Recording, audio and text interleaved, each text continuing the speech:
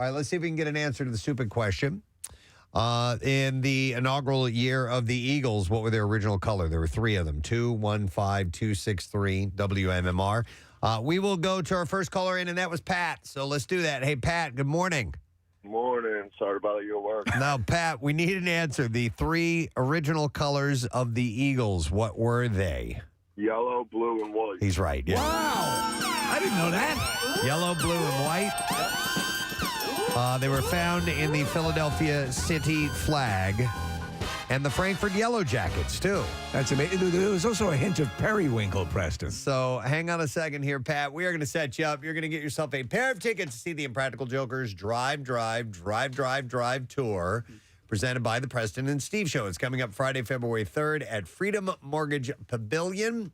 And tickets are on sale now via Ticketmaster if you want to grab those. All right, so I got some entertainment stories. Let's go through them. While enjoying a vacation in Hawaii with his rumored girlfriend, Chase Sui, Pete Davidson was photographed shirtless, revealing that the tattoos he dedicated to his ex-girlfriend, Kim Kardashian, have vanished. It's wild because there's so many goddamn tattoos on his body. I couldn't see where they were. The actor was seen wearing a bandage above his collarbone in October, causing fans to speculate that he had, quote, "my girl is a lawyer" removed. And the recent photographs confirm this to be true. There should be an understood moratorium on beginning a relationship and when you get that tattoo. Yeah. You need to be years deep. I think so. And you need to have had a good years deep relationship. Do you have a Rochelle tattoo on you? I do not. I do not have a Claire tattoo on me. I got a Rochelle and a Claire tattoo. Really? Yeah. And look, we're all still together. Yeah, absolutely. Been a long time, guys. So what you do is you get your very good friend to do that. Right. Get somebody who can take the bullet for Your you. special someone tattooed on them. Davidson also had the names Jasmine and Aladdin tattooed on his right shoulder, referencing the skit that the pair did together on Saturday Night Live. That tattoo is also gone. What about the Tommy Flanagan tattoo on his ribcage? I don't know about that, but also is gone is the KNSCP, which represented Kardashian and her 4 kids, North St. Chicago. Oh, my God. Seriously? What about what she enjoyed for breakfast? Granola with a black coffee. Yeah, cantaloupe. Yeah. Jesus Christ. I mean, that's way over.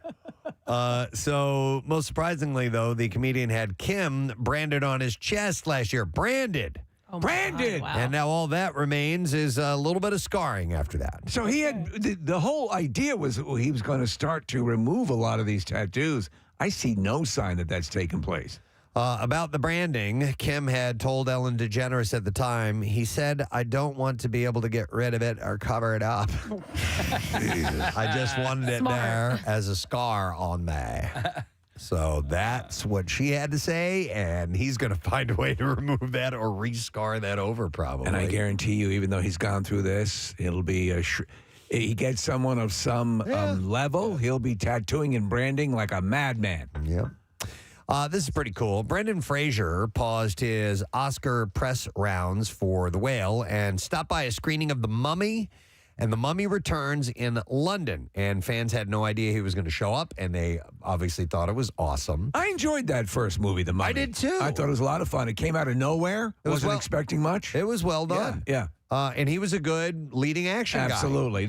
Probably not so much now, but back then he was in great shape. The event took place at the Prince Charles Cinema, screening Fraser's first 2 Mummy films on 35 millimeter. And the actor's surprise appearance was greeted with a standing ovation from the crowd, wearing a fitting leather jacket paired with khakis. Fraser told the crowd, "I'm proud to stand before you tonight. This is a film that was made in Britain, and you should know that. Even the second one, be proud and thank you for being here." He said, "We had no idea what kind of movie we were making when we shot this. We didn't know if it was a drama or a comedy or an action or a horror picture or a romance, all of the above. We had no idea until we tested it in front of British audiences, so thank you for that." I think he's a really good actor, and I think He is. But, after having him in studio, it's like, oh yeah, because he's crazy, right? Because He's got him in, he's like really quirky. He's got a lot of quirkiness to it, but that's fine. I mean, I think you look at the performances that he has in his resume. Very good. Even like the weirder movies, like The Scout, I really enjoyed that, where he's like this guy who can play baseball, but he's just he's got a screw loose. And then also Bedazzled. You watch that one? Yeah. Love it. Love it. Some of his characters are over the top in that, which is great. And yeah, you got to be a little weird. Sometimes to be an actor and to change, switch hats like that all the time. But if you remember his earlier roles were like Encino Man, and he's doing like comedy stuff. Yeah. Fraser has already won the Toronto International Film Festival's Tribute Award for his role in Darren Aronofsky's The Whale. He's also among the frontrunners to win Best Actor at the 2023 Academy Awards. They are announcing the Academy Awards this morning, the nominations, so that'll be later in the show today. There's been a lot of buzz about Kylie Jenner and Doja Cat. And their outfits from the Schiaparelli's Spring 2023 Haute Couture show. Preston, I can't stop talking about this. In Paris on Sunday night, and a video of the pair interacting has since gone viral. I know you and I are huge with the Doge. Kylie wore a dress with a giant faux lion head on the front of it. That's fox. While Doja, a fox lion head on the front of it. While Doja donned 30,000 red Swarovski crystals. Did you guys see this? Yes. How heavy is that? Her entire body, face, everything. Oh, God. Oh, you're right. Yeah. It actually looks pretty cool. You and I should start a fashion trend, Preston, where we go around with just the lower half of a horse costume. Yeah. She looks like an X-Man. Yeah. I wonder how they did that. Some type of almost Mystique-esque. The Bedazzler. Oh my God, that's a great idea. That's a great way to do it. Being able to fling cheap jewelry at people and have it land and overpower them. It lands on their eyes. The Bedazzler. Yeah. I can't see. I do need to see close up because I have to see how this is done.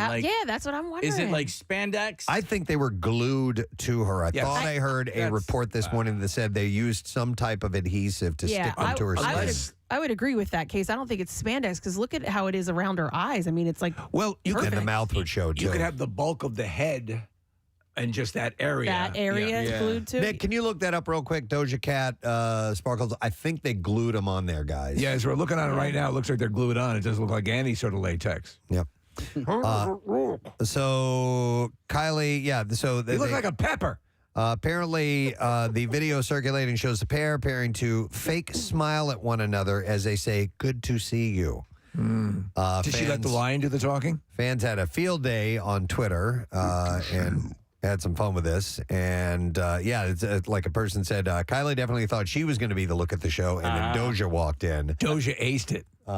So it's wild looking. I don't know exactly how they pulled that off, but it must have taken a long ass time to do that. 4 hours and 58 minutes. Jesus. A makeup artist named Pat McGrath, and so he posted it on his Instagram account, and the glittering look was created with the help of this celebrity makeup artist, and he posted the final look on Instagram, shared it with his fans.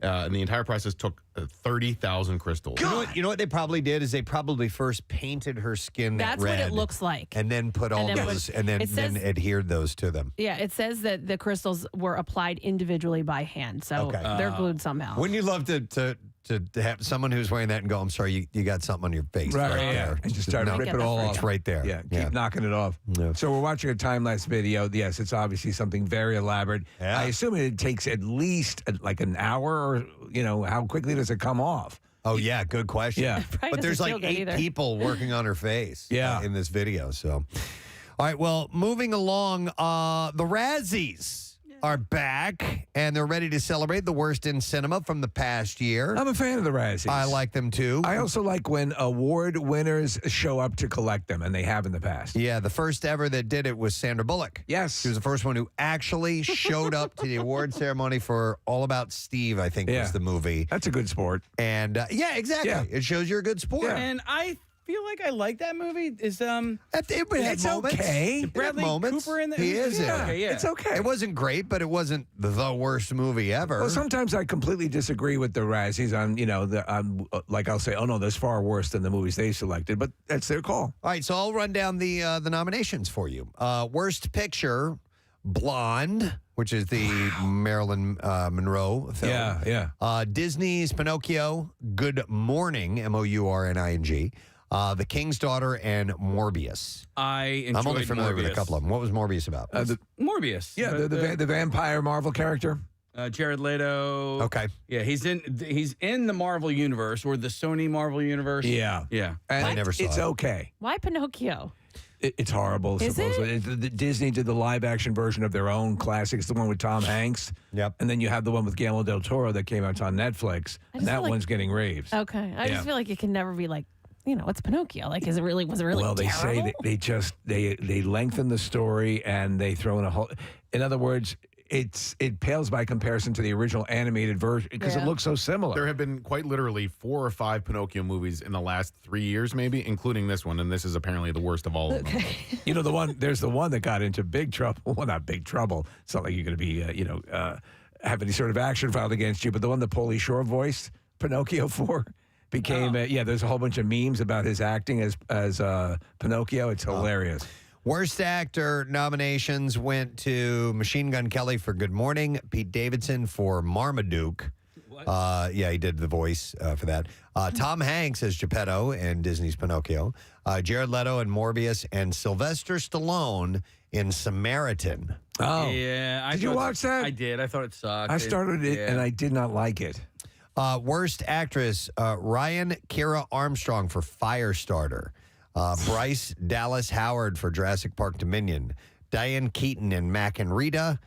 Kaya Scodelario for The King's Daughter. And Alicia Silverstone in The Requiem. I'm not familiar with The King's Daughter. Yeah, I'm not familiar with most of those movies. Worst remake, ripoff, or sequel? Blonde. Both 365-day sequels, which was 365 days this day and the next 365 days. I don't know that at all. Not familiar. Nope. Disney's Pinocchio, Firestarter, and Jurassic World Dominion. I thought you and Nick said you enjoyed it. Nick, I stopped to watch it, but you said it was not too bad. Listen, I mean, it's not Schindler's List. It's Jurassic not meant World. to be. Schindler's List with dinosaurs. Yeah, I'd like That'd that. be wonderful. Actually, both Steven Spielberg movies. Yeah. Schindler's List and Jurassic Park. But I watched Jurassic World on the plane. Great plane movie. Okay. Worst supporting actress, Adria Arjona for Morbius, Lorraine Bracco for Disney's Pinocchio, Penelope Cruz in The 355, Bing Bing Fan in The 355 and The King's Daughter, and Mira Sorvino in Lamborghini, The Man Behind the Legend. Man, I only saw the trailer for that, and it's got our Frank buddy Grillo. Frank Grillo, and boy, does it look terrible. Really? Yeah. And man. we all love Frank Grillo. Yeah, it was so cool that he got a role that was not action-based. Steve, I mean, I'm normally turned on by trailers, and this one, it just looks bad, and his Italian accent looks terrible. I was so unimpressed. Worst supporting actor, Pete Davidson for Good Morning. He had a cameo role in that. Tom Hanks for Elvis.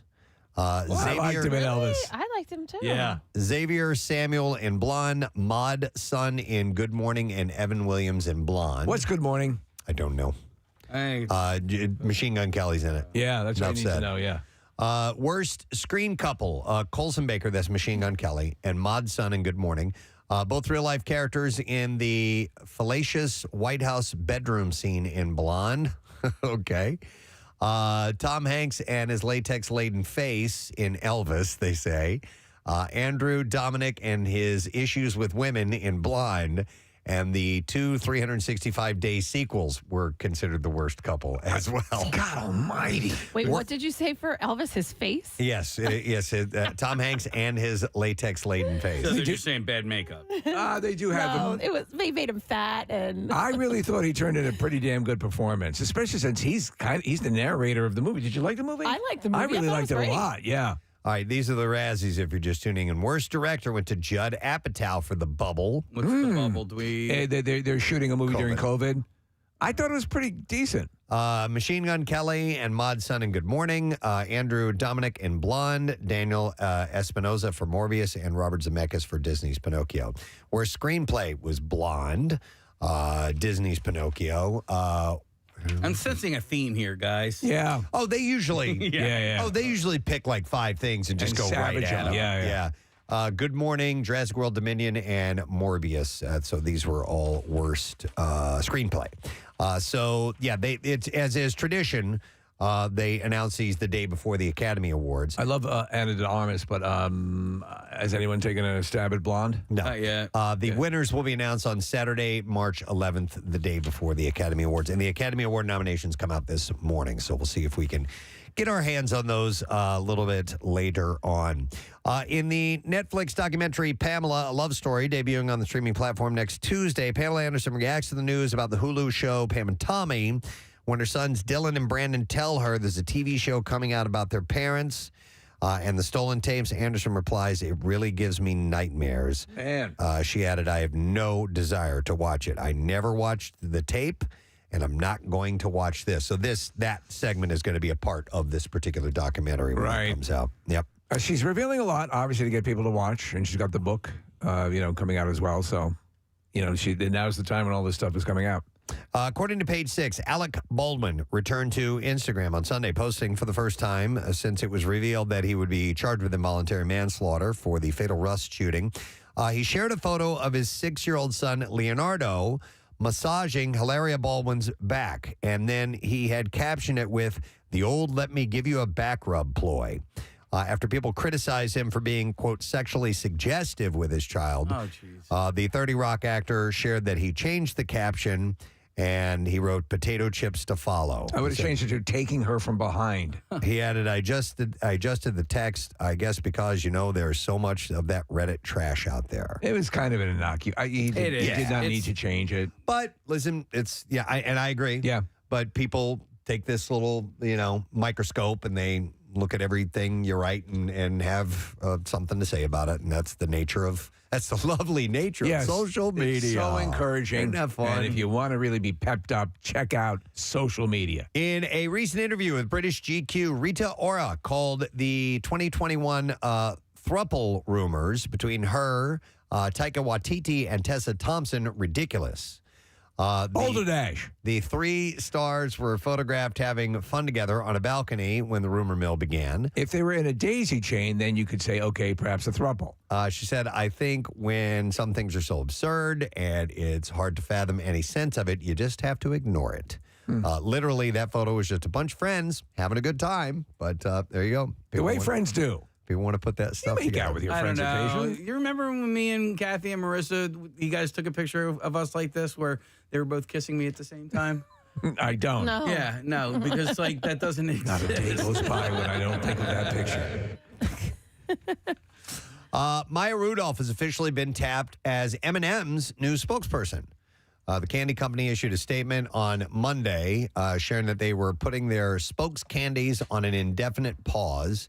And they're bringing the Bridesmaids actress to the table instead. Is she playing an M&M or will she be a live human? It remains to be seen.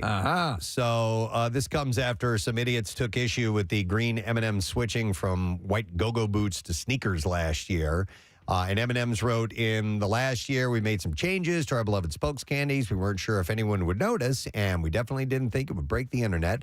But now we get it. Even a candy's shoes can be polarizing," which was the last thing M&M's wanted since we're all about bringing people together. And Rudolph told Today, "I'm thrilled to be working with M&M's. I'm a lifelong lover of the candy, and I feel like it's such an honor to be asked to be a part of such a legendary brand's campaign." So they're going to debut at Super Bowl, so it'll be a whole new campaign, I guess, that they're going to go with. And by the way, Casey, every time I flew this weekend, both ways, I have to get peanut M&Ms. Peanut M&Ms. Every single time, no matter what. And it's what I look Twizzlers. forward to. I don't do the Twizzlers, but I do peanut M&Ms for I love sure. our coworker Chuck D'Amico to no end. It really bugs me that he hates peanut M&Ms. Like he can't. Does he like peanuts? I don't know, but He loves He likes M&Ms. peanuts. Wait, I forget.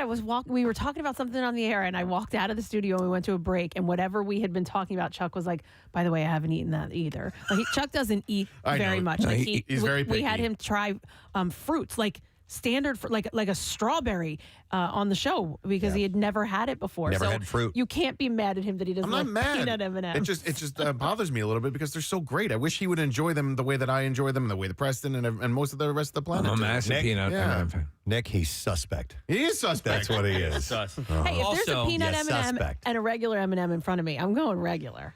Really? Yeah. Oh, not man, me. no. I need something meaty. I love them both. but I do love the peanut M&Ms a tick more. This is how weird he is. When you get those multi-bags of the little, like, sandwich bags of, like, Frito-Lays, like, it comes with Doritos. And, Yeah.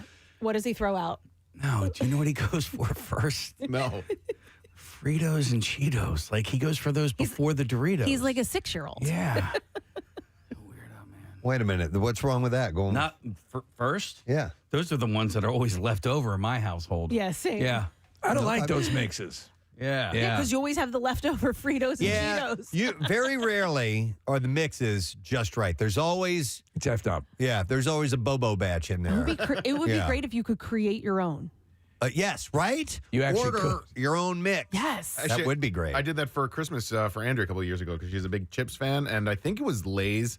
It was like a 10. You might have even had it in the connoisseur one year, Preston. Where it was like you could pick and choose different Lay's products and send them, in a box for like $10 or $20 or whatever. Yeah. My issue is contamination. You got to make sure that everything in there was not going to F up the other item. You know what I'm saying? You don't want your Well, they're all bagged Doritos separately, screwing so- up your Fritos. Yeah, and they won't. They won't. They're all in their own right. personal Yeah, bags. it means bagged separately, but having the the variety The pack variety be pack. exactly every single one that you I like. got you. All But right. sometimes it comes with Funyuns, and I'm not down with that.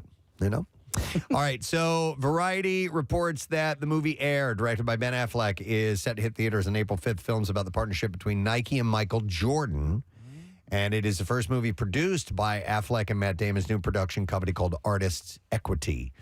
So that is coming out April 5th. Variety reports that there will, in fact, be a Girls Trip 2. Yeah! Featuring the original cast. Tracy Oliver, who co-wrote the first film, told the outlet that she had a definitive Girls Trip 2 update while at the Sundance Film Festival. She said, it's officially happening. I can say that. We all fell in love with those characters. And they're looking to set it in Ghana. Ghana. That's perfect. Zoe Salana is the first actor to ever appear in 4 movies that have crossed $2 billion at the worldwide box office. That is pretty amazing. The actress starred in Avatar, which made $2.9 billion, and Avatar: The Way of the Water, $2 billion, as Neytiri, while also portraying Gamora in Avengers: Infinity War, that made a little over $2 billion, and then Avengers: Endgame, which made $2.7 billion. It's amazing. Yeah. She's also in the Star Trek universe. I mean, major franchises that she's involved with. Avatar 2 is only the 6th film to reach $2 billion, the mark at the box office. So she is the ultimate box office queen. And she is also poised to break more records as she's expected to return as Neytiri in future Avatar movies. With all the other avatars in Avatar, I can see the actor. I can't see her face in her avatar. You know what I mean? Like, you can't. I can. I see what you're saying. Yeah. everybody else, like Sigourney Weaver, you Weaver's definitely obvious. can. Yeah. But whoever the guy is. Have you seen the new? It's Avatar. It's about a 14-foot blue conductor. It's Avatar. It's really good. It's a combination of both. Yeah. You can. I you can't just see her pick it out face in it, her yeah. face. Yeah. Okay. Yeah. I think because of the width of Neytiri's nose and the Navi in general. I find it harder to read her face. I think you're right. But Sigourney Weaver's obvious. Yep. All right, and then finally, this is a great story. Philadelphia flags will be flying at half-staff in honor of Jerry Blavat. Isn't that amazing? The city's flags began flying at half-staff on Monday. They will continue to do so until sunset on Saturday, Mayor Jim Kenney had announced. In a statement, Kenney noted that Blavat, whose career, of course, in the entertainment industry spanned 70 years, was a Philadelphia legend. Kenney said he brought a lot of happiness into our lives, and we are grateful for his gifts of sharing and celebrating music over so many years and for his contributions to the sound, culture, and spirit of our city. And he announced that huge Preston and Steve statue in front of City Hall. Well, that was a secondary announcement that he made. Funeral mass for Jerry will be held at the Cathedral Basilica on Saturday, and a live stream of the mass will be available starting online at 11 a.m. All right, so we are ready for clips now. Missing follows the story of June, who uses technology to find her missing mother. Here, Storm Reed compares herself to her tech-savvy character. Let's get the clip. I can find somebody on social media for sure. But, like, Finding a missing person? I don't know. So if June was like a 10 out of 10, like technologically savvy, 10 out of 10, I'd say I'm like a 6 or 7. Shut the f*** up! Missing is in theaters now. Here's the next clip. Worlds collide when Jonah Hill's character Ezra wants to wed the daughter of Nia Long's character Fatima in You People. In this clip, Long talks about her experience working with Hollywood greats. Here we go. I'm so proud. I'm so excited. I think people are going to love this film. It's important. We laugh with and at one another, and that's what we got to do more of instead of making these harsh comparisons. Shut up! Shut up! Shut up! Shut up! Shut up! Shut up! Shut up! And I don't know if it's Fatima or Fatima. I think Fatima is proper. I think it might be Fatima, but in the Catholic world, it would be Fatima. You People is coming to Netflix this Friday. Casey, I just read an interesting explanation about Zoe Salana in Avatar, is that she was native to that planet, and so it was her choice and Cameron's choice to not make her look like herself as much. Oh. Sam Worthington and Sigourney Weaver are humans. They're avatars. And they are the avatars, so they don't look nearly as much like, they look more like themselves, and Zoe Saldana did not. It makes all the sense in the world. That makes sense. I like it. That makes sense. All right. And they eat nothing but peanut M&Ms. That'd be great. Pandora. If on Pandora. Yeah, that's it. That's what they subside on? Yes. What was unobtainium was their original dumb thing. But now and they find a giant, vast vein of peanut M&Ms in the soil. They plug their ponytails into the candy.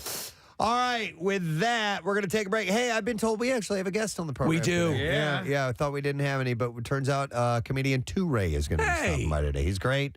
Playing Punchline tomorrow night. So Tay Ray's going to stop by in the 9 o'clock hour. So spend some time talking to him. We're going to take a break. We'll come back in just a second. We have a beautiful sunrise coming up this morning. We'll be right back. Stay with us. Preston and Steve on 93.3 WMMR.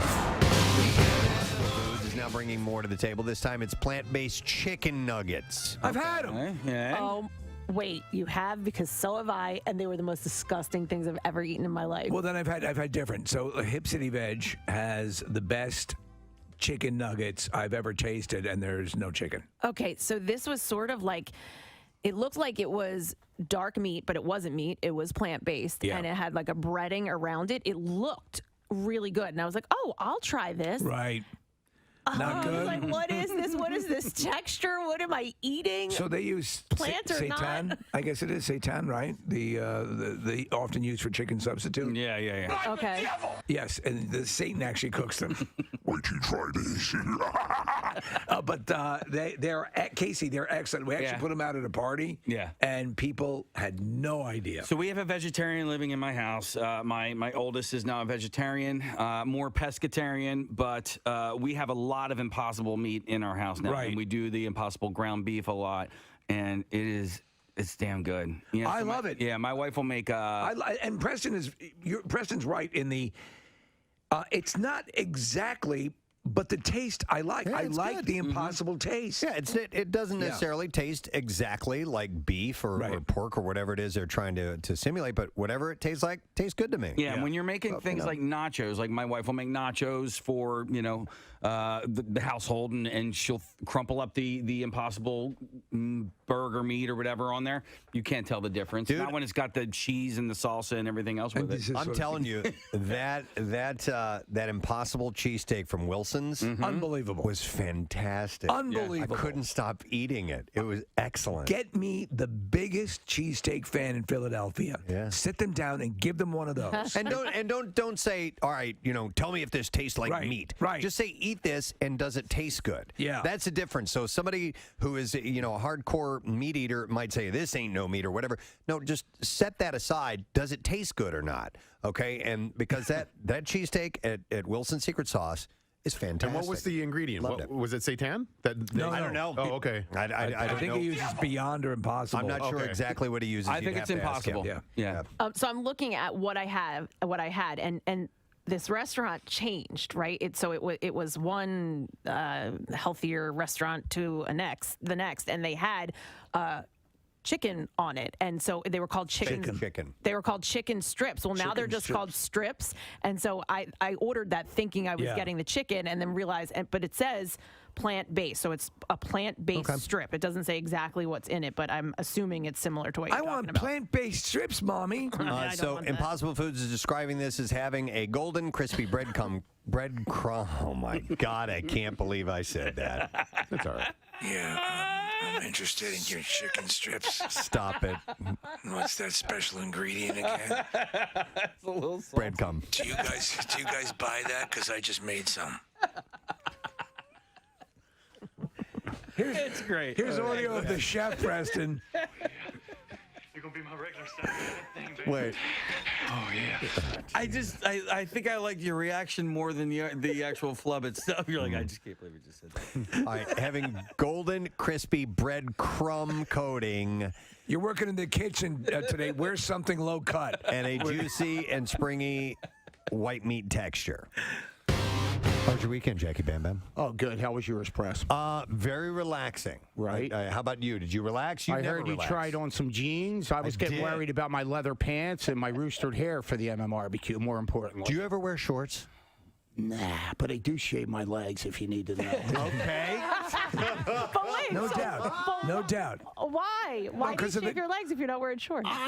No offense to Steve, but I think the hair should be on the head, nowhere else. Okay. You know. So you shave everywhere? Everywhere, yeah. Really? Yeah. Armpits? I've been trying to do a contest or a little promo with Casey Boy, but it's just not happening. Sales department. I want to shave Casey Boy. I don't want to do that. Why? Because I don't want to You do should that. come get laser hair with me. Oh, you get your bead Remove it laser. permanently? Yeah. I follow you on social media. I'm like, where did she get this done at? I could do that. Oh, come with me. So I will. All right. Do you shave your armpits? Cut that out, what she just said, Casey.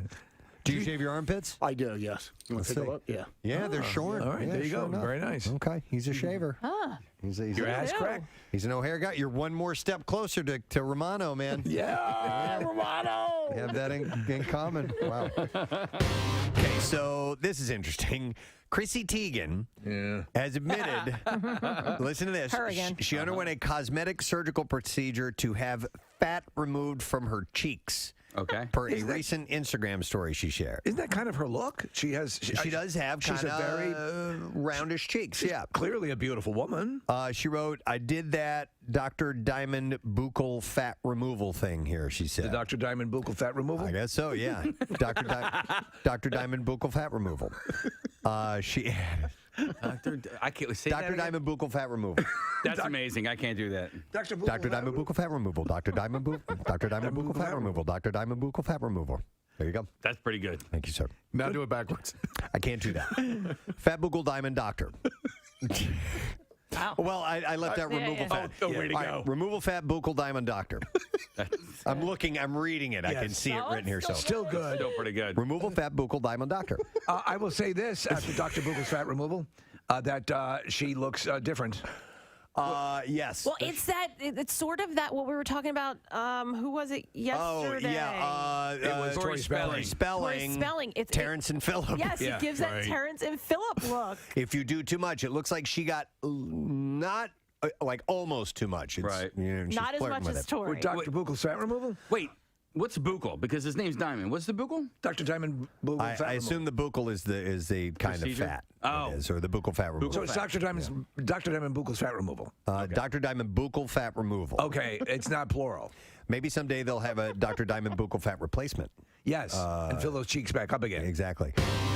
Theater royalty in the form of Kristen Chenoweth, Julie Taymor, and Lin-Manuel Miranda welcomed back boisterous audiences to Wicked, The Lion King, and Hamilton for the first time since the start of the pandemic, making Tuesday as the unofficial return of Broadway. Chenoweth surprised the crowd at Wicked by appearing on stage for a speech at the same stage where she became a star years ago.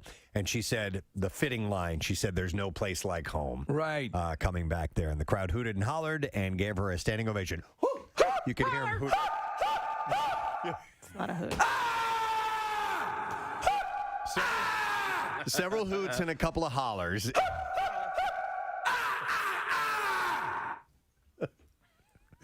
That'd be kind of scary. It would be terrifying. Yeah. I think that the actors would walk off the stage. Tamor, the director and costume designer for The Lion King, congratulated her audience for the courage and enthusiasm to lead the way. She said, theater as we know it is the lifeblood and soul of the city. It's time for us to live again.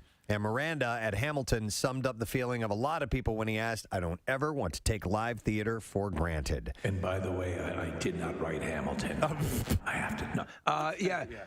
You know, Preston, I have a love-hate relationship with Broadway, and because there's wonderful things to see. Yeah. But those theaters are designed for people from the 1870s. Yeah, they're tiny. And unless you're a dwarf. But it is super exciting going It is to one of those amazing. shows. It is amazing. It is also super expensive to go. Oh, my to God. one of Only those $200 or shows. $300. It's That's insane. Yeah. The first time I went to Broadway, I had gotten comp tickets, okay, because of my job. I was a music director, and it was for Rent, and Rent had a soundtrack and all this stuff. And so the record company got us tickets. I'm like, wow, man, that was a great time. We enjoyed the hell of the show. It was amazing. And I'm like, we should go back and see that again sometime. And then we went to go back and see it, and we paid for tickets. I'm like, oh my God. They offer packages though that are actually really good deals. That comes with dinner at you can choose from a number of restaurants and things like that. So at least it's hotels sometimes and an organ transplant. But just anything in New York.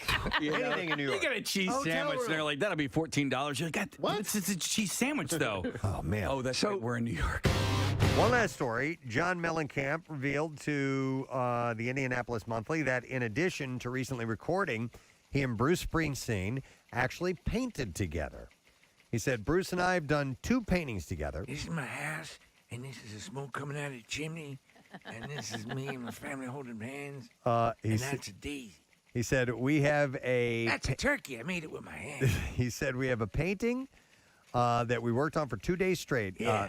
He said he painted one side, I painted the other. That's the whole. And he also said Bruce had never painted at all, and he was really good, really into it. Have you seen any of Mellencamp stuff? Yeah. Yeah, he's really good. Yeah. He's accomplished. How come Now, my turkey looks better?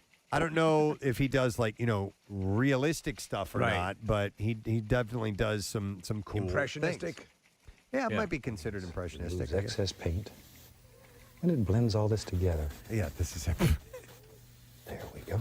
Whenever we're painting mountains, as you know, you always want the top of the mountain to be more distinct than the bottom of the mountain, because at the bottom we have mist, and now we have wonderful pollution. So before I knew that I had ASMR, right, and I was a teenager, I would sit there with Bob Ross on, smoke a little herb and just sit there and Get just lost. absolutely zone out into it and have no idea why I liked him so much. Did you ever get inspired to attempt to paint along with him? Oh, God, no. Okay. I have no artistic ability whatsoever. I had, at a younger age, I had tried. I had a friend who was a decent artist, and he gave me a canvas, and I had Steve. There was a house with chimney coming out of it, and Daisy and the family. I mean, it was just terrible. It was horrible. Curly smoke coming out. Oh, yeah, just bad. The sun in the corner. Yeah, with the lines coming out. Yeah. With the rays Hey, coming son, out of you it. can't see the whole sun, but it's a quarter. Anyhow, he said he said about Bruce. He said, I was surprised at how hard he tried. He was like, "How do you do this, John? How do you make this This is work?" terrible. We're trying to. It stinks. I can't draw. Why'd you make me do this? I don't want to do it. This is stupid. Like a little kid. I can't draw. This is stupid. I tried to draw a cat. Why did you make me do this? God damn it. He just starts stamping in Don't want that. in one spot. Let's play with the ball. Stupid paint.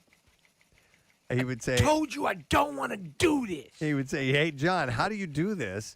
How do I make this work?" Stupid. He said, "We're It trying." doesn't look like anything.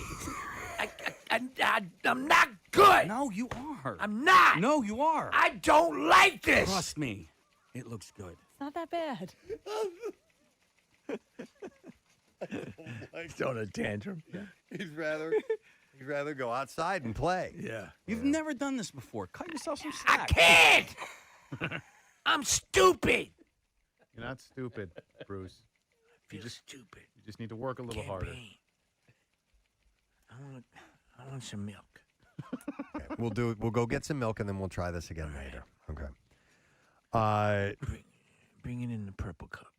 John. 93.3 WMMR. All right, thanks, Kath. We were just chatting off air yesterday. There was news about Jeremy Renner and his recovery and how he had posted that he's got 30-plus bones broken that need to heal. That's surprising when all he had was a 14,000-pound snowplow on him. Yeah, that's all. Yeah. But yeah, he's busted up, obviously, really bad, but 30-plus broken bones confirmed. Jesus. The most I've ever broken at any given time are 2. 2, your wrists, right? Yeah, I broke both of those at the same time. And what were you doing? You were saving a life, right? No, I was sliding down. I was drunk sliding down the banister. Oh, same thing. Same thing. You were saving your life. In some countries, people consider that saving You're a life. hero in many countries. And so, yeah, I broke those. But, I mean, I've broken a handful of bones here and there. But it's other than that time, it's been one bone or one fracture. To rule them all. And then, 30 is ridiculous. How many fractures would you say you've had? 1, 2, 3, 4, I think. Yeah. 4? I've never broken a bone. Really? And to the best of my knowledge, not unless I've broken like a pinky. Yeah, Steve, me toe. neither. Yeah. Well, what about when you saved that guy's life playing dodgeball? No, That was a dislocation. Yeah. Yeah. You know what? Yeah. It's actually corrected over time. It was your pinky, right? Yeah. Now you can see. Now when I play, say Chopin.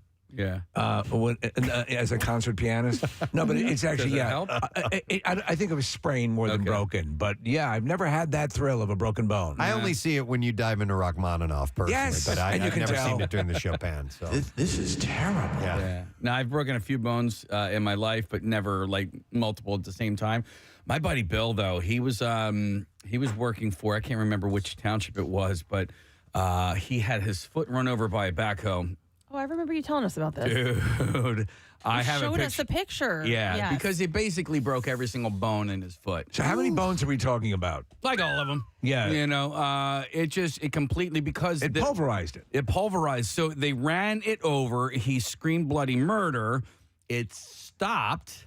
And then it had to reverse off of it. But when it reversed off of it, it kind of skidded its tires a little bit. So you wanted to do donuts. And Casey, there are 26 bones in the human foot. I just looked it up. So, like, if you break, I mean, I'm sure it takes a really long time for all of them to heal. Yeah, it was nasty. I went and visited him in the hospital, and he was it was horrible. And then but at least I made him laugh because his foot looked like Fred Flintstone. Oh, did it? Yeah. Yeah, like Fred Flintstone meets Frankenstein. It was ridiculous. Like a how huge, bad gigantic it looked. foot. Yeah. Did it look like Barf's foot in No,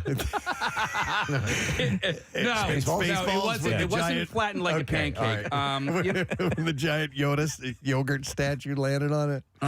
Yeah, you know what? You know what's interesting about bones healing properly is, so you guys remember I broke this bone in my hand at iFly. It was leaving. You broke it? Yeah, Yes. I was leaving the tunnel, and my pinky hit the wall. It's always the pinky, man. And it caused this bone. I think that's a metacarpal bone, or no, I don't know, it's carpal or something like It's that. the pinky stabilizer. Anyhow, I fractured it. It broke, and I had to wear a brace for 6 weeks or something like that. And it was done. I didn't have pain anymore, but it never healed. So Sometimes they don't heal. Yeah, it right? did not heal, and on occasion it hurts. I can definitely feel it, and I have been back to have X-rays for different reasons, and they've gone, "Are you sure you didn't do something here?" And I'm like, "No, that's old. This is not." They said, "Well, it never healed." Wow, it's weird that would happen, that it would never, broken.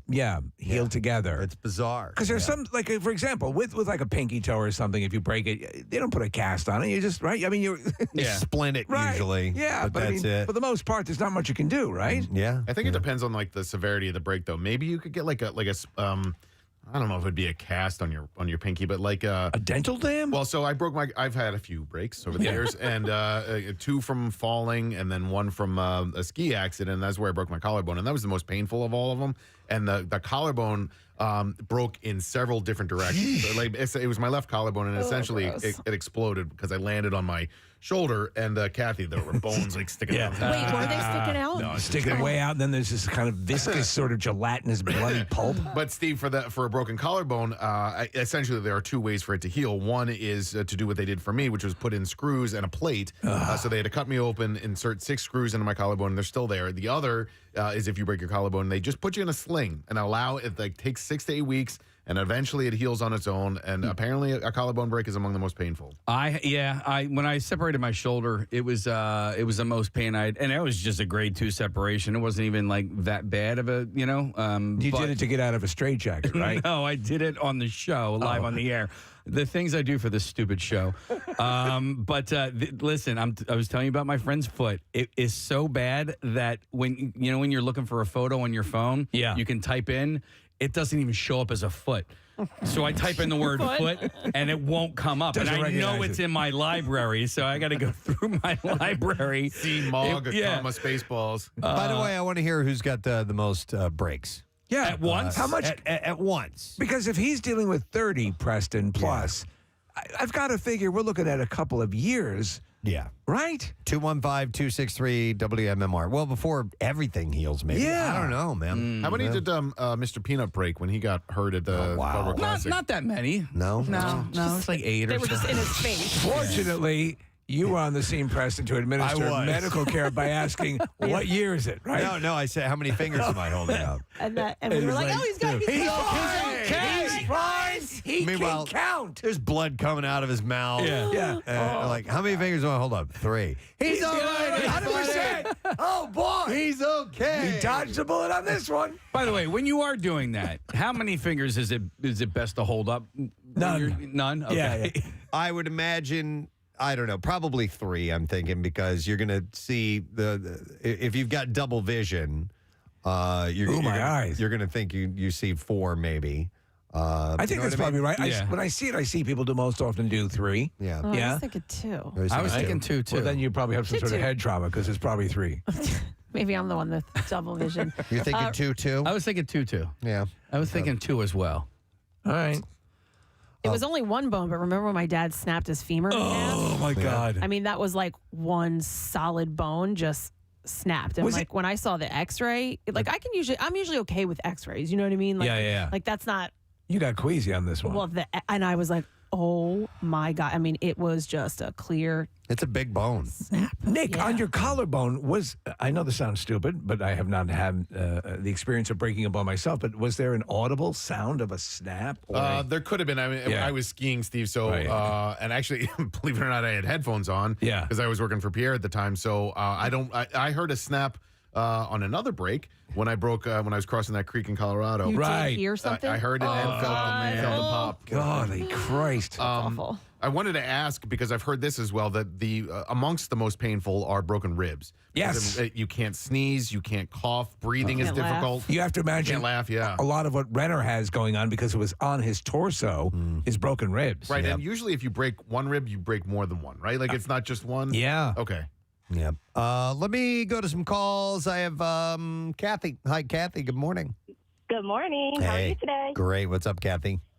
So I was playing kickball in Conshohocken in an adult league, and I was running to first, and I felt like somebody just blew me up. I had a complete avulsion on my hamstring, so they had to reconstruct my hamstring. And then after 10 weeks being in a body brace, I realized I broke both ankles and my wrist all at the same time. Oh, With my this God. in my And this was playing the full contact sport of kickball. Of kickball, because Yes. you know, when you're playing in a co-ed league and girls just tap the ball, it's frustrating. So I thought, I'll just bail it, and I did, but I never made it to first because kickball, all that. Oh. When are they going to start outlawing that demon sport? All right. What was recovery like for you? I mean, especially with It the was- hamstring thing. Oh, my God. So the hamstring was 10 weeks in a hospital bed in a body brace. Ooh. Oh, 10 weeks in a hospital. In a hospital bed, yep. And then when they told me I could start putting pressure on my legs, I couldn't because my feet. And then I kept telling them something was wrong with my feet. And they're like, no, it's just your hamstring. And then they did x-rays and they found out I broke both ankles. So I had one ankle done already. The other has to be done. Wow. And then I had to have 2 surgeries on my wrist because they realized my wrist was broken and didn't heal properly. Wow. And I'm still waiting for them to figure out if they're going to fix my hips that are dislocated. Oh my God! All from that kickball. All from Hey. kickball, running to first. Kathy, that the hamstring, did it detach? Oh yes. All right, Yeah, and they great. say that you can feel it like crawling up as it releases. Did you feel that at all? Yep. And what happened was I didn't at first. I was just like, oh, maybe I pulled it. But then a girl on my team was like, oh, we can take off your shoe. We'll rub your foot. And as soon as she did that, I just felt a guilt. Oh, God. Oh my God! Yep. And then the one tendon by the time, because you can't find a surgeon to do it because it's not common to do an avulsion of your hamstring. Like it's for Olympic stars. Yes. It's not common. So for me, it took 3 weeks to find a surgeon that would touch it. Kathy, when did this accident happen? I'm sorry? When did this all go down? When did the kickball game of death take place? It was almost 3 years ago. Oh, my God. And you're still getting work done off of that. And Yep, still getting work done. Okay. And so they had you sitting there in the hospital for 10 weeks and couldn't figure out that both your ankles were broken? Nope. Because the pain, they kept saying the pain was just all coming from the hamstring. Yeah. And until I kept saying something is wrong. Something is wrong. And they said, what is your goal? I said, my goal is to be able to walk again with no pain. And they said, we can't guarantee you that. You know what? She didn't have a Dr. Mike. Dr. Mike will look everywhere, even if, he'll look in your butt. Yeah, he'll give you a colonoscopy. If your toe hurts. That's probably crack, too. I don't know. All right. All right. Well, hang in there, Kathy. That's insane. From kickball. Wow. Let's go to Heather. Hi, Heather. Good morning. Hi, good morning. Hey, what's up, Heather? So 3 years ago, actually tomorrow, I fell down the steps and my foot went out to the left and somehow I broke my ankle in both bones in 5 different places. Wow. I was home alone at the time, so I had the pleasure of crawling up the steps to get my cell phone. Oh, my God. And they wound up, I was in the hospital for 2 weeks. They couldn't operate on me for the first week because I was so swollen. They were worried about compartment syndrome happening, which is life-threatening. So I was in an external fixator for a week, which actually was more pleasurable than actually having the surgery to repair it. So what's an external fixator? So, when somebody, has a head injury and they get the halo? The halo, yeah. Okay. It was on my leg. Okay, gotcha. All right. So it was basically to secure the joint until I could have surgery. Yeah. But when they did go in and repair it, it was 4 or 5 plates and 14 or 15 screws. That's insane. So I ended up with 19 pieces. It looked like the Eiffel Tower in my leg, like the way the plates were constructed in the x-ray. Yeah. But I've since had them out. Love Penn Presbyterian. Yeah. They did a great job. They got everything, all the metal out, except for I have a broken drill bit, screw with a... You have a broken drill bit? A broken drill bit. That yes. would They have you no would think they would idea. want to get that out. Yeah.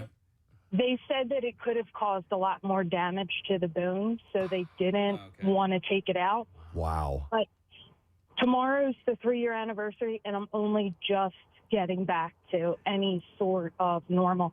When they took it out, I'm diabetic, and I had issues healing, and especially I had just started a new job.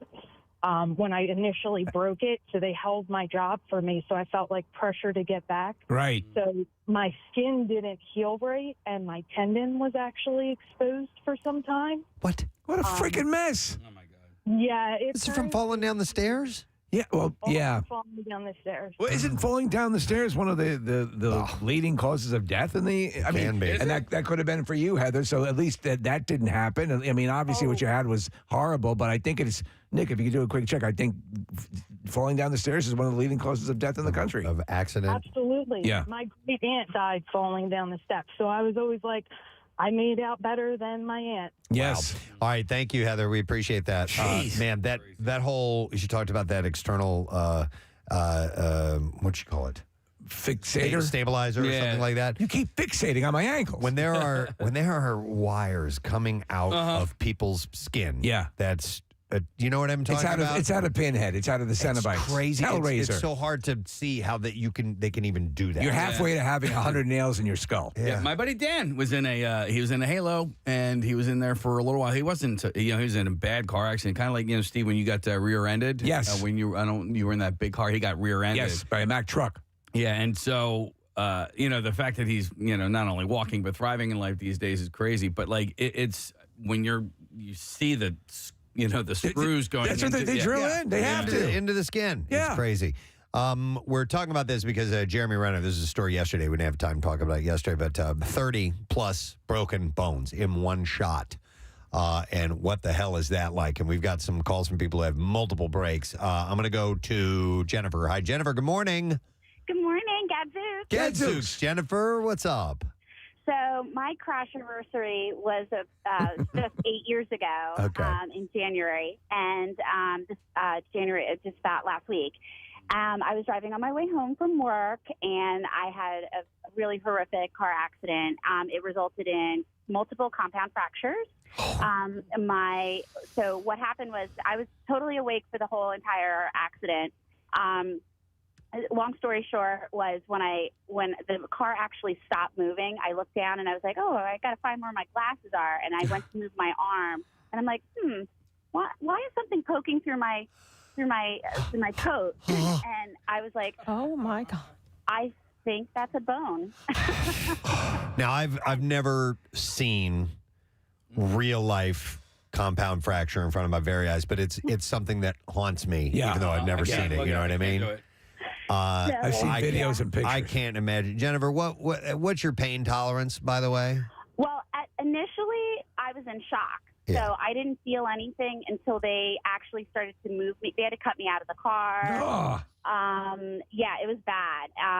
So when they started moving me, and when the police and fire and emergency were on the scene, they were like, oh, she's got multiple compound fractures. We can't move her. We got to cut her out. And I was like, oh, Jesus, that's not good. Yeah. I knew I was in bad shape. And so when they started moving me, that's when it started to hurt. And when they finally put me in the back of the ambulance, they were able to give me pain meds. But yeah, it resulted in months of rehabilitation. I was in that external fixator. I had the pin coming out at the bottom of my foot. How many breaks? So I had a broken ankle. Essentially, like the malleus of the bone of your ankle was like exploded. Right. And then, because that was the foot, it was all on my right side. So it was the foot that you brake with. Okay. So the doctor said that's like common when you go to brake. That's the foot that they usually commonly see that will break. Yeah, that makes sense. Never break. Yeah, don't break. Yeah, Hit the gas. exactly. Hey, Jennifer, how did what caused your car accident, if you don't mind me asking? Oh, sure. No, it was perfect storm of issues. It was icy and rainy out. I was not speeding. I was in the middle lane, and there was like ponding from the side of the road, and I hit it, and my car skid, and I went right into the middle, the median. Okay, so how many breaks was it? Sorry, to go back to that, please. Sure. So the malleolus bone, the right. ankle bone, and then my right wrist.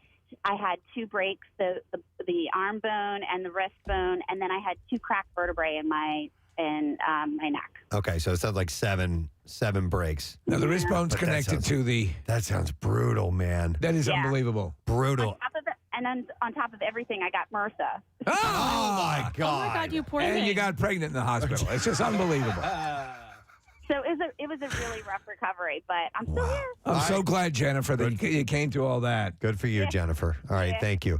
I have a question about, she mentioned going into shock, and you hear about that from time to time. Yes. What technically does that mean? Does that mean that your I think it's your nervous system kind of shuts down? You don't feel anything? I think in a way it's a defensive mechanism for the body. Yeah. So yes, I believe instantly. I don't know what is actually happening during shock. I got it. It says shock is a critical condition brought on by the sudden drop in blood flow through the body. Shock may result from trauma, everything that it can cause. When a person is in shock, his or her organs aren't getting enough blood or oxygen. It's not good. Or so the blood flow has dropped significantly. Okay, interesting, because you hear about they're in shock right now. Yes. And I never have really known what that means. Okay. Steve, to go back to your question from a little bit ago about falling down the stairs, it's the second most common cause of death amongst accidents in the United States. First is car accidents, and around 1 million people are treated in emergency rooms for a fall down the stairs every year, 12,000 deaths. Don't use your stairs. What's number one above that? Do you know? Car accidents. Car accidents. And then driving down the stairs is Yeah, don't do that. is another. That just compounds. Yeah, the up and whole down the issue. steps of the art museum. All right, here we go. I think we have a winner. Yeah. I'm going to go to Tim. Hi, Tim. Good morning. Hi, Grandma. Hey. Grandma. What's up, Tim? What's going on? All right. You apparently have a bit of a story here. Yeah, so I don't know if you guys remember real quick, 2017 at the Camp Out for Hunger, I came to see you guys. I was a convict Chi-Chi cook-off winner. I remember. Yeah, you had won our Golden Shiv Award, or you were vying for it. And then I remember seeing you. You were in a motorcycle accident, I think. No. Okay. So Car accident. More or less, I drove 70 miles an hour into the back of a parked tractor trailer on the PA Turnpike in Salem in October 17th of 2017. And you were in bad shape, man. Yeah, so 72 total broken bones, all in the upper. Oh, 72 broken bones. And in all that, the one weird thing that I never knew of before was I had 7 fractures in the cartilage of my Adam's apple, which I didn't know that you could fracture cartilage like that. Oh, my God. But more or less, it was 2 skull fractures, both orbital sockets, my nose, my jaw in 2 places, 5 vertebrae, the 7 fractures in the Adam's apple, both breastbones, bunch of ribs, bunch of breaks in both my hands, fingers, arms, elbows. Do you remember, Tim, specifically how many ribs? How many bones? How many ribs? I'm sorry, you broke up. How many ribs did you break? 72 bones total. Okay. No, he was just asking about your ribs. Oh, ribs. I'm sorry. That's Pizza. horrible. I 4 ribs total. Four ribs total. And anything in your lower body? No, and that was a weird thing. So I kind of ended up accordioned under my dashboard underneath the back of the tractor trailer, and somehow I didn't break anything below my pelvis. So like I ruptured my spleen, but no pelvis fractures, no leg fractures. Did they put you in a medically induced coma or anything like that? Oh yeah. So I was medevaced to Temple University Hospital. I was in their surgical ICU. How many hours were you in surgery? Do you know? I couldn't even tell. I want to say a total of 3 or 4 surgeries. They had to put a trach in. They had to wire my jaw shut. Holy hell! Reset my hands. So I don't know how many hours. I don't remember the first 2 weeks from the day of the accident. 2 weeks forward. Yeah, no doubt. Wow. Yeah, I mean the fact that you were so traumatized. I mean, I can't. How many bones in total in the human body? 212. 12. Yeah. Yeah, that's what I thought. Yeah. Hey, Tim, how was your? How did this affect your brain, man? So obviously, I had a TBI, traumatic brain injury. No, like long-lasting effects, as in like speech or anything like that. Okay. Obviously, I dealt with like nightmares and all that stuff. A lot of memory loss. Like even to this day, there's things that I don't remember, like what I did yesterday, but I'll remember what I did 5 years ago. And or, I don't remember things that happened right before the accident. You know what I mean? It's kind of all over with the memory, but not as bad as I obviously thought it would be, or the doctors, or even my parents and everything. I mean, you hear a number like that and you think there's no way this person's going to survive this, but you did, and thank God. But oh my.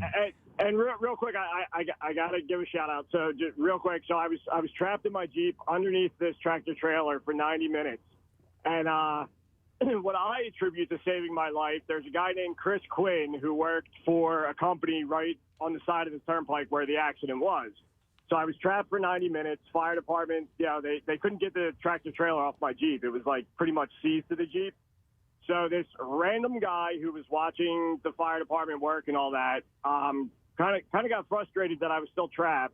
And he walked over and he said, I have a forklift. I can pick the tractor trailer up off of that Jeep to get him out. Wow. So the state police actually let him bring a forklift down, and I have a picture, which is kind of cool. He's in the forklift with the lifting the trailer up off of my Jeep so they could pull me out to get me out of it. God.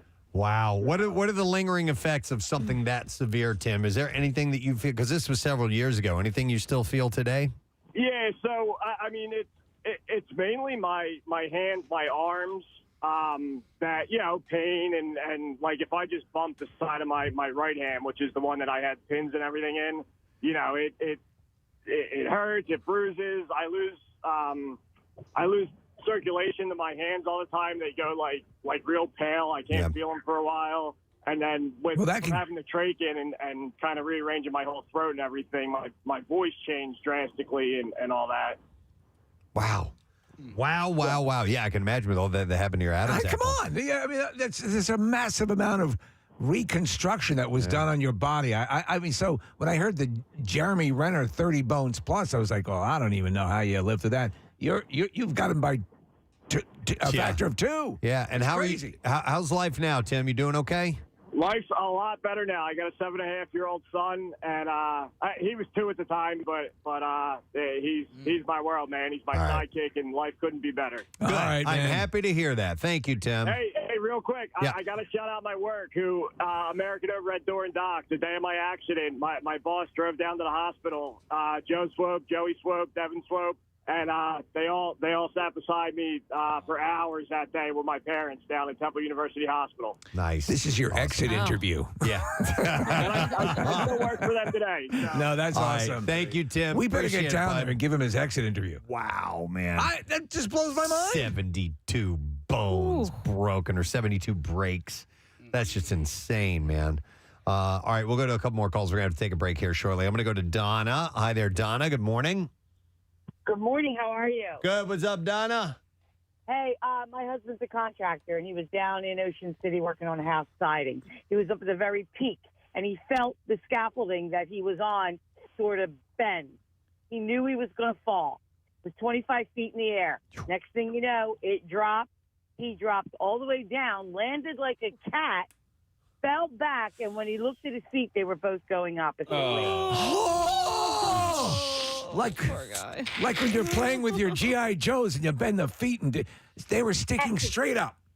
He's probably listening right now. His name is Mike. So the ambulance came and got him, and the first thing they did was touch his feet, grab his feet. These look weird. Let's touch them. Hi, Mike.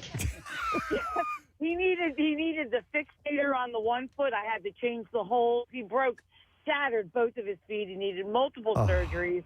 He was non-weight bearing for 3 months. Okay. And we had to put a hospital bed in our thing, and he had the triangle. In 3 months, he healed completely. He was That's amazing. Yeah. Man. He was a madman. But shattered his whole foot and ankle. Well, thank you, Donna. Appreciate it. Glad he's doing better. I had a buddy who I knew a couple of people who did construction and did roof work. Yeah. And a friend of ours fell off. He had a fall. It messed him up bad. Broke his pelvis. Broke all kinds of stuff in his lower extremities. And, he was laid up for a long time. And I'll bet those guys have that type of thing happen quite regularly. So I wonder if you, not that you could do anything about it, but if you're falling from a distance like that, landing directly on your feet a la a cat, or do you try to tuck? What do you do? Or do you try to fly? Do you flap your arms? Like the dude jumping at the Eagles game the other day. I mean, what's the best? There's nothing, it's a blink of an eye and it's over. But is there something, if you feel you're going to be falling, what's the best position to fall in if you think you're going to? It's inevitable. I would think that protecting your head is going to be number one. So point that directly down. Point that straight down. And that's a good question, Steve. I don't know. What should you do if you're falling a great distance? What's your best bet? What's the best area to hit on? Man. And I assume the couch. Let's see. We've had a lot of people on hold for a long time, and I apologize if we don't get to you, but let's go to, we have another Mike who's on the line. Let me say hi to Mike. Hi, Mike. Mike, you're on the air. Good morning. Hey, ¿cómo estás, Bishy? Okay. What's up, buddy? Hey, so I was living down in Phoenix, Arizona, and it was a beautiful Tuesday morning. I took off work, and I went out on a bike ride on my Harley, and I was sitting at a red light in between two cars, and I seen this car coming from the other side, and he was looking like left because he was going to try to beat the traffic, and he just kept on going straight. And I said, "Oh my God, this guy's going to hit me!" And I'm in between two cars on my bike. I got nowhere to go. So I lift my legs up so he wouldn't hit my legs. So he hit my shoulder square on in a minivan doing about 50. Holy hell. So I broke my humerus bone in the shoulder right in half. The glenoid, which is like the T of your where that your shoulder goes into. All right. That was totally shattered. I shattered my arm leading all the way down to my elbow, and I had to get it totally replaced. My right shoulder and my glenoid, everything is totally replaced because of it. Wow. That sucked. Yeah, that's rough. How long was your recovery, Mike? 2.5 years. 2.5 years. I was out of work for 2.5 years because I work with steel. Yeah. I'm an iron worker, and they were telling me that I won't be able to do this anymore. Well, the only job that you could do without your shoulders would be Celtic like dancing. A Walmart greeter, they were telling me to be. Right? Right. All right. Thanks, Mike. Glad you got better, man. We appreciate that. I didn't think about that. A Celtic step dance. That's all lower body. That's all lower body. Yeah. All right, one more call, and those of you I didn't get to, I apologize. If Tom and Brian want some movie passes, because they've been on hold for like 20 minutes. Yeah, they can we have that screening a week from today for Knock at the Cabin. Nice. We can set you up with that. But this I want to go to because Kat had to fall off of a roof and tried to fall in a specific way. Hi, Kat. You're on the air. Good morning. Hi, good morning. How are you guys? Good. All right, Kat, what's your story here? So I was at my parents' house, and I was cleaning their gutters, and I slipped and had like a moment of, oh no, I'm going to fall. Right. And so I fell off of their roof, and it was a 17-foot fall, and I had like time stopped. And I decided I was going to try to land on my feet like Black Widow, like an Avenger. Oh, like it's superhero landing. Like a 3-point. Yeah, right. Yeah. Okay. Yeah, absolutely. Because I'm not the tuck and roll type. I'm the, Yeah. You land with some style. Yeah.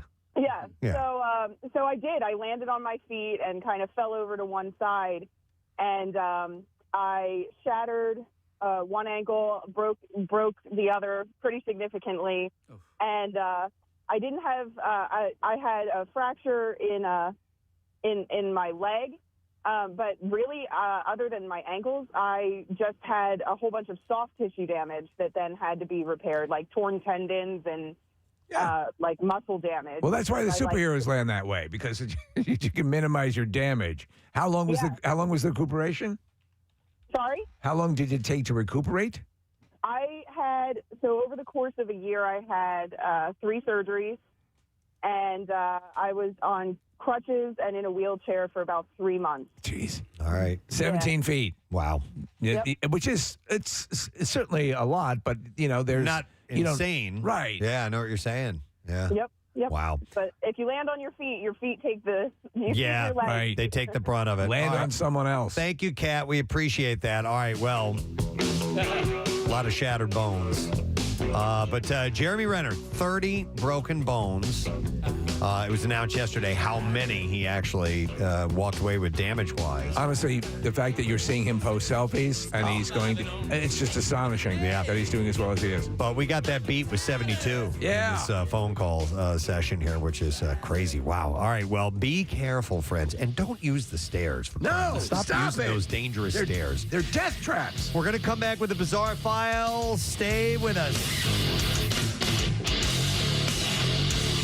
Preston and Steve. All 93.3 WMMR. For 2 years, it disappeared. And give the money to charity. He said, but I was proud of him. He went after it. Gigantic star. Very proud of you. I know, but you don't like it because you didn't put it on the refrigerator. So you say things that are not true. Oh my God. If you liked it a lot, you would put it on the refrigerator, and you did. I'm bringing it. And to then you work. make me feel stupid. I was so busted. Oh, wow. From the refrigerator to the trash can. Why is this in here? I was like, oh, that was a mistake. I don't know what happened. It must have come off with some of the other stuff. I'm so sorry. Oh, my God. I keep that stuff. Kathy throws it away. Jace, come over to my house. We'll appreciate it. Whenever you guys are ready, this is Froggy on MMR. Here we go.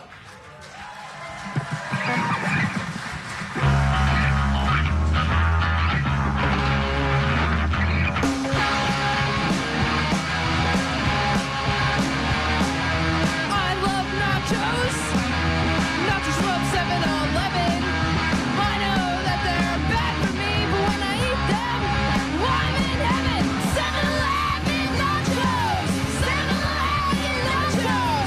7-Eleven nachos. Liquid topping tastes so good. Post-band practice, I buy them. I eat them in Fiona's kitchen. Best worst nachos in the world. They're the only thing I want. 7-Eleven nachos. 7-Eleven nachos. 7-Eleven nachos. You would have some if you could.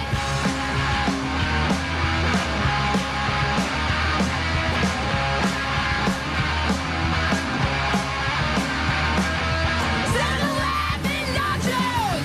7-Eleven nachos. 7-Eleven nachos. I think they taste pretty good. 7-Eleven nachos are like $4.20. That's a funny number, but I should know the price by now, but I really don't. And the cheese is so good, it's all bright orange. Yeah! Oh, nachos! And cheese! Yeah! Yeah! Yeah! Yeah! Yeah! Wow! 7-Eleven nachos. I love that. I love the lyric. They taste pretty good. I love it. And the original recording, I couldn't hear everything where you go, I highly recommend it. I love that. And by the way, you know who's a fan of this band? Nikki freaking Sixx is a fan of Froggy. He's our best friend. I love that guy. He wanted a Froggy t-shirt, right? Isn't that the deal? Did you guys get him one? Oh, yeah. We were like, he was like, how much? We were like, do not even worry about it. Like, for you, it's free. Yeah, that's awesome. Oh, my God. That is the best. I love it. So I want to hear, so, you know, when we ask somebody to do a song for us, to do a jingle or whatever, you never know if they'll go, yeah, right, whatever. But these guys were like, oh, of course, we'll totally do that. So we were totally psyched about that. Did it take a while to come up with something, or was it pretty easy to come to you immediately? It kind of came to us immediately. We kind of used the riff we had in store. We just didn't know what to put lyrics with it, and we're like, this is the perfect riff to do it with. And we had 2 drafts of the lyrics, but we came up with something good. Okay. And yeah, we're really excited. So the world debut. Yeah. And what is the title of the song? No title No yet. title. It's the No Preston and title. Steve All right. song. All right. So I'm excited for this, and I want to make sure we get a good recording of it. This might be our only chance to get it. Unless it ends up on an album. Sure, in the future we will record it. All right. yes. We appreciate that. November. I guess it's November now. It is. Soon. By the way, let's check this out, and then we'll find out where any gigs and things like that are coming up. So can we get the Preston and Steve song? Sure. All right, let's check this out. Froggy, I'm so excited they're here this morning. These guys, they got heart, man. I love it. All right, deal. Whenever you're ready.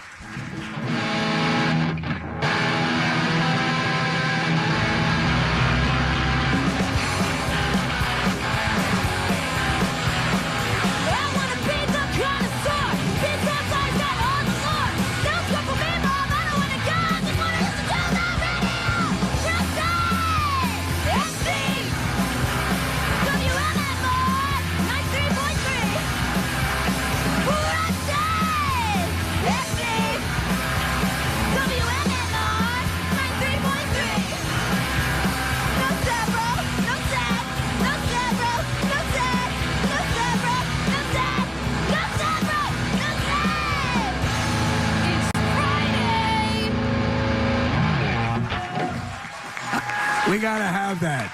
It's Friday. Did you hear that at the end? Yeah. Oh, I think that's our new Friday anthem if I've ever heard one. Yeah. Oh, that was outstanding. I couldn't hear exactly what was being said in the middle there. The third part was no school for me, Mom. I don't want to go. I just want to listen to the radio. Yes. Oh. Yeah, no, we need that. Yes. Old absolutely. school angst. I love it. Love it. We're honored. You guys have any gigs coming up that we need to be aware of? New Year's Eve at Philomoka with Colleen Green and Joe Jack Talcum. It's Okay. going to be awesome. Yep, it's our biggest show. And something early December in the works, not fully planned out yet. We're but- actually taking November off to record a little something. Yeah, Very nice. So, yeah. Nice. Well, will you keep us surprised to what your dates are, and we'll get them out for you, man. Yeah, That's thank awesome. you, thank people, you. People who love straight up punk are gonna love this this energy that you guys have. So that New Year's Eve show, all ages show, or Yep, is it? all ages. Okay. Speaking of ages, how old are we all here? So, Morgan, how old are you? 18. And Brooke? I'm 18. And how about you, Fiona? 17. All right. 18, and 17 years old. They're so damn good, though, man. They really are. It's great. Hey, what are you guys doing the second or third Saturday in May of 2022? Nothing that I I know guess of. we're all right. free. Yeah, just I'm free. keep those Saturdays open. Just Dude, that would be awesome. Oh, I was Yeah. like, what is he talking about? What is The second- barbecue. Got it. And barbecue. Yeah. sometimes it takes Froggy. Well, this morning I quit my job, so I know I'll be over. Oh, my God. Wait, Brooke, did you quit your job to be here? Well, not exactly, but today was just the day where everybody was like, do it. Just do it. Really? Yeah. All right, Like that's an so hour ago. punk. That's so punk of you. I love it. And you're wearing a Ween shirt. That's really cool. Have those guys reached out to you at all? Or is it not a Ween shirt? We've been talking to Gene Ween's son about maybe collaborating on our album. That was a while ago, but I hope he's still interested. I love Ween so Ween's much. great, yeah. Remember there was Push Little Daisies. Yeah. was They're out of New Hope, I believe. Yeah. I'm a roses are free kind of guy. I'm a very chocolate and cheese and God Ween Satan girl. Those are my favorites. Excellent. All right, well, one of the songs we requested, I got a nice slice of pizza here ready for this, was Pizza Ball. Oh, yeah. What's the name of your LP or your EP that you have, your album? Sopa de elote translates roughly to corn soup or corn chowder. I picked something random. I was like, guys, I think this will sound weird. We had no idea what to do. Yeah, we just kind of picked. I love it. Corn soup is fine. Yeah. All right, well, let's get one more song out of Froggy this morning, and whenever you guys are ready, we want to hear Pizza Ball. Woo! Yeah, all right, let's do this thing. Ladies and gentlemen, if you're just tuning in live at the Preston Steve Camp Out for Hunger, this is Froggy.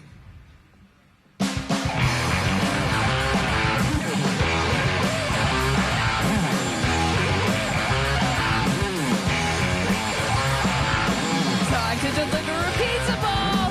Time to deliver a pizza ball. Time to deliver a pizza ball. Time to deliver a pizza ball. One time I was 8, my whole family went to the shore, and there's this guy Wayne who's making this clam chowder. It was what he was known for, and it tasted so freaking good. I had like 10 bowls of that clam chowder, and I tell you what, I woke up in the middle of the night. And I said, Mom, and I threw up all over the floor. Someone carried me away, and that's all I remember from that night. Yeah! Time to deliver a pizza ball. Time to deliver a pizza ball. Time to deliver a pizza ball. Time to deliver a clam chowder ball. Time to deliver a pizza ball. Time to deliver a pizza ball. Time to deliver a pizza ball. Time to deliver a clam chowder ball.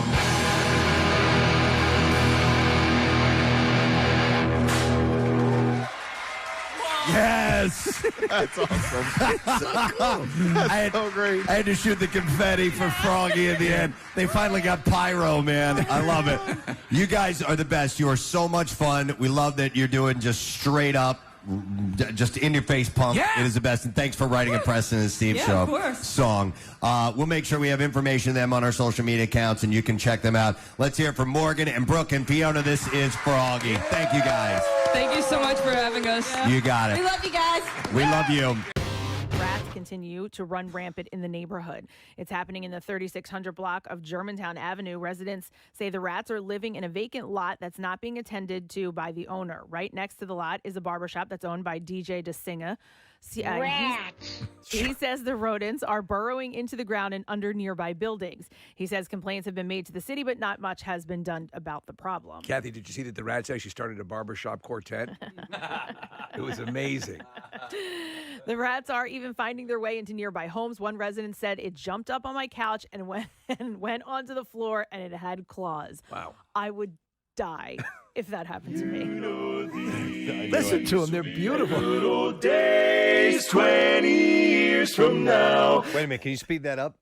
Oh my, these will be the good old songs that are on the... I can't speed it up Damn while it! you're... No, not while you're actually playing it. I shall work on it so we get an actual depiction yeah. of the rat barbershop quartet. Yes, it would be, journalistically appropriate. Right. to Yeah, get I mean, that come on a little now. bit more in accurate. part if we accurate. can. Exactly. Preston. That's why Actually, you won that I think award. better than speeding it up would be like pitching it up. You know what I mean? Well, whatever. Yeah, somehow or yeah. another make it higher. Can you do that? Or I don't know. it doesn't Probably matter. not. Good old these will be the good old That days. just sounds like a key change. Okay. I'm still... It's all good. I'm just playing with it a little bit here. Listen, it was a threadbare concept to begin with. You've never produced a rat barbershop quartet before, Casey? Well, no, but you know call what? yourself a major market producer. I know. All right, so here's... He was called the Phil Spector of rat barbershop quartet. The wall of sound. So with the cold Wall of weather months cheese.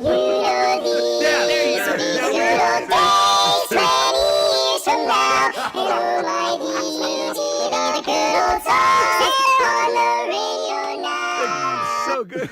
There's a Grammy. You're getting a Grammy. That's perfect. One more time. Oh my God.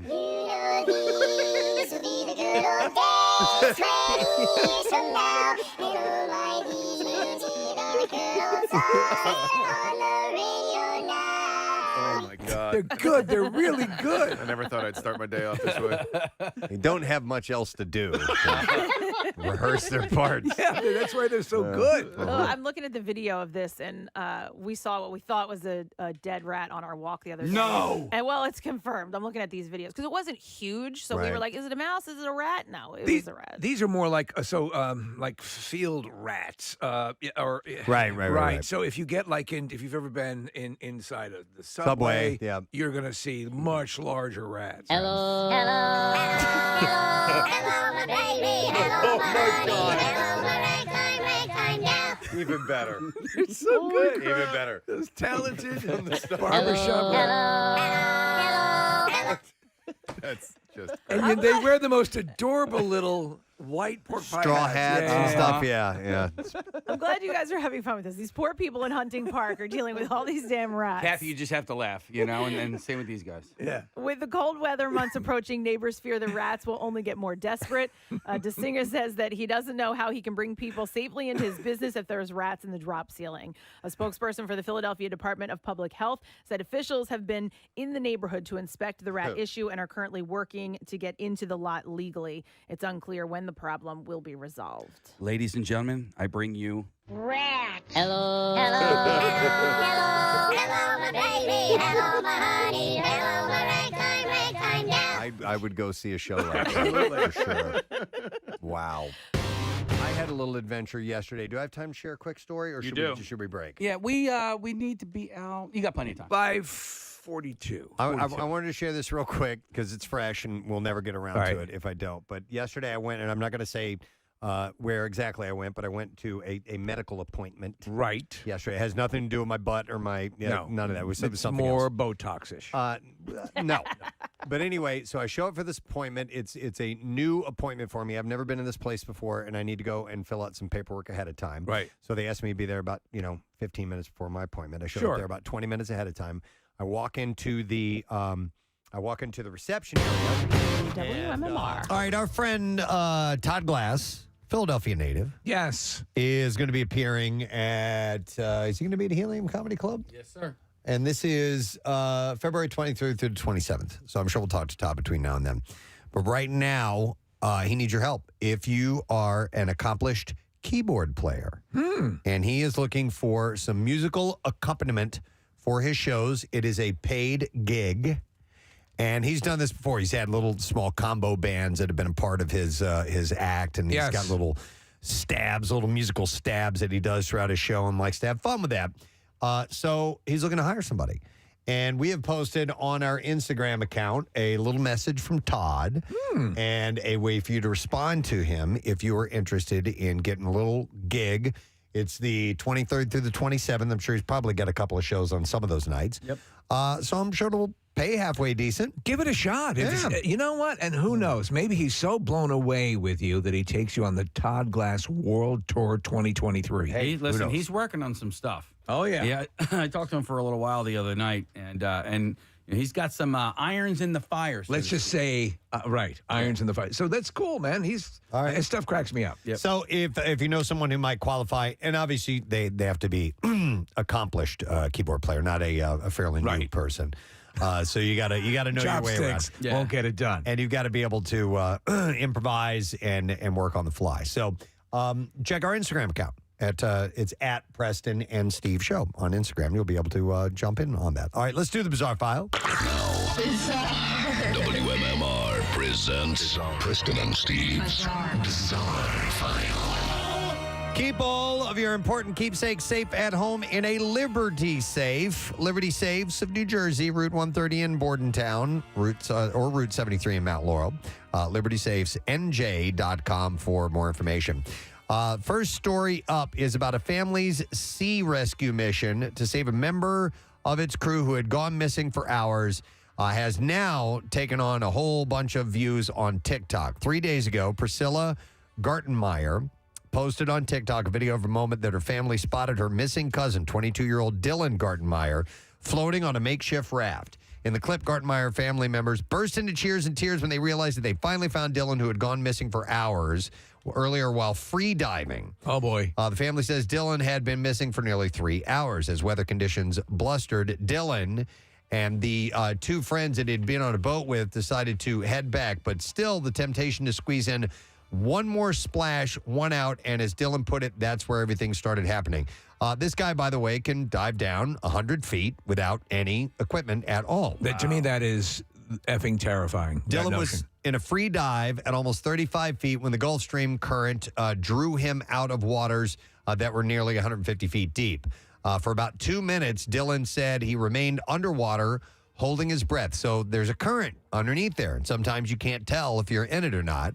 And he said, so that's how I ended up getting separated. He said they were mainly looking down, thinking that I blacked out from a lack of oxygen. When he resurfaced, Dylan says he found that he was nearly an entire mile away from his original diving spot. So that was a fast-moving current. And swam more than a mile to reach a channel marker. Yeah, I don't know how he ended up that far away. He said, I had a bunch of bait floating up around me and everything. I knew that there were big fish eating those baits, and there were sharks that were going to be shortly behind them, and I was ready to fight the night out, but I'm glad I didn't have to. At the same time, his family, who lived and spearfished in the Key West area for generations, had set out to find him. Dylan's mother, Tabitha, learned about his missing status over the phone. Immediately, she launched a mission to find Dylan. Neighbor surveillance video shows the moment that the Gartenmeyer family sped off down the canal and into the ocean and in search of the son. By the time the U.S. Coast Guard was deep into their search for Dylan, had sent out helicopters and boats to save him, so the Gartenmeyer crew opted to head to the last place he had been seen. Eventually, it was Joel, a friend of Dylan's, that spotted his makeshift raft of tied-together mooring balls. Dylan had by then seen the Coast Guard in the distance conducting their grid pattern search to find him and heard the sound of a boat coming up behind him. Soon after, her family pulled Dylan from the water. The Coast Guard took him to their station and checked his vitals, and he was okay. They had this on video when they found him. So F that sport, F the ocean, and F the boat. Could have turned out real bad, but he made it back alive, which is pretty amazing. Fort Myers, Florida police are searching for a pooping perpetrator caught on camera breaking into a Joe's Crab Shack on Saturday. Is that where he poops? Yeah, the incident happened around 2:30 a.m., Surveillance video shows the man squeeze through a small broken window to get into the restaurant. I really have to go. Police said the alleged suspect stole several items, including alcohol, and defecated on the floor before he left. This is becoming a trend. You had a guy take a dump in a sink. I know. I mean, listen, you've already committed a crime. Don't rub salt in the wound. Yeah, they have bathrooms there. Yeah. By law, They have have to crabs. have a bathroom. He also snatched a Joe's Crab Shack hat off of the shelf and wore it as he walked around the restaurant. You do not deserve to wear that hat. Police are asking anyone who recognized the man to contact them or submit an anonymous tip to Florida Crime Stoppers. I think you've had 4 or 5 break-ins where the criminal took a dump in the establishment. I just think they're so excited. You know, it's like a kid when they go to a... I have to make poops. Yeah, they can't help themselves. Look at me. A performer at Universal Studios Hollywood remains hospitalized after a stunt accident on the set of the Waterworld show I'm surprised that thing is still going on. Yesterday, yeah, me too. It's the movie's. It was a bomb, and it was a bomb years ago. Been gone for a long time. It happened during an afternoon performance on Monday. Initial calls reported a possible drowning. A spokesperson said, "Our thoughts are with him as he receives care. Details surrounding the event are being reviewed." Daisy Anguano, who was one of the guests watching the show, said the performer was on one of the towers and as part of the act fell into the water. And she was like, "Oh my God, something or someone might be drowning, and it might be the person that just did the drop. Did something happen?" And Anguano captured the dramatic scene on her cell phone, saying it happened during the scene of the show when the villain catches fire and falls into the water near the big finale. Anguano said that she saw a cast member run up, grab a life preserver. Her video showed several people pulling the performer to an area behind the scenes. She said that he was unconscious while they were dragging him out of the water, so that is not good. No. The show was ultimately canceled. Guests were escorted out. She said that she attends Universal Studios Hollywood every Monday and said she never expected something so traumatic to happen during her favorite show. I'm surprised the Waterworld exhibit is still a draw. The condition of the performer remains unknown. Well, anything with stunts is going to draw people, so they'll see explosions and hear stuff. The movie stunk, but this was cool. So go check it out. Yeah. A British girl has won a settlement of $48.3 million after doctors amputated all of her limbs following a wrongful discharge from a hospital. Oh, my God. Lawyers for the unnamed girl said her parents took her to Frimley Park Hospital in Surrey, Southeast England with a high fever, drowsiness, and vomiting. These symptoms are red flags for meningitis and sepsis, but doctors sent her home with some acetaminophen. Okay. Yeah. Her parents returned to the hospital when her condition worsened, and doctors diagnosed her with meningococcal sepsis. She later experienced multi-organ failure. The severity of her sepsis led her to needing the quadruple limb amputation. It's a freaking nightmare. She had above knee amputations of both legs and below elbow amputations of her arms. So they basically sent her home with like Tylenol, right? Yeah. And the family argued that if doctors had immediately treated her with antibiotics, she would not have been so ill and might have kept her limbs. The hospital trust admitted liability at the court. The girl received part of the settlement in a lump sum and received the remainder annually for the rest of her life. What kind of money is worth that, you know? Yeah. None. All right, and then one final story. I love this happy one. For 14 years, yoga instructor Anna Margaret Sanchez has taught a free community class at Legion Park in Miami's Upper East Side neighborhood. The attendance is usually topping 100 regulars and braved hurricane watches and COVID-19 lockdowns and so on. And they live streamed this yoga class. The first Saturday of 2023 drew a large crowd. The weather was lovely. Sanchez said, don't forget to look up the beautiful trees and in the beautiful sky while the class was going on. It proceeded as usual for 47 minutes. Breathing exercises, upward and downward dog, the warrior. Sanchez concluded by instructed yogis to roll on their backs, lift their hips, and begin to look inward. And it was ended a series of noises, tree branches, rustling, a loud thud, a cacophony of gasps ensued. And Sanchez could have heard me saying, guys, I think we're going to have to close the class. I'm going to take care of someone who just had an iguana drop on their face. Hey, that happens. That someone would be Michael. And as Michael tells it, one moment he's relaxed on his back with his shade hat covering his face, preparing for the final pose. And next thing he knows, he's in excruciating pain, bleeding and unable to open his eyes. He said, I didn't see it coming. It felt like a sandbag hit me in the face. The first thing that went through my head was it must have been a coconut, but there are no coconut trees. And then I thought maybe the guy next to me hit me. But I mean, we're in a yoga class and it's calm and peaceful. Why would the guy hit me? Nearby yogis who had their eyes open at the fateful moment would later inform Michael that his assailant was a green iguana, which they thought may have weighed around 20 pounds. That's substantial, falling from a tree. Though iguanas are locally and nationally famed for lapsing into temporary paralysis and falling from high places when ambient temperatures drop below 50 degrees, witnesses reported this particular specimen had been dueling with a larger iguana on a branch about 25 feet off the ground. He pushed him out of the tree. Sanchez said, "There's a giant iguana that is the king of the frickin' park, and I've seen it chase the squirrels. And I guess it must have lost its footing and fell onto this man's face." Oh, man. Though Michael was in a lot of pain, his eye had swollen shut, and he was bleeding from his nose and lip. Paramedics happened to be nearby at the farmer's market. And they came over. They took Michael's vitals and checked his pupils, assured that he was fine. He declined emergency transport to the hospital. A fellow yogi offered him an anti-inflammatory tea. Oh, lovely. As he and Sanchez Get me a bandage. waited for Michael's wife to drive him home. Would you like some Celestial Seasonings tea? Oh, no, I'd prefer an ambulance, you dumbass. They weren't expecting a 20-pound iguana to What fall happened to on the his iguana? face. They didn't say. Nobody tended to the iguana. I assume no tea for the iguana? I'm guessing he just scampered out of there. Can I have some of that tea, too? Because I'm a little hurt. He went about his way. So there you go. I love that story. That's what I have in the Bizarre File for you. All right, we're going to take a quick break. Come back in a moment or two. Don't forget, a little bit later on this morning, Mr. Tay Ray is going to be here. He's performing at Punchline, and he's great. So we'll talk to him in a little bit. Take a break. Come back in a second. Stay with us. Preston and Steve on 93.3 WMMR. Let's see, you come into, and there's a desk, and then the door that leads back to it was, like I said, it was a medical, so there's exam rooms back there. So I'm standing around, I'm waiting, and I wait about 5-10 minutes. Nobody's coming. And I'm like, okay. And I'm looking around, and I look behind the desk there, and I see a pair of glasses there. I see a glass with a straw in it. I see a pen with some notes written down next to it. I'm like, people have been here. This is not, I didn't show up to the wrong places. They have 2 offices. I'm like, okay, I came to the right office. I checked. I made sure. I checked my time. I actually spoke to them shortly before I got there. But yeah, you're going to be here. So I'm like, I know I'm on time. I'm like, what's going on? So I'm like, all right, well, I'll sit down, wait a few minutes, whatever.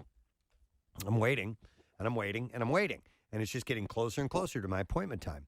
And as I'm waiting, an older woman walks in to the same office. She walks up to the front desk, kind of looks over there. And I go, hey, I've been sitting here for 15 minutes, and nobody's back there. And she had a little bit of an accent. She's like, well, they told me to call ahead. Right. And I call, and it says they're closed.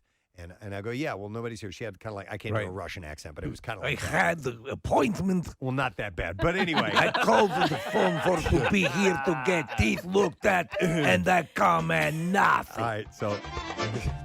Who are you? With your Mr. Lyle Lovett hairdo. So anyway, she's standing there. And on weekends, travel to capital city and watch your ladies while they make a toilet.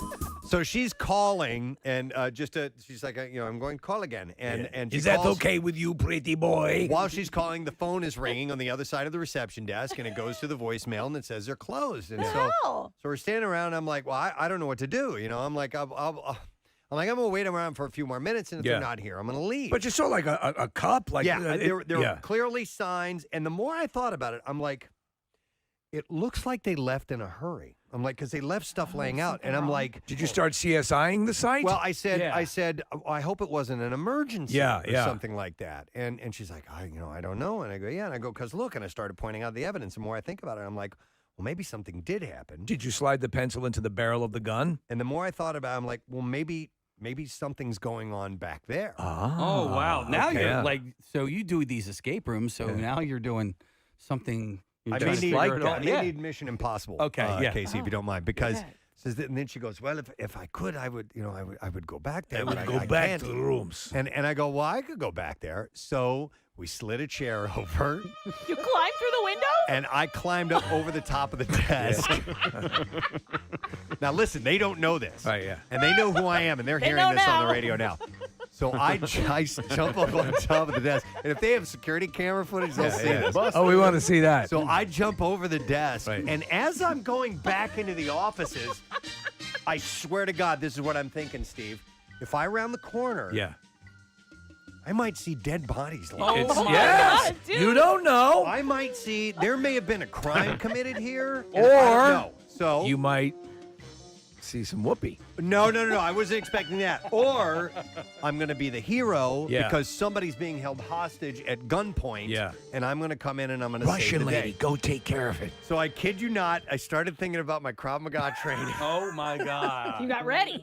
And I got ready and I jump over and I'm going, and I swear to God, I'm crouched down like this. God, I hope they have surveillance video. So that I would be able to move. Be safe, hero. Quickly if I needed to. And I'm like, I've got my back Yeah. against the wall Yeah.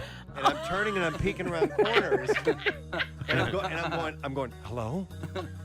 Hello, you know, and I'm looking around and doing this whole thing. Now, where the big mistake in my training that I didn't do is I didn't grab some type of a weapon. Something? Yeah. Some type of thing that I might have Like needed. the But straw. I literally am looking and I'm like, okay, you know, like the FBI would, I would, you know, quickly look at it and just move over the other way.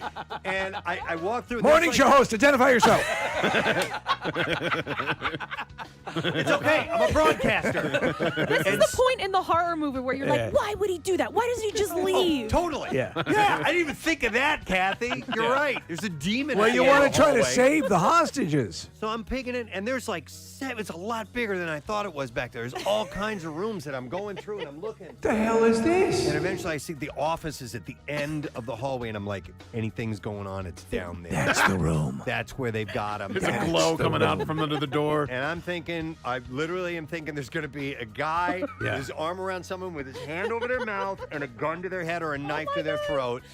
And I circle around and I look and I see there's nobody there. And I'm like, you know, clear, you know. Yeah. So and right And was about- the Russian woman behind you? No, she stayed got- in the waiting room. she stayed in the Don't waiting worry, room. I have your 6. And so what I should have done is open the door so she should come in. She could come in and Thank you. come and have my Well- 6. But anyway, so I finally there was one other area I didn't go to, which was like it was like a closet. These doors, and I'm like, man, the bodies are in there. And I open it up. No, it's a giant nitrous tank. Treasure. I couldn't find anything. You were back here for very long. What happened? Nothing. I was looking. It's a giant nitrous tank, and right then, I hear, come back, come back, come back. I hear the lady yelling for me. Oh, no! She's like, no. She's like, someone's coming. I'm like, I'm busted, man. She's like, because I thought they were gonna be in the room when I got out there. Right. She's like, no, I saw them go by the door because it had a glass, Yeah. a glass out into the hallway, and there was another entrance to the back of the office back that way. She's Okay. like, I saw them go by. Quickly. So I come running back, and as I step back, they're making their way back into behind the desk, and I look up on the desk. And there's a giant footprint from where I stepped. And I casually walk over, Kathy, and I put my hand on, I'm like, hey, how you guys doing? And I'm wiping it off. Clean it while I'm off. talking to him.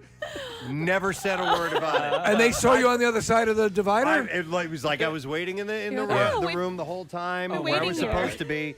And they were just running late. They had another thing they had to go do. Uh-huh. And so, What did the Russian lady say? I thought about telling them. I thought about saying, but I went creeping around in their office. Yeah, nah, just leave But it. it was the best intention. I thought I was You going were to be worried. saving the day. It is kind of weird to not unless, did they say it was an emergency of some sort? They knew they had an appointment. Why not leave a little sign back in 5 minutes? I don't know. Right. I Maybe didn't it was ask. lunch and they were. No, it wasn't lunch. No? They had to go to the hospital or something was going on. But anyhow, you should have seen me. I was crouched down. Oh, that's great. I was crouched down like this. I was in the mode, and it was very surreal. But That's amazing. that was a bit of an adventure, yes. So that would have been great if they walked in. Oh you my come God. back. You've What was I got gonna do, man? You've got the nitrous tank on your arm. Yeah. You've got some of the tranquilizers and yeah. And you and the Russian lady are. I didn't see anything. Yeah. I didn't know how I was going to explain it Oh, if man, they that's came funny. walking in. But I had the best of Listen, intentions. the place was empty. I'm gonna save them. Yeah. All right. Well, anyhow, it was a great day. Bella Hadid is getting real about her mental health. The 25-year-old model shared a raw post Tuesday saying that her life isn't as picture perfect as it may seem. Who's this again, President? I'm sorry. This is Bella Hadid. Bella Hadid. Is that your favorite Hadid? I vastly oh, come last on. week was a Gigi week. No way. I have to admit it. It's got to be. I know Yolanda. Yolanda Hadid. No, well, that's the mom, right? No. Now you're making fun of this legitimate thing here. Which one lives? Where do you stand? One lives in the area, right? Gigi's are I think two local, of them. right? I think the mom and the daughter live here. Well, Which I have daughter? nothing against Yolanda. Which daughter, Kat? Who's Bella the- or It's Gigi. Bella or Gigi? Who just had the baby? Gigi. Gigi. So I'm she gonna say shared it one more time. Gigi. She shared a video of Willow Smith that resonated with her. In it, Smith talked about her insecurities and not feeling good enough. Hadid had also included a gallery of selfies of herself crying and a candid caption about her mental health. Listen, I'm so tired of on on TikTok and, Instagram, videos of people filming themselves crying. Oh, that's not the first thing you think to do when you're... The crying reaction. Yeah, no, I don't do that. Yeah, I like to keep that kind of person. Yeah, and remember the mom who was busted Oh, man. with the kid in the front seat? Trying to make her kid Trying to cry. make the kid cry? Yep. There was I just watched one of somebody crying. And I was like, oh God, here we go. Knock it off. Another one. But wait, she was opening her own boutique. And that's why she was crying. She She was was like, happy? this has been a long road, and it's finally here, and I'm so happy to bring this to you guys because now you can shop all of my clothes in person. Let's check in a year when she's crying when it fails. My clothes. I was like, what is this? Hey, a lot of small businesses. I know. Statistically. All right, well, anyway. Not mine. My boutique is going great guns. Hadid wrote, I love you and your words. It made me feel a little less alone, and that's why I'd like to post this. So she was commenting on a video of Willow Smith. Hadid reminded followers that they are not alone and there is always light at the end of the tunnel. She said, this is pretty much my everyday, every night for a few years now. Social media is not real. Yes, that's right. Okay, for anyone struggling, please remember that. Sometimes all you've got to hear is that you're not alone. So from me to you, you're not alone. I love you. I see you and I hear you. Oh, it's just like the Na'vi in Avatar. I see you. Yeah. Self-help and mental illness, chemical imbalance is not linear, and it's almost like flowing roller coaster of obstacles. Okay, now she's losing me. Ups and downs and size to size. Listen, people obviously, struggling with depression. Depression is a real thing. It's terrible, but you've got conflicting things here. Social media is not real, she writes. Anyone struggling?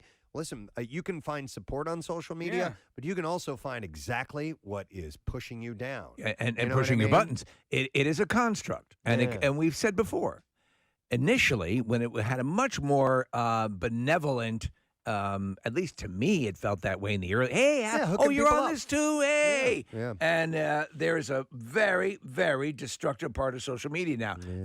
If you're going to be on it, know the difference and don't let the heavy stuff bring you down, man. She wrote, Right, anyways, Yolanda. not sure why, but it feels harder and harder to share my truth on here. Thank you for seeing me, and thank you for listening. I see you. I love you. So look at this picture here on Instagram. You had to hold the camera. All right, what we're looking at is a picture of her crying. It's a close-up of her tears. She's looking away, and I mean, that looks like a posed photograph. Yeah, it does. I have never cried and been like, hold on, let me get my phone. I got an update to the new OS. 1 second here. Wait a second. Why is this thing going through? Wait, the flash is on. How do you flip the camera? I can't flip the camera. You have to angle it just right. I mean, this is ridiculous. This is. The light isn't right. Wait 1 second. I need another one. Hold on. Can you come take this for me, please? Yeah, that's not what I'm thinking about when I'm crying. Yeah. Seriously. She keeps opening the wrong app that looks like the app for the phone. No, that's not the Instagram. No, that's If you thought that Bradley Cooper and Lady Gaga looked like a couple in love at the 2019 Oscars, it's because they planned it that way. I know that she has already said that, but he is finally saying something. He was talking to the Hollywood Reporter on Wednesday, and he had said that he wanted the performance to mimic the scene in the movie in order to help him manage his own fears about singing live. So I get it. Yeah, absolutely. He's playing a role. And by the way, he is in front of a bunch of musicians Because it was. Oh, I'm sorry. It was at the Oscars. At the Oscars, is in front of the world, basically. Yeah, he's singing this song. They obviously have a very strong friendship. Yeah. You know, I mean, it was. So it's friends, lovingly. And you know, they're performers. Yes, they're liars. They know they're playing a role. They're having fun with it. They're paid liars. So Cooper added, he said he shared, just from a personal standpoint, it reduces the anxiety level. Well, listen, we're very good friends with Bradley Cooper. We are. And we know the way he is. Incredibly And we close. know how nervous he gets Yes. in situations like this. So if you knew him the way we knew him. Steve, I sometimes will just place my hand on his knee. Yeah. And just a little touch. Yeah. A little human touch. Makes a difference. Calms him down a bit. Yeah. I can't believe you guys haven't brought up the fact that, like, Steve and I look at each other like that when we sing the Safe Light song. Absolutely. We totally get That's that. so beautiful. That's true. Yeah. Every single time. I just thought I'd let you guys have that. I didn't want to bring it out into the open. I always say, find someone in your life who looks at me the way Casey looks at me during the Safe Light song. Yeah. Can we get that right now? Can you guys do that? Casey's so emotional. I just love him so much. Let's do it. We can do it. Ready? You're at the microphone for a All right, dad. turn away and then turn and look at each Okay. other. All right. Hang Just on. give us a countdown. 3 WMMR. Thank you, Kathy. Before we dive in anything, a quick shout out, if you don't mind. This is from David Jameson. He says, my wife Jessica loves your show. Listens every morning. Her birthday is Monday, so it was yesterday. Uh-huh. And I was hoping you could give her a very happy birthday shout out during your show after 8:30 a.m. So I got that part right. It's 8:33. And it's from David and Elena, her daughter, with so much love. So there you go. It was a short and happy birthday to you. There was an article that, a couple of articles that I saw. Actually, Steve sent me one a little while back, and this kind of ties into it. I saw something from Yahoo News this morning that there are more rants on social media about people complaining about tip requests at drive-thrus. Yeah, I've seen this. And others say they're tired of being asked to leave a gratuity for a muffin or a simple cup of coffee at their neighborhood bakery. And more businesses are starting to adopt the digital payment method. And customers are automatically being prompted to leave a gratuity, many times as high as 30% at places that they normally wouldn't. Yeah, I got nabs on that. It was like automatically put in for, for like, I think it was 20%. And so I was buying a bunch of stuff, and it was not a place where I would have normally tipped at all.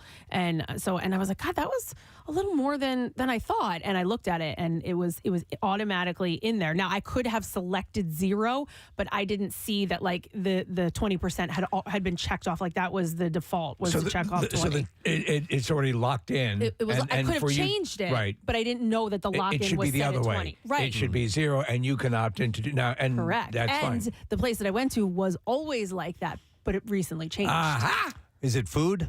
It is. eat it, but it can be. Yeah, it's a couple of different things. Yeah. Okay. I don't want to say where it is. All right. No, it's okay. I was just curious if it was a non-traditional, like I think of restaurants mainly as where you're Yeah. going to No. tip. Right. It wasn't a tip place Okay. It was cold. traditionally. I feel like everywhere is asking for tips now. Yeah. though. Really? Yeah. And I mean, anytime. I'm joking, but not like a department store, regular other stores. No, but- anything where there's more accustomed to a service interaction, right? Whether it be a muffin at a counter or whatever. yeah. But it hasn't gone past that. No, has not it? like Yeah. like The you're not hardware being- store. Right. Yeah. Right.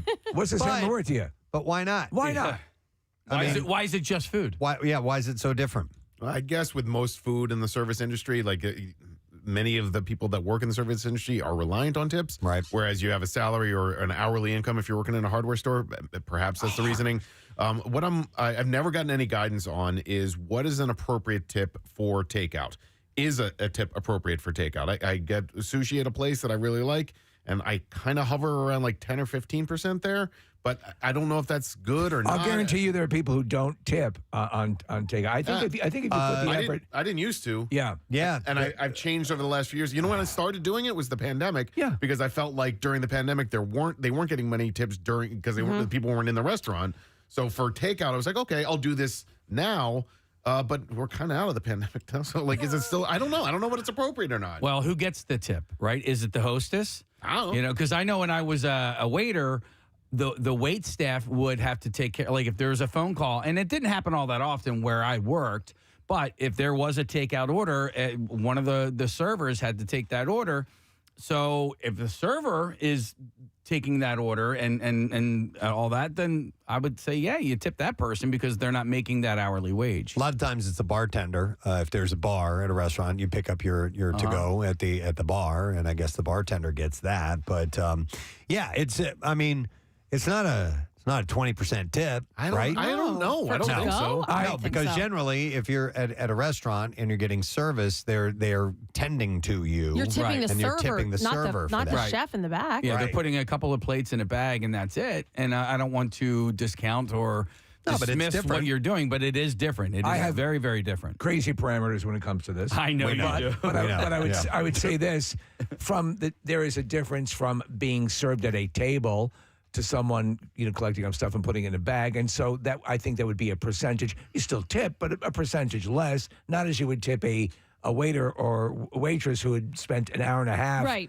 during a meal. Yeah. That seems right. And correct. several people don't tip at all on takeout, and I don't think that that's wrong either. Like, I think it's nice to do it, but I don't think that you're... I think you can do what you feel is correct. Yeah. In my case, I will, but I completely understand not. When I was a server, serving tables, I expected 20%, right? But if I did a takeout, if I did or didn't get a tip, and if my tip was way less than 20%, it didn't ruin my night. It all comes because it down... really was just kind of like a drop in the bucket as far as my time was concerned. And quality of service, all that stuff comes into play.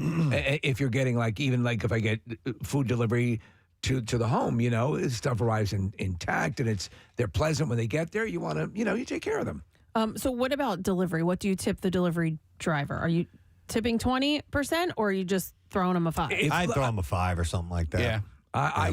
Well, like for me, it's depending on again, I'll take myself out of the mix on this, but I'll say this.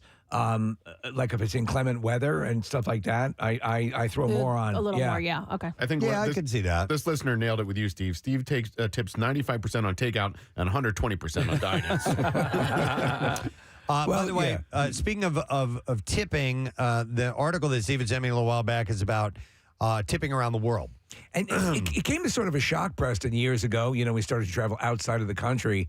I remember when we first went to Ireland, for the Guinness Pub giveaway. They made it clear that was a borderline insult. Yes. To tip. And that's the last thing you want to do is insult someone. But wow, okay. Except now they just see they're like, oh, they're American. They're going to leave extra money. Yeah, I guess so. Probably. So, by the way, Australia and Japan, tips are not required. And expectations of anywhere in the world about tipping right here in the U.S. That's where people expect the most. In the U.S., a 20% tip is standard when visiting a restaurant, whereas in the U.K., Germany, and Netherlands, they tend to be around 5 to 10%.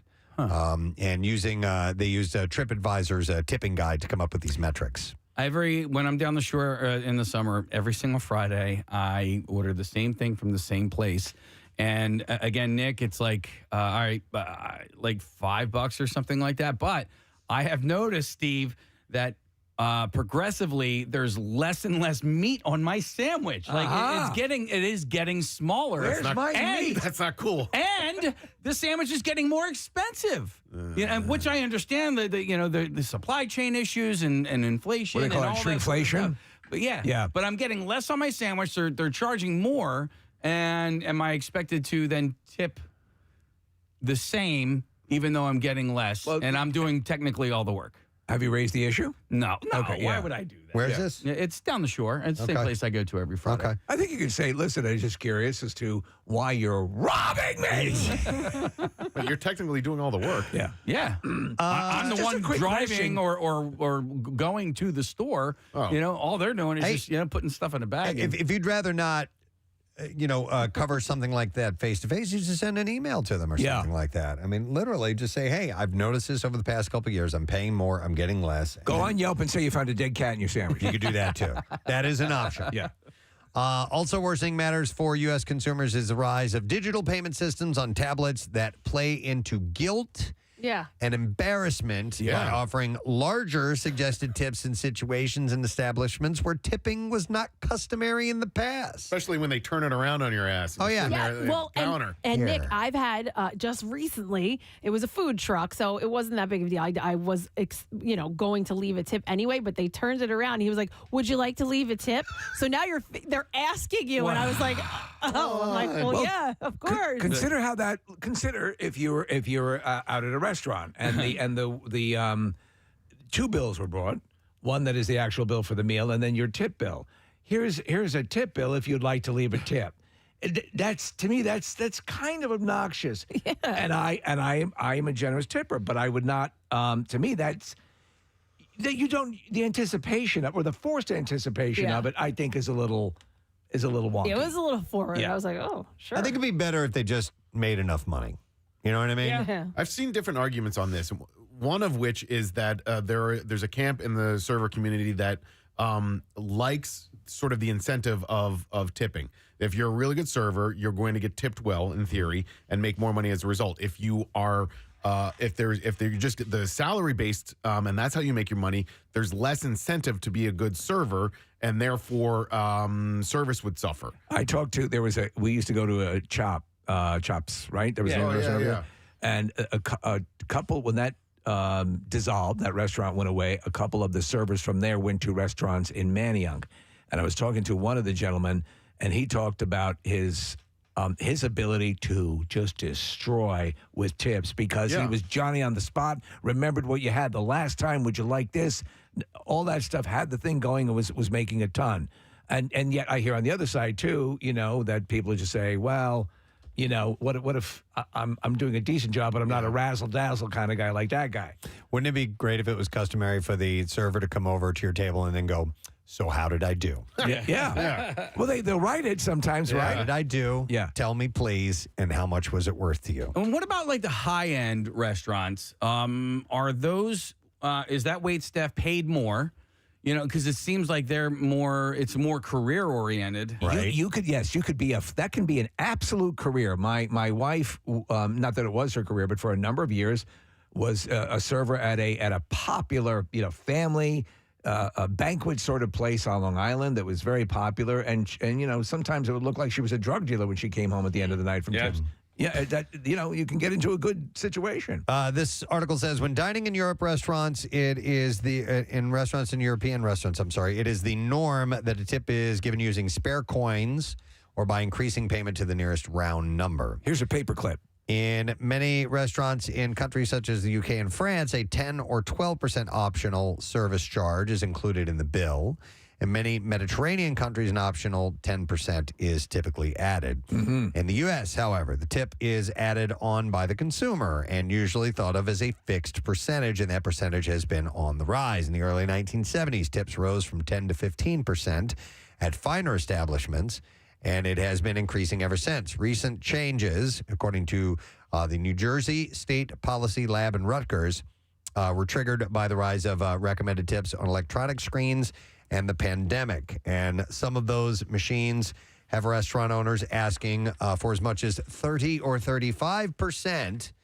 Machines inviting customers to pay a tip are also becoming common in establishments where tips weren't expected before, like coffee shops and bakeries as well. So what is the, I'm going to check here on the Caviar, which I use, what their lowest tip is. So I did Grubhub, I think. And what was their lowest tip amount? It automatically percentage. Put in 20%. There was 15%, and then you could do other. Okay. And then there was more, too.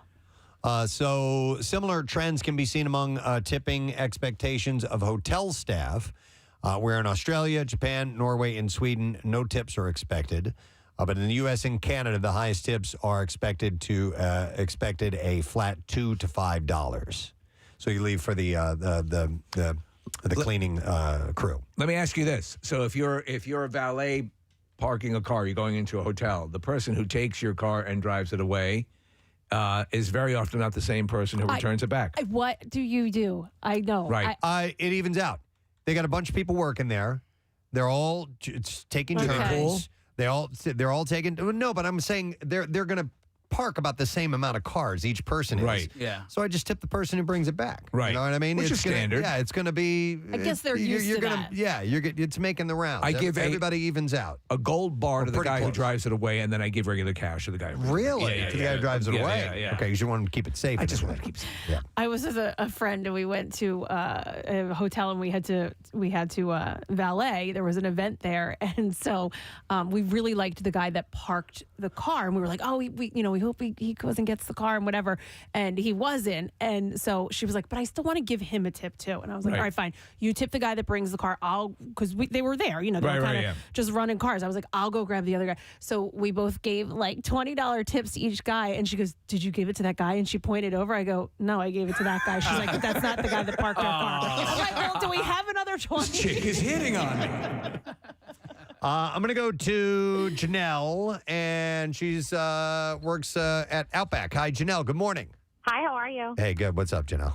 So I worked at Outback. Oh, it's been a while, but when I worked takeaway there, so we'd actually have a team in the kitchen. You'd have someone packing hot food, someone packing salads, things like that, and then people on the phones, and then someone running in and out. So we'd have a whole team. So when we would get tipped out at the end of the night, you'd get tipped out based on your shift and whatnot, how many people are working.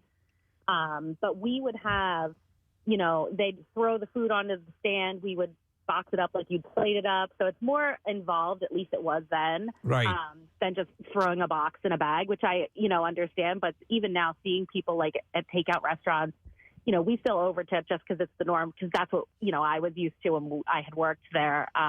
But seeing we'll go out and get to go and people won't tip, enough according to me. And I'm like, no, throw them another $5 or I'll throw it in on top. I'm like, I know what they're doing back there. No, so you're saying there's a lot more involved than just you put it in a bag and that's it. You're actually setting things up, and it's a little bit. Would you agree? Part, especially in a restaurant, yeah. Would you agree, Janelle, that and now while you would tip someone who is involved in the takeout process, it's not the same as a waitress who's waiting on your table or waiter while you're having a whole meal and serving everybody. The percentage of the tip could be or is probably a little bit lower than the in-restaurant dining experience. Does that make sense? Yeah, exactly. Okay. If you still want to do the 20%, great. But if you want to throw people a couple bucks, on a $40 bill, then, it's going to be appreciated either way. All right. Well, that's more good to kick know. to the face when you get nothing and you're like, I know you don't know what's going on back here, but... No, I hear you. Yeah, and it makes sense. Especially since a lot of the stuff they'll include all the. We order from some places. Thanks, Janelle. Preston, where you get an entire line of silverware. They give you so much stuff, and I literally had to request these places. We don't need that. You don't need to put that in the bag. What about when you order ahead and they tell you, all right, it's going to be, 15 minutes. You show up in 15 minutes, and then they make you wait another 15 minutes? Does that inform your tip for takeout as well? If they think they want to keep you there because they think you're hot, yeah. Then no. You shouldn't lessen the tip. Oh, really? I don't know. I got so honked off last summer. You like that term, honked off? I ordered a pizza down the shore from a pizza place that everybody knows. Have you told this story? I may have told you guys. Because this one really rocked your world, I think. Yeah. Well, yeah, because they told me half hour. Yeah. And I showed up in a half an hour, and then I waited for a half an hour. And I was like, what in the actual crap is going on right now? I could have just come here. I could have come here and ordered my pizza and gotten it in 15 minutes. But instead, I'm here in a half an hour, like you told me. Do they have a sauce thing? It goes blub, blub, blub, blub, blub, blub, blub. They do. Okay. They do. You know what that is then. But then the other thing is okay, then, this is going to sound very, very egotistical, right? Okay. But it can't. Okay. Then I can't react and act the way I want because I represent this radio station and this radio show. Do you know what I mean? Yeah. Why don't you keep a fake beard in the car? Well, because then it'll go dude, did you hear the freaking Casey from Preston and Steve was such a little bitch about this? Yes, right? My name is John Smith. I know. No, it's like when I almost threw down with that guy in the Wawa parking lot. Right? Was it over this story? No. Buddy, come here. I want to tell you about a pizza. Oh, you don't have time to listen to my pizza story. Wait, the place where you had to wait, that wasn't the same place that's been shorting you on the meat, is it? No. Different place. It's time for a little arson now. Different place. Yeah, those guys, we're going to burn them to the ground. But burning that mother down. The meat. Fire! The meat is so good at that place. Yeah. It's something like I get down the shore, I ride my bike, and I fantasize. I'm like, dude, I can't wait to have your meat in my mouth. I am going to earn every bit of this meat that I'm going to eat a little bit later on, and it's my Friday night. It's my regular Friday night, baby. Yeah. Meatflation. I will not say it on air, but it's my favorite roast pork. We understand why you would not want to, Casey, if representing the show, do something that'd be too volatile. But you can also, I think you can at a certain point say, I'm just curious, does it benefit me to call ahead on the pizza?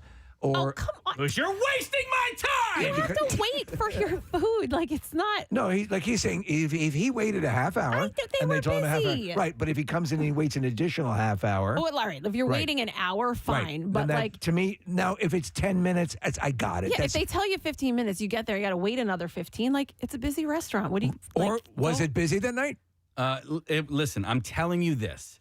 If I would have just showed up to the pizza place without ordering, order the pizza right at the counter, it would have come out quicker than had I There was a than mistake. what I did. It sounds like there was a mistake, and an apology will go a long way if they realize their mistake. I don't think they would if you present it the right way, they would certainly appreciate if there's something that is perhaps not operating as well as it could be, or at least to understand that with some customers it might be an issue if they place an order and have to wait that equal amount of time when they get there. Just lead with the phrase, "Do you know who I am?" Yeah. Wait, did he write down the name of the meat situation? Yeah, he did. Can I see it? Because if I threw it away. Oh, Here. do I know who it is? No, Probably not. no, because it's in Wildwood, and okay, you don't. Because what I was going to say is, if lump you it know with the us. people, like just like, because I thought it was a different place, but you could say like, hey, what's up Can I here? talk to you out back? No, just ask what's up. Do you know Like, that in the Poconos they got flying squirrels? You brought me out here for that? I didn't want anybody else to hear. and your meat. Is the meat situation a good band name? Because I kind of like The it. meat situation. Hey, you know what? Before Keenan's, I'll take you to the meat place. Yeah? Yeah, it's good, man. I want to go. Why? Yeah. So we you can barely get get some- shortchanged on the meat. So we If can- you want a place that serves you less than you deserve, I've got a great place for you. I'm going to go to some calls here. I have Anna on the line. Anna, good morning. Good morning. Hey, what's up, Anna? So I work 3 gig jobs. So I do Instacart, Uber Eats, and Shipt. Okay. So Instacart, you shop, like grocery shop for these people. And I live in the same area as Steve, and you'd be surprised how many people don't tip. So many people. Like when you drop off? Yes. I'm doing like your whole grocery shopping, or they'll tip like $2. Like, I've never used Instacart. Is there an option to tip at checkout? You have to go stand in. Exactly. I'm standing in line. I'm picking out all your groceries. I'm going to the deli counter. I'm standing in line, and I get $2. So as a gig worker, that's part of the deal. Your tips actually defined, that's the bulk of your earning, correct? Absolutely. Okay, so see that you're very active in the act. You're the whole reason they're able to acquire their groceries. And you'll say people will just, people can be dicks sometimes, and then they don't tip at all. Yeah, on Christmas Eve, I had Target shop, and it was really cold and really windy on Christmas Eve, and people wanted like seasonal things that you had to like really hunt for because Target had been picked over. No tip. Wow. Listen, you can't. They work hard, man. I used Instacart throughout the pandemic, especially Thanks, that Anna. first year, and they're the ones that were going to the grocery store when a lot of people were afraid to go out at all and hunting down for the specific type of spinach that you want or whatever. Like that's hard work, and they deserve to be tipped well. I see people hustling. I mean, again, the people that come.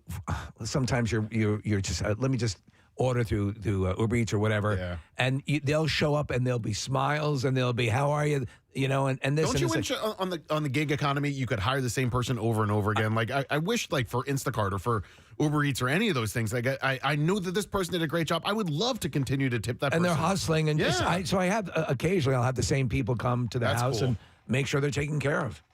I've mistakenly asked the Instacart people like where something is at a store, and a couple of times they were like, "Try aisle whatever." I'm like, "Try like you work here, don't you know?" And then I realized they were the Instacart people. They I didn't don't work there. here. Do you know who I am? Have you ever heard the news on the Preston and Steve show? I want to go to Daryl real quick here because he saw tipping in an odd place. Hey, Daryl, good morning. Hey, good morning, guys. Good morning, bud. What's up? Hey, no, the weirdest place I ever saw anybody ask me more for a tip was at a concert. I went to the merch table, spent way too much money for a T-shirt. Yeah. They flipped the little thing around. It says tip 20%, 30%. I said, "Are you nuts?" You know what? You're right. I hit no tip because that to me has never been a place to tip, and I'm also paying $40 for a T-shirt. Yeah, you're paying well over what you should be paying for the merch to begin with. Yep. And so is Thanks, that Daryl. the people running those booths are they're salaried, right? They're not. Yeah, they're yeah, not, we're not they're salaried, not working on tips. Well, and I think a lot of times too is the system that they use. Yes. It comes automatically in there. There has to be an option to take it off, or maybe it's an option to put it in, and they're like, hey, let's just leave it in there and see what happens. But that's that system. So at least on a certain level, make sure that you look at what you're signing or what if you're interacting digitally, and if it's enabled and you don't feel that it is a tippable thing. Don't feel compelled to do it or don't feel extorted to do it. Yeah. Bruce, we're going to go to Bruce because he's a former valet and he can explain a little bit of that. Hey, Bruce, good morning. Gadzooks, I got 3 testicles. Oh, man. You and Gary need to get together. What's up, Bruce? Well, I used to be, actually, I did valet for you guys for your calendar release party. Oh, this is Paintball Geo Party. Yeah. Yeah. Oh, the guy with the tattoo? Yeah. So, yeah, how that breaks down when we get tipped.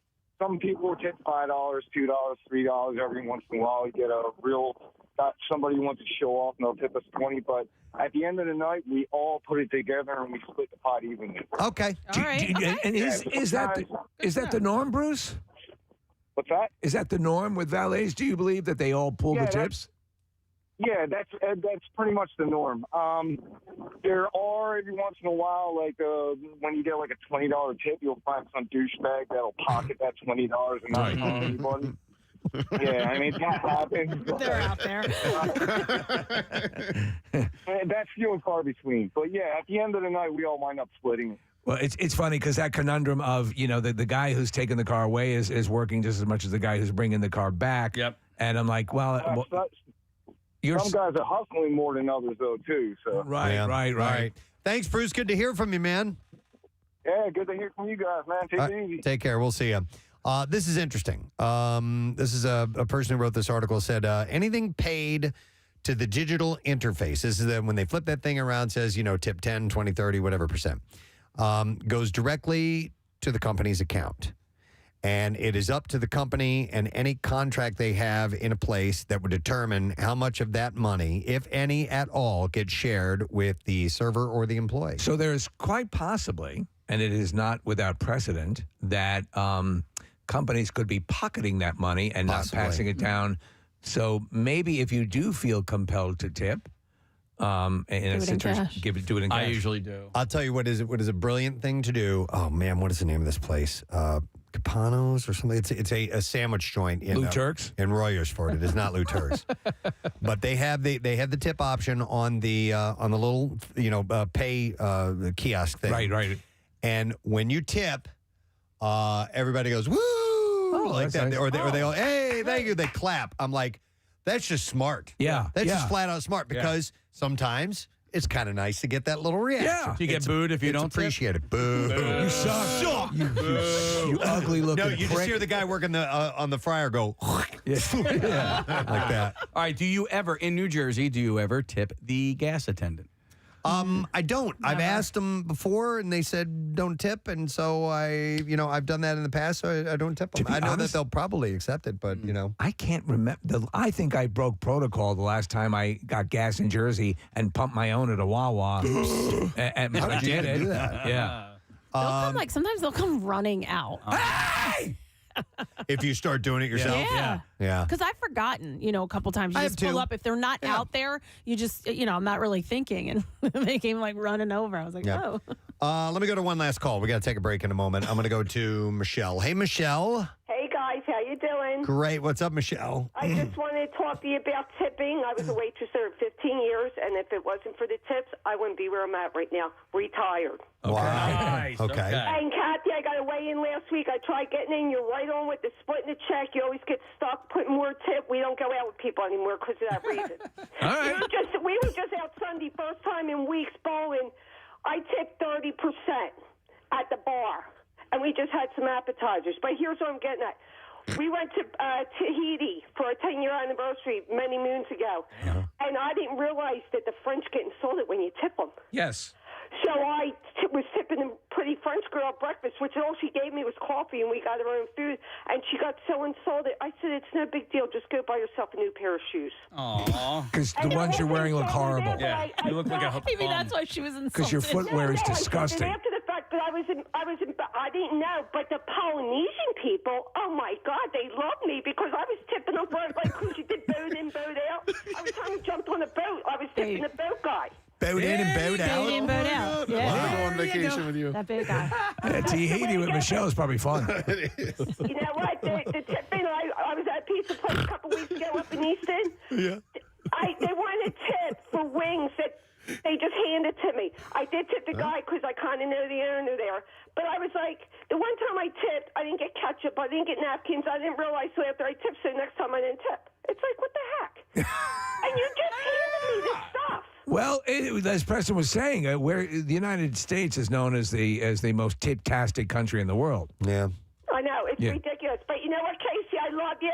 You're great. Aw. You're no dummy. I love your stories. Casey, you're no dummy. No dummy. Michelle, in all everyone says that. Michelle, in all your travels, what's your favorite place that you've been to? Well, Tahiti was. We've been to Hawaii because I go out there and catch blue marlin. I'm a big fish person. You're a deep-sea fisherman? Yeah, my husband and I, we've been to Hawaii twice. First time we were out there, our honeymoon, I caught 101.5-pound marlin, blue marlin. And it was the guy said, oh, it's 120 pounds. I said, oh, my God, it weighs more than me. Here, it turned out the biggest one that day was 784 pounds. Wow. And I had caught a 7-foot spearfish. Wow. The next time I went out, and it's just my husband and I, we like to do our own thing. We get a captain and mate, and him and I'm always first in the chair. When I had this separate, I said to Jeff, I said, what's out here?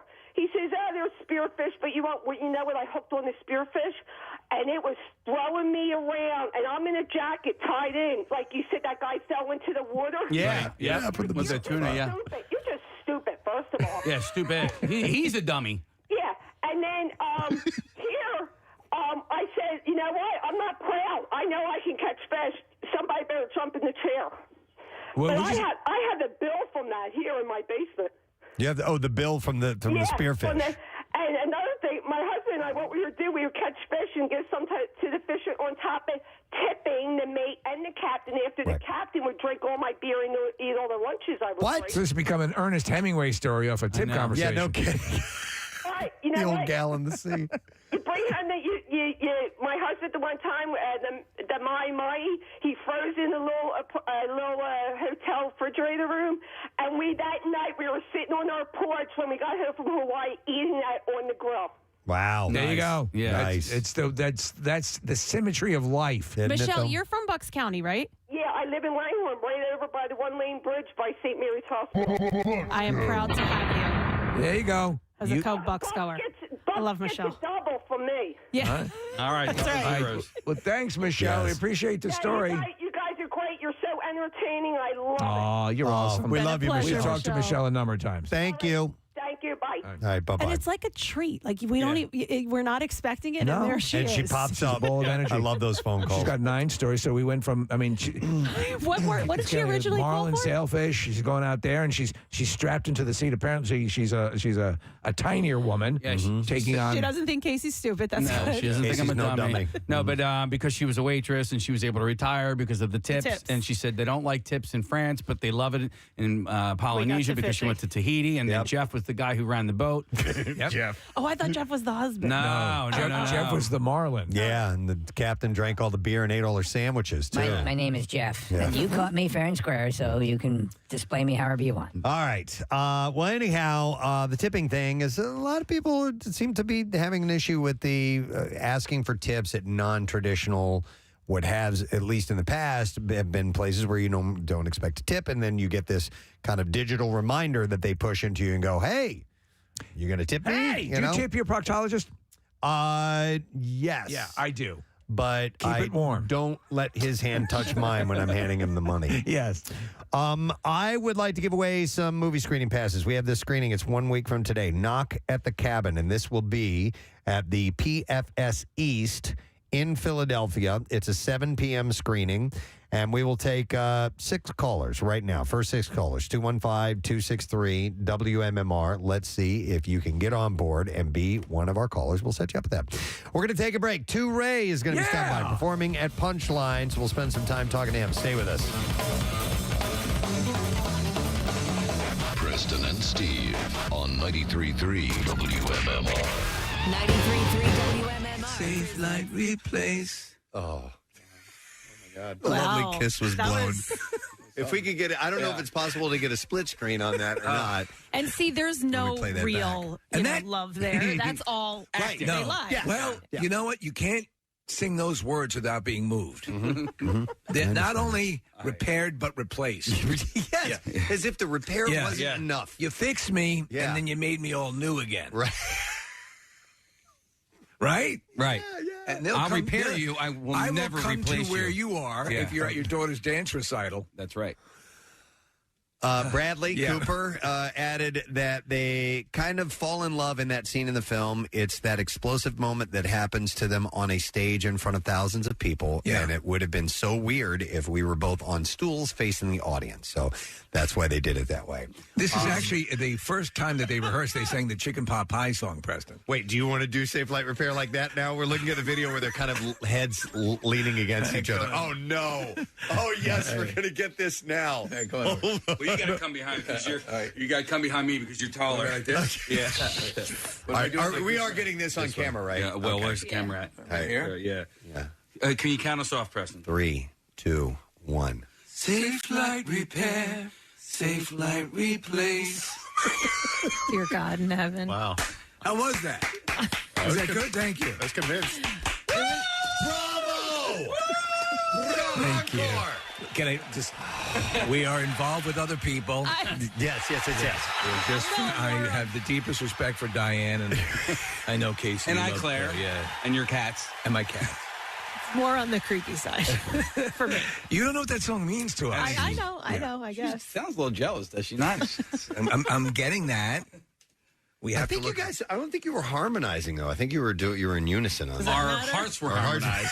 Our hearts were So the monetary donations for Camp Out for Hunger continued until the day before Thanksgiving, and the final tally of money that you donated at Acme Markets is $1,454,710. Just amazing. And that added to our final monetary donation, with everything added in, for Camp Out for Hunger this year was $1,802,000 to help feed people in this area. Oh, my God, another banner year. $1.8 million, and you put that on over 2.3 million pounds of food. I mean, again, another situation where you figured, how are they, how are we going to get to that point? How are we going to top the miracle that was last year? And look what, people just step up. They're amazing. Yep, it's pretty incredible. So thank you.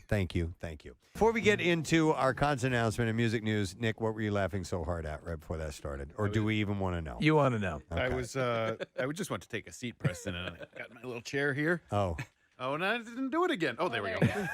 And somehow, Casey found a way to rig it so that it just slowly descends. I took video. I took video. Okay. You did? How'd you do this? All right, so stand up and you'll see. Because it'll go back up. Yeah. So there's a handle that will allow you to lower the seat, and I assume he taped it, right? He tied it. I tied it with a bandana. That took work. Yeah. I'm impressed. So it just sinks down slowly. I was just so Kinda glad. cool. I didn't know how I was going to react, and I was just so grateful that impressed. it didn't slam down and have you fall. You got to be careful. All I heard was everybody in on this but me? You had your headphones on. I think. saw Casey come over here and tie it, and I go, "Are you trying to kill him?" And he goes, "No, but his chair will sink when he sits in it." Where did you get that idea? I don't even know. It came out of nowhere. It came out of nowhere. I saw the bandana sitting there. Okay. And Nick wasn't there. I was like, I wonder if I could. I mean, it was like lightning fast how the synapses were Right. firing. Okay. Not as permanent, but definitely some pain involved. Florence Pugh, the actress, recently pierced her nose, but confessed that she fainted in the process. Oh, my God. Yeah. Really? She captioned an Instagram photo that says, "When you want to be a cool grown-up and get a cool new piercing and you instantly fail, go green and then faint." All right, so Kathy, did you faint when you got your not your ears pierced, but like you got your belly button pierced? And... No, I didn't. She had a nipple pierced. I didn't know. faint. I didn't want to bring that up. What's that? I didn't want to How bring can that you up. not bring that up? You're obligated to bring that up. Are you kidding me? Case, my problem is looking at it. If I see it happen, I'm out like a light. Okay, so Florence went with the septum, the middle part. Okay. Okay. I dig I like a nose piercing, like the off to the side. Yeah, the nostril. Yeah. What do they call it? That's usually a stud, is it not? Yeah. Stud. Yeah. The septum thing. Sometimes it looks like you got boogers hanging out. It's of your just nose. gross. I don't like that. Yeah, the But I booger do thing like, is real. I do like the stud. Yeah. I think that could be cute. It's good if you're a bull. I think it works quite nicely. My girlfriend has one.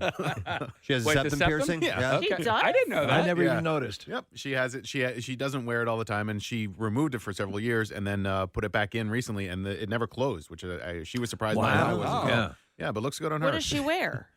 Like is it a hoop? Like a little hoop. Yeah, There it is. A little hoop. Yeah. I wasn't saying that I don't like that. I just prefer the stud.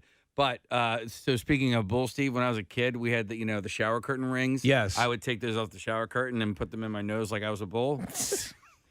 Startling revelation on the Preston and Steve show this morning.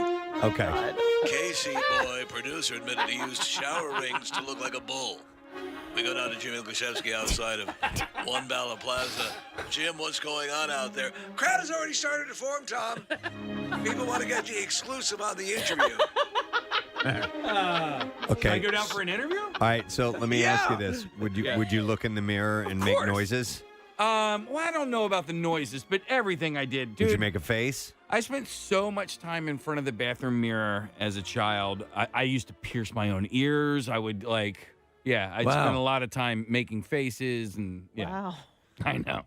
But I didn't have any friends. You guys make fun of me. Yeah. And then he would go back to college. I was just curious what level you took it to. Would you actually stomp on the ground? No. You never do anything That'd like be that? stupid, Preston. Come on, man. He was just making faces in the mirror. It's just silly.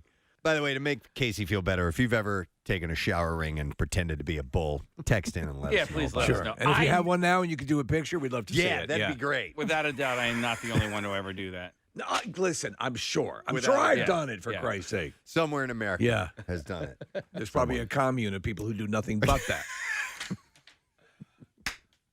Here's a supportive one. Is that a BR commune? Yeah, that's a bull ring Here, commune. this says, I used to pretend I was the bull in the Bugs Bunny cartoons. Yeah. So there you go. And this guy, he and his cousin used to put helmets on and use red tablecloths to charge at each other like bulls. But he One didn't was think- a bull and one was the matador. Yeah. He says, didn't think of the shower curtain ring, though. Yeah. Yeah. The accessory you never knew you needed. I know this is like Hollywood celebrity news, but why did they put the ring in the bull's nose? What was that all about? You know, I think that's how they would actually lead the bull. Yeah, I think they could connect. They could Yeah. connect a lead to it. Okay. And That makes or they could And most essentially leash them up somewhere, and they're not going to go anywhere. and isn't the fact that most bulls are goth, sort of? They're Yeah, I the think so. cages and stuff. Yeah, they do the ear stuff body too. mod. Yeah. All right, let me see. Nick, anybody texting in? One person said they've done the shower curtain ring in the nose thing, but I don't know if they were pretending to be a bull or not. No, it could have Does been not- something entirely I different. don't necessarily. I wasn't. You guys said I was pretending to be a bull. you said no, a piercing? no, you did. Well, I got the idea from the bull, right? Like I got the I idea never from made, the bull. I got the idea. I didn't. Why don't you pretend that you're me?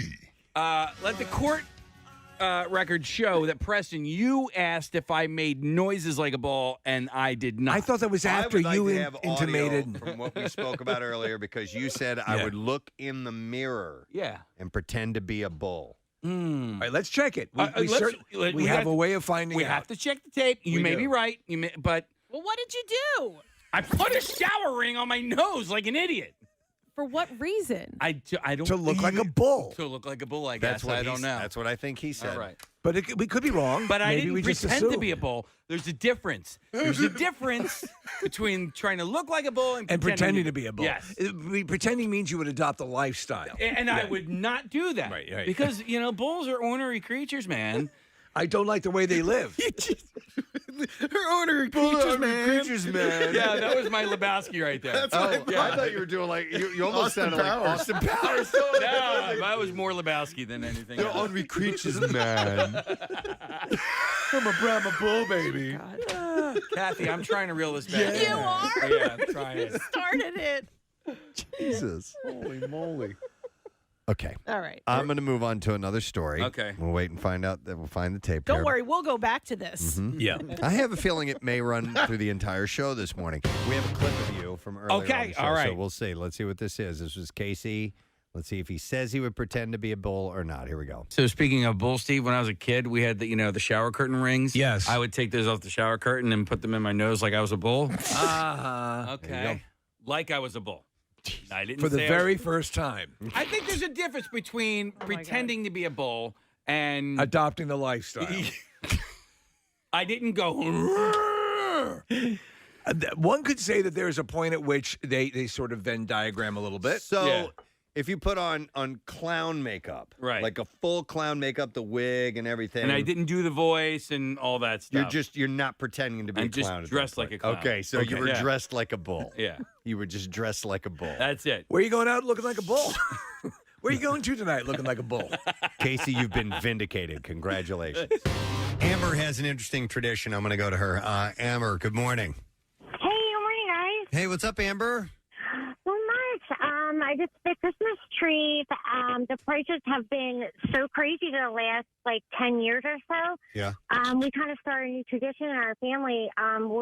When we go out to get the Christmas tree, we go up to them. We just ask them for show us the ugliest Christmas trees that you can, and we kind of make a game and see how pretty we can make it. So you And we usually just like give them to us. like Charlie Brown it up then. Yeah, I love as it. early as we can get it, and I tell my daughter every Christmas tree every tree deserves a Christmas. That's Yeah. I like that. No, that's cool. If you can do that, that's I'm down with that. So you take an Yeah. ugly tree and you try to make it a beautiful tree. Yeah, and you have they come out awesome, but when we first bring them in the house, it's like, oh my God, they have 3 needles on them. My wife tells the story of my father-in-law. They were 9 kids and a huge family, and they'd get a lesser level tree, and my father-in-law would get a drill, very handy. He would remove branches from the back of the tree, drill holes, and put It's like a hair replacement for men. Basically, is what he was doing, and fill out the tree. All right. And so they would get the tree up to decorating I love level, that. and it looked great. That woman, Amber, said something that I think could be turned into a Christmas story. Every tree deserves a Christmas. Yeah. I think that could be a kid's book, don't you think? Or the loneliest tree at the lot, the one that doesn't. Yeah. Right. That's overlooked all the time. But then a wonderful thing happens. It gets thrown into a wood chipper. Right.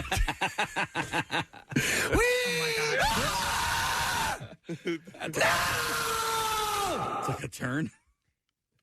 Then a wonderful thing, like Jimmy Durante. Yeah. But then they chucked it into the wood chipper. Yeah. They start with its feet. Oh, dear God! Make it stop! You see its little animated head with its mouth gaping open, and it's the last to go in. Branchy was the last tree Branchy. in the lot. He was all dried up. Hardly anything left on him. But then Bill, the kindly owner, slowly fed him into a wood chipper.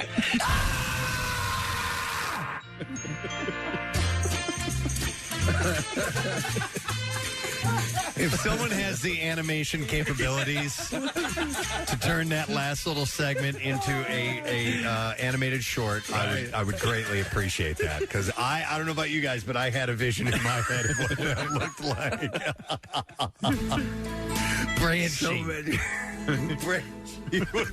Does it look like your year this year, Branchy? And it happened on, Christmas Day. But I got you a surprise. A brand new Fuji wood chipper. Well, what am I going to do with this? Oh, my God. Just go to sleep. All right, so I have another. Would you guys? So I have a story of a mathematician, and while I was thinking about it, is that really considered science? Yeah, I mean, well- it's used in science, but it's Yes. its own subject. Let's take that angle. Night. It's a one-show-only event. Tickets available at punchlinephilly.com. We love having them by anytime. Please welcome to Ray. Thank you, guys. Happy Tuesday, party people. Nice to see you, too, Ray. How Good to are you, see man? you guys, man. Thank you for having me all the time. Absolutely. Anytime. I'm going to get this out of the way now. You're wearing red. Yes. Is that for the Niners? Yeah, it is. Yeah. That blows my mind. That blows my mind. I'm a Niners Yeah. fan. Well, it makes sense. You're from San Francisco. It does make sense. I'm not. Oh, you're not? Then what the hell is I'll your explain problem? it. I'll explain it. And I'm telling you, when I get to the story, you'll get it. But first of all, born and raised Philadelphia, love my city. I'm a Philadelphia fan. I'm just not an Eagles fan when it comes to football. Flyers, Phillies, Sixers is So my you, team. you were thinking hard because Right, you had I couldn't remember. You had your yeah. Right now, I'm not even paying attention to basketball. But anyway, I'm a Niners fan because I grew up Mount Airy, 1983. I get grounded, and grounding for me is sit in your room. Yeah. And I'm oblivious because 1983, I'm not even paying attention to football, NFL football. I mean, my walls are plastered with the Sixers. Dr. J. Yeah. I could do Mark Iavaroni. Everybody's on my wall because the Daily News used to have the full color photos, all that. It was great. So my mom grounds me, you got to sit in the room. So I'm in the house, and it's Super Bowl Sunday. Two teams playing, the Niners and the Bengals. I don't know the root for. They both got great uniforms. Right. From the University of Notre Dame, Joe Montana. Notre Dame's Catholic University. I'm Catholic. That's why. There you go. I And that was went it. with And the- that forged it and forever. I'm 50, so I'm from that generation where you stick with your team, you don't move around. And so never once that's why. dissuaded by proximity to the Eagles? What did you do? Probably the annoying Eagles fan made it just. I mean, I love football. I love football. I love the Eagles. I watch the Eagles play, all that. But the fans are what makes me go, nah. So you think football has the most obnoxious fans? Yeah, I mean, no, like, all right, and I want to say this. I got to, put the clarity and the disclaimers up. I'm glad DeMar Hamlin is recovering and on his way back to being healthy. That game could not have happened in Philadelphia. A fan, you talk about what Skip Bayless and other people tweet, a fan would have said something. An Eagles fan would have been like, yo, get him off the field. Wow. You got game. Wow. You throw some nitroglycerin being thrown. We get a lot. Like, Eagles fans are like, y'all are like, somebody was like, are you going to the game? I was like, are you nuts? Yeah. Well, like, no. Have you ever been to a game in San Fran? Because I have. Yeah. And I have been. I have been attacked. I have been assaulted. What were you? You were wearing the. All I was doing, I wasn't jawing at anybody. I was just walking in the concourse. Now listen, I was just wearing the Green Man outfit, you know. But anyway, okay. You deserved it. Yeah. Oh, did I? They approached you? No, dude attacked me from behind. Dude attacked me from behind. Well, and then they I kept on can't going. agree with that. Unfortunately, that's bad from the back. Is it? So the game this weekend. Are you finding a group of Niners fans to hang out with? Or are you even going to be here? Because you got some gigs out of town coming I'm up. traveling. I'm actually on the road that day. I actually go get on a boat. So I hope it's not the Losers Cruise. Is this the Soul? A Soul Train Cruise. Get on the Soul Train. This sounds. These is concert dope. cruises are pretty It's friggin' so wild. dope. It's so dope. And I mean, don't get me wrong. It's about one level but beyond my era. But I do appreciate the music. But I mean, I'm with the artists. I get to sit with the OJs and last year Smokey Robinson. And, I've been doing this for years, so I've met a lot of these artists. And just to sit with some of the veteran artists of the time, it's dope, man. So how is there any Don Cornelius? Tony Cornelius. Tony Cornelius. His son is Really? His son is the one I used to of the watch hosts. Soul Train every Saturday after the cartoons ended. I'd watch Soul Train. And see, that's another thing people don't understand. Like, we didn't really have choice TV. Yeah. Like, we couldn't watch TV a la carte. It was like you pretty much turned it on and whatever came on. That's why a lot of us are soap opera fans, because they watch the soaps.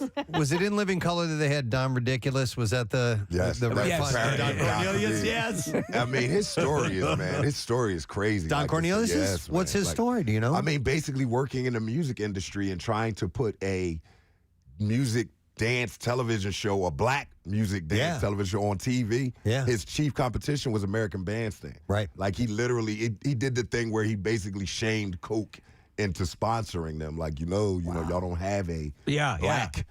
I mean, it had to be done. But he made an empire. Yeah, he made an empire. But he had his Hugh Hefner side as well. Yeah, he was that, and also a lot of people don't know he was co-founder of Solar Records. Solar Records with Dick Griffey. Dick Griffey is the mentor to One Suge Knight. Oh, wow. That's crazy. Look at that. Yeah. So I'm sorry, Casey, the acts I saw were Temptations, Boys to Men's going to be on this as well? Next year, the Boys to Men are on this year. Next year, okay. This year's Babyface, the OJs, the Stylistics. They're always great. One year we had Mars Day and the Time. Oh, that'd be awesome. They're every year they rotated. Like I'm one of the only repeating acts. The acts rotate. Are you emceeing as well? I'm emceeing a couple of those R&B shows, but we're doing comedy shows also. So that's what I was going to ask. Like, how long is the cruise? 7 days. 7 days, and then how many of those 7 days are you on? 3 days I perform strictly comedy. Okay, and the other 2 performances are me hosting events. Okay, and then I'm chilling. Yeah. That's pretty cool. That's why I go for the 7 days. Like, it's your option. You can only come for when you're needed to work. Like, you can get on when you need to get. But I'm like, no, I'll take the paid vacation. So this to me seems really cool because years and years ago, when I was doing stand up, the notion of booking comedians of my time on cruise ships started to go through a resurgence, and everyone was trying to get on a cruise ship. But you're putting on your show. Yes. In this case, you're like, you have a fan base that's there. They're eager. They're not just, oh man, this guy's going to annoy me. Yes. And so is it a much better vibe? Yes, it's a much better vibe, and it spoils you because I'm a working comedian, like you know. So Steve, when I do, I move how I move. Right. But I've been on the cruise ship where I'm supposed to be the entertainment, and then I've been, and you go on. I'm coming from the Soul Train cruise, and I'm like, well, where's everybody else? They're like, no, you it. And I'm like, what you mean I'm it? And it's like I've been eating breakfast with these people, so they expect something when they come. But those are fun because it's really about you. Yeah. But these are interesting for you as a guest, just not as an entertainer. You get to enjoy the cruise as a guest. It's funny because we talk about this. My trainer, he goes on Kiss cruises all.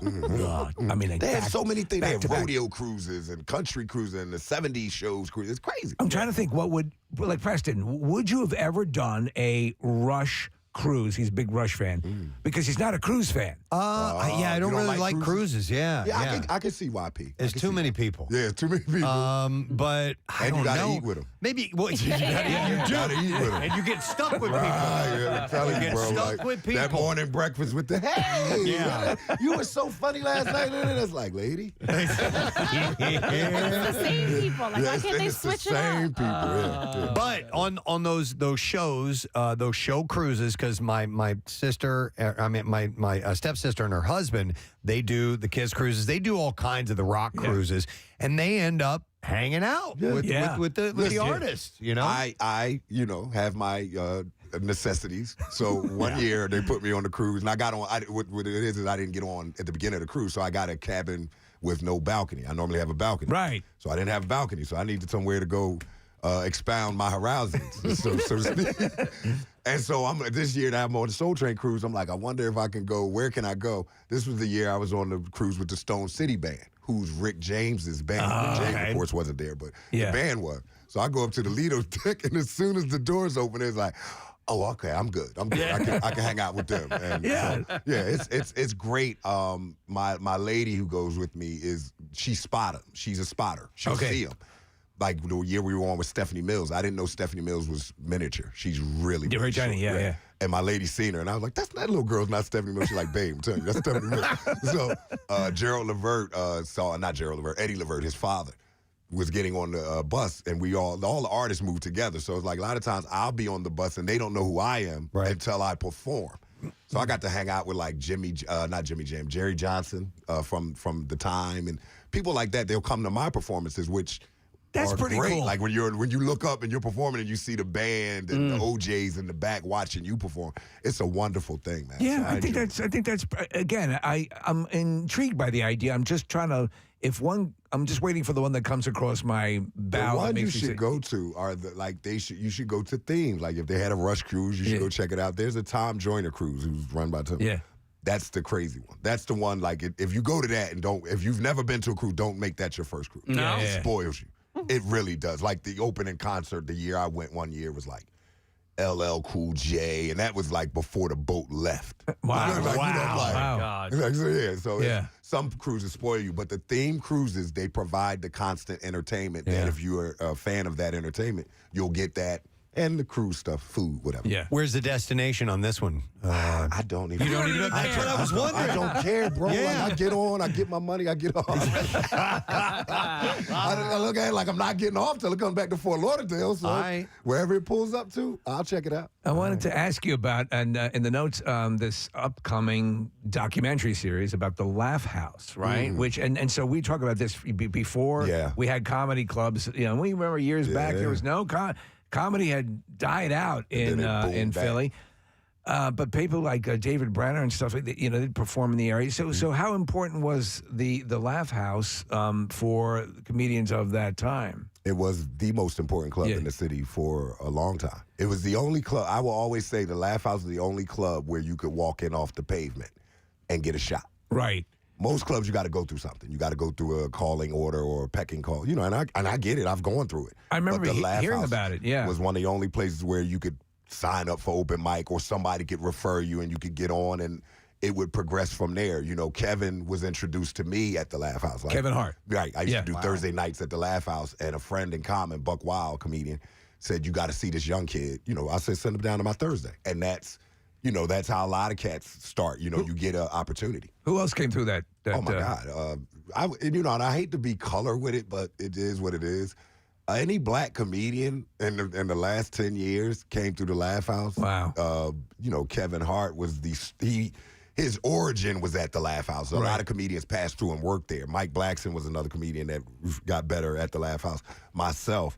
There's a young comedian by the name of Anthony Moore who's now the guy in New York. He started at the Laugh House. Chris Cotton started at the Laugh House. So there were a lot of comedians. A lot of names that came through. Right. And again, it was just because there was an opportunity given, and they took it and ran with it. If you're just tuning in, Tay Ray is going to be at Punchline tomorrow night, 8 o'clock. And none of these other people we've been talking about are going to be at Punchline. No. It's an exclusive. You know, OJ's ain't going to be there. I'm telling you right now. Watching people grow and develop as a comedian, and because I've never seen it, I just once they hit, that's when they get on my radar. But have you seen people in their career trajectory, like it's not quite working, they're like, I'm going to try a completely different approach and go this way, or most comedians true to who they are? No, I've seen comedians do it all. Okay. Like after a while, you guys, you know, I've seen it, and you guys, we do what we do. So if you're refined in radio, you see your peers doing things. You're like, wow, you know, like I've seen some of the vets that are my age in comedy, and I don't mean my age in life, I mean 30 plus years in comedy. Now they're trying to do the internet thing, and it's like you see them trying to shift gears because they have to stay relevant. Right. As far as styles, you are what you are kind of on stage, and if it's not working, it's probably because stand-up might not be your thing. Yeah. You know, and because of the internet, there's a lot of inroads to it. You don't have to stand on stage to be comic funny anymore, you know, and to be comic successful. So, yeah, I've seen a lot of comedians change what they're doing to try to get on, but mostly your style is. Well, one of the classic metamorphoses was Larry the Cable Guy. He was a button-down sort of standard stand-up, and then created the Larry the Cable Guy character. Because the character flew. It became so much his bread and butter that he essentially is Larry the Cable Guy. I mean, Tyler Perry has a production stage studio in Atlanta. Yeah. He cannot stop doing Medea. I mean, okay. Like, he'd be like, okay, that's cute, but where's the next Medea film? Right, yeah. So it is what it is. And I mean, if it works, if it sells. And you got stand-up and you got sketch comedy as well. Yeah. Did you ever try the sketch stuff? I've tried sketch, and it's more of acting. Yeah. And I get a great deal more respect for actors. Because they emulate someone else's thoughts, writing or whatever. It's not something I can do just without training. Like, I've been in plays and stuff like that. Improv is more speed. It's like they just throw things at you. So I've done that because it makes you better as a comedian. But my true success, is stand-up. Yeah. So. What did you see in those initial meetings with Kevin Hart when you first encountered him? Did you see this guy's going to go the run? Yeah. No, I don't know if I saw that. Yeah. Because he didn't see it. Okay. But he knew what he wanted to be. Yeah. I'll tell anybody, and you know, if you can have any criticism of Kevin, and I don't hear it because he's my friend, he's always wanted to be that. Yeah. He's always wanted to be exactly what you see. He's always wanted to be a bright, shining star in comedy. And I respect him as a comedian, but, you know, regardless of our personal relationship, because he always comes back to comedy. He always does it. Every year is a tour. Every year is a stand. I mean, he does all the movies. Does sells underwear and pudding and alcohol. He does whatever. But there's always a stand-up special, and he doesn't have to. You understand? Like you could walk away from stand-up. Yeah. And then I respect Tina Fey, who they keep throwing bags of money at to do stand-up, and she won't. And she's like, no, that's not what I do. Right. You know what I'm saying? I'll do these movies and I'll do this writing, but I don't do stand-up. I mean, they threw Netflix. I heard Netflix was 50, 60. I'm good. I remember, and it's funny because I remember the story of, I think it was Rob Schneider. He had been away from stand-up and had been doing SNL and was doing it for a long time and doing just skit stuff and movies. And he said, and they asked him, would you go back and do stand-up? He goes, I'm not in good enough shape to do it, and I'm not going to take a spot from a comedian who's working. I respect that. Yeah, and that's part of the deal.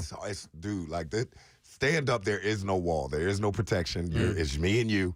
And I got to deal with whatever thoughts and feelings you have. And so for some of the celebrities, that's a double-edged sword because Rob Schneider just walked out on stage. Yeah. So he's supposed to be funny. You know, that's what you think. And he may need to build to that. He may need to tell 2-3 lines before he hits the punchline. And you like, nah.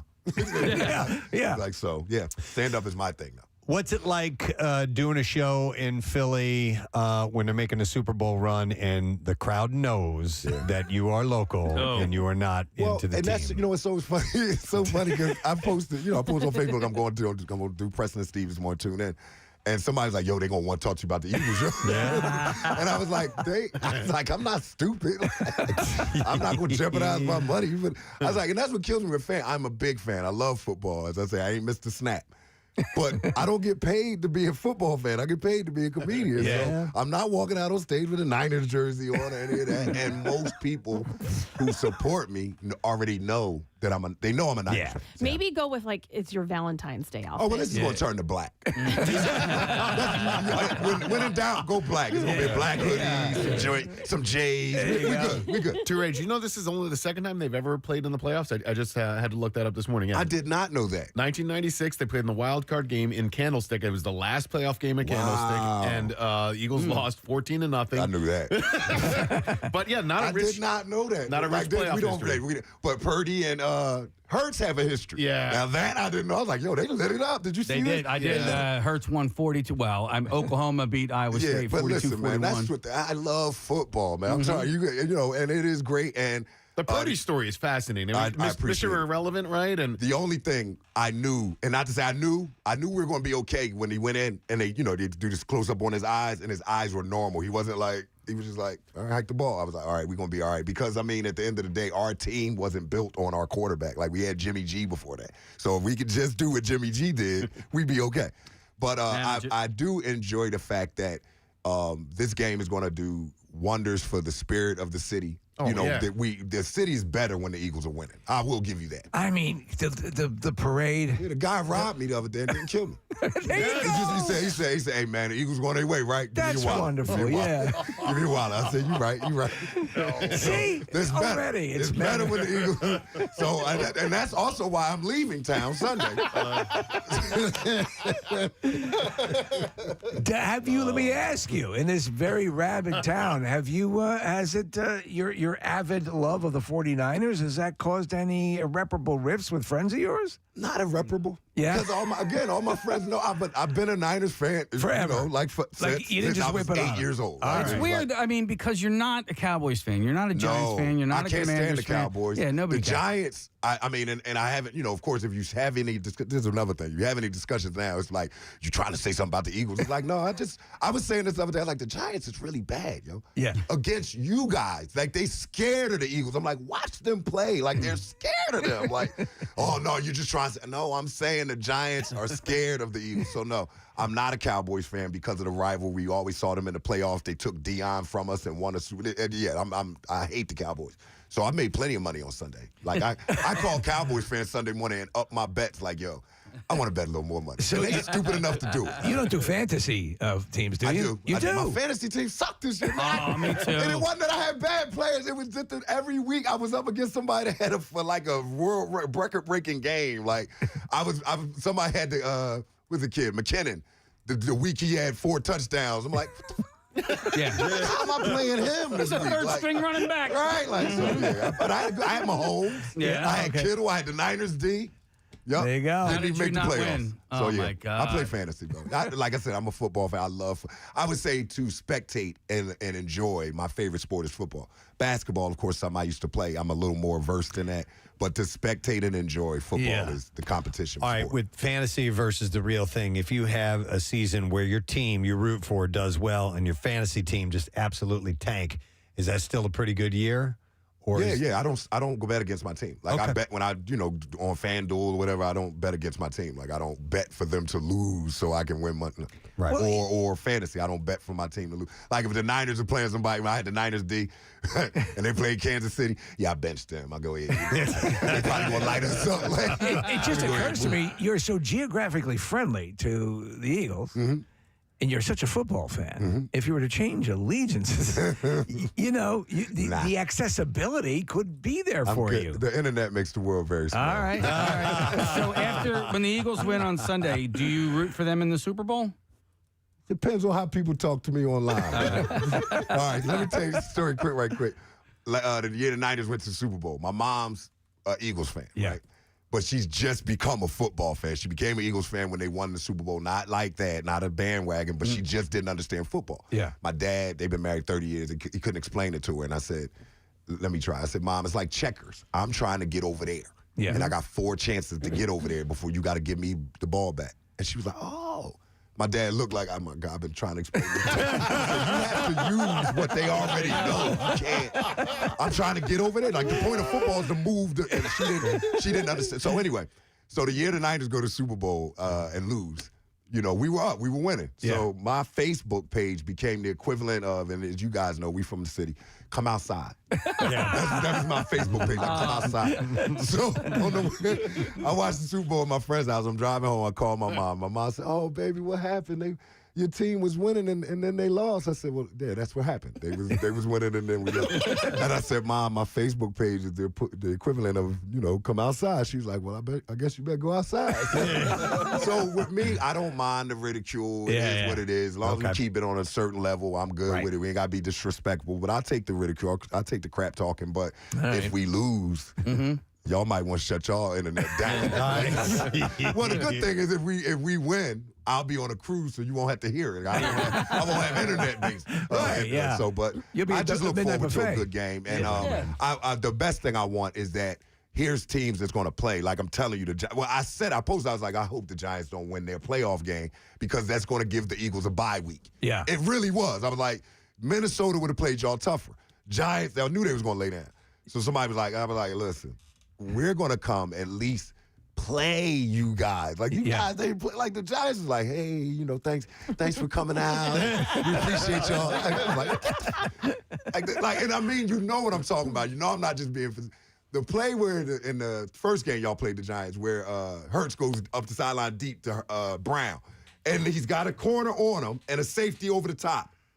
And all the safety got to do is hit him a little bit. Nope.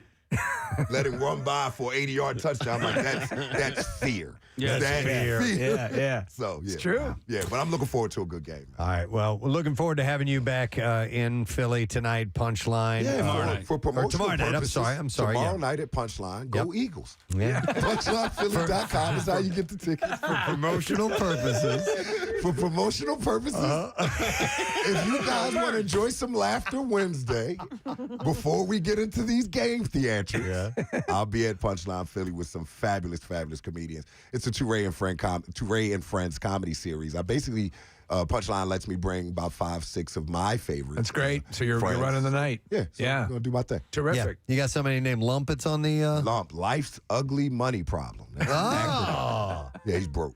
We'll help out Ray and Lump. Yeah, help out everybody Ray else. and Lump. All right, tickets available at punchlinephilly.com. Man, great to see you. Thanks for being man. here. Always Appreciate a it. great time. Appreciate you guys. Give some love to Ray. Yeah. Take a break. We'll be back in just a moment. Make sure you stay with us. Preston and Steve on 93.3 WMMR. After 2 years, the strangest spectacle. Oh, my God. The mathematician behind Tits Buildings, the Tits Alternative, the Tits Group, and the Tits Metric Stop it. Yeah. has passed away at 91. Why'd you pick this story? Well, he's a because he was an mathematician. important man. Oh, all right. That's why. Belgian-born mathematician Jacques Tits. This is wild because he died in the same week Heinrich von Butthole died. Oh, no. Oh, what a loss. Who revolutionized calculus. What a loss. We lost Tits and Butthole in the same week. I know. Oh, my God. What was his name? Heinrich von Butthole. Heinrich von Butthole. Well, Tits Visionary, that guy. Tits passed away on Sunday, leaving behind a legacy. He's left an opening. Why'd you pick this story? Leaving behind a legacy of research in group theory and geometry, his tendency to name his contributions after himself suggests that he knew his tits' power. By the way, what is group theory? Because it sounds reminiscent of, well, no, that was governing dynamics, of the guy in Beautiful Mind. Oh, and I've forgotten his name. Let's call him Russell Crowe. Russell Crowe, you know. Miranda Otto, who is in the Lord of the Rings realm. Preston, it's time to get up and to tell people of Philadelphia Miranda Otto's birthday is today. Yes, I think it was in the third film.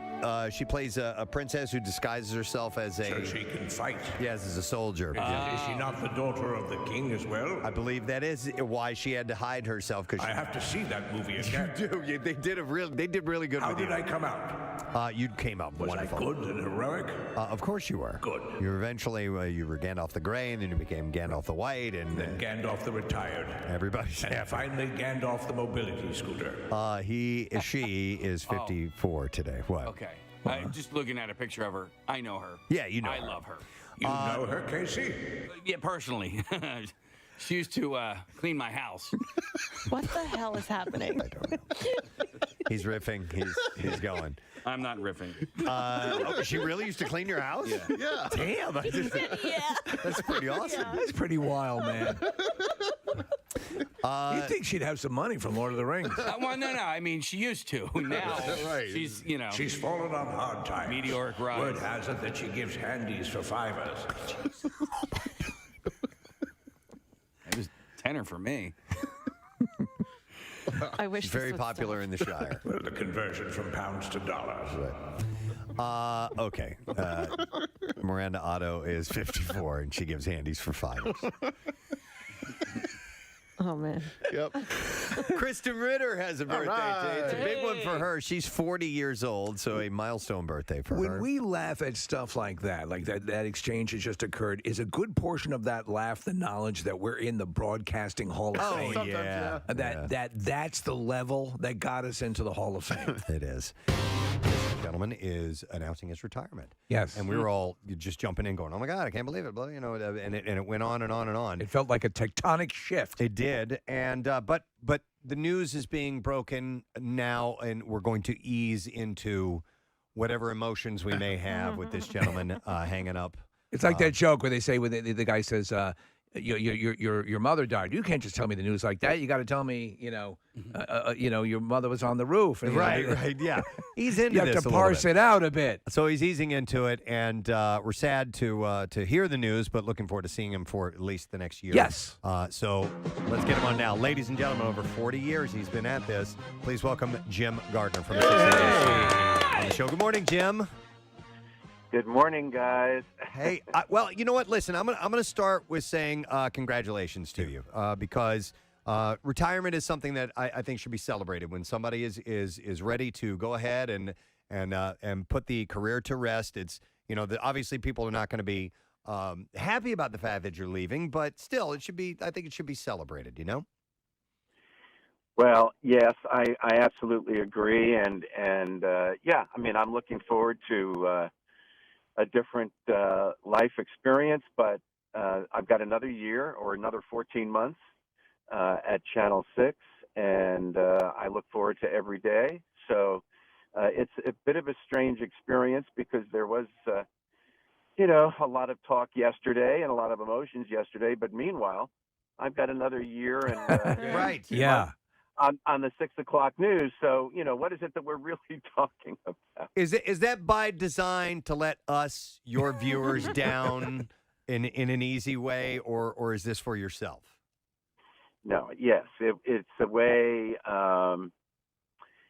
that I can sort of transition to, a different situation. To tell you the truth, back in 2009, Dave Roberts retired from Channel 6, and this is how he did it. And, I remember very clearly that he was working on the 6 o'clock news. He was taking the 11 o'clock news off. So when this whole thing came up a year or so ago with our general manager, Bernie Brzezinski, I reverted back to, I call it the Dave Roberts model, and I thought it worked very well for Dave. And I think it worked very well for Channel 6. And it was a sort of an easy or a graceful transition that I think benefited both the station and Dave. It makes complete sense, and I think obviously the station is going to want to do things. The city, I'm sure, will want to do things in acknowledgement of this. I think this is a perfect way to do it. You were very sweet in your commentary last night, announcing it, and there is something that happens to people who have schedules as have we, that are off the 9 to 5 rail, and and you were saying. You have had certain things in your life, or have not had certain things in your life for 4+ decades that are quite common for a lot of people, and I thought that was a sweet way to frame it. And I was nodding to my wife because she puts up with an askew schedule, and that it was very very sweet the way you phrased everything. You're very kind.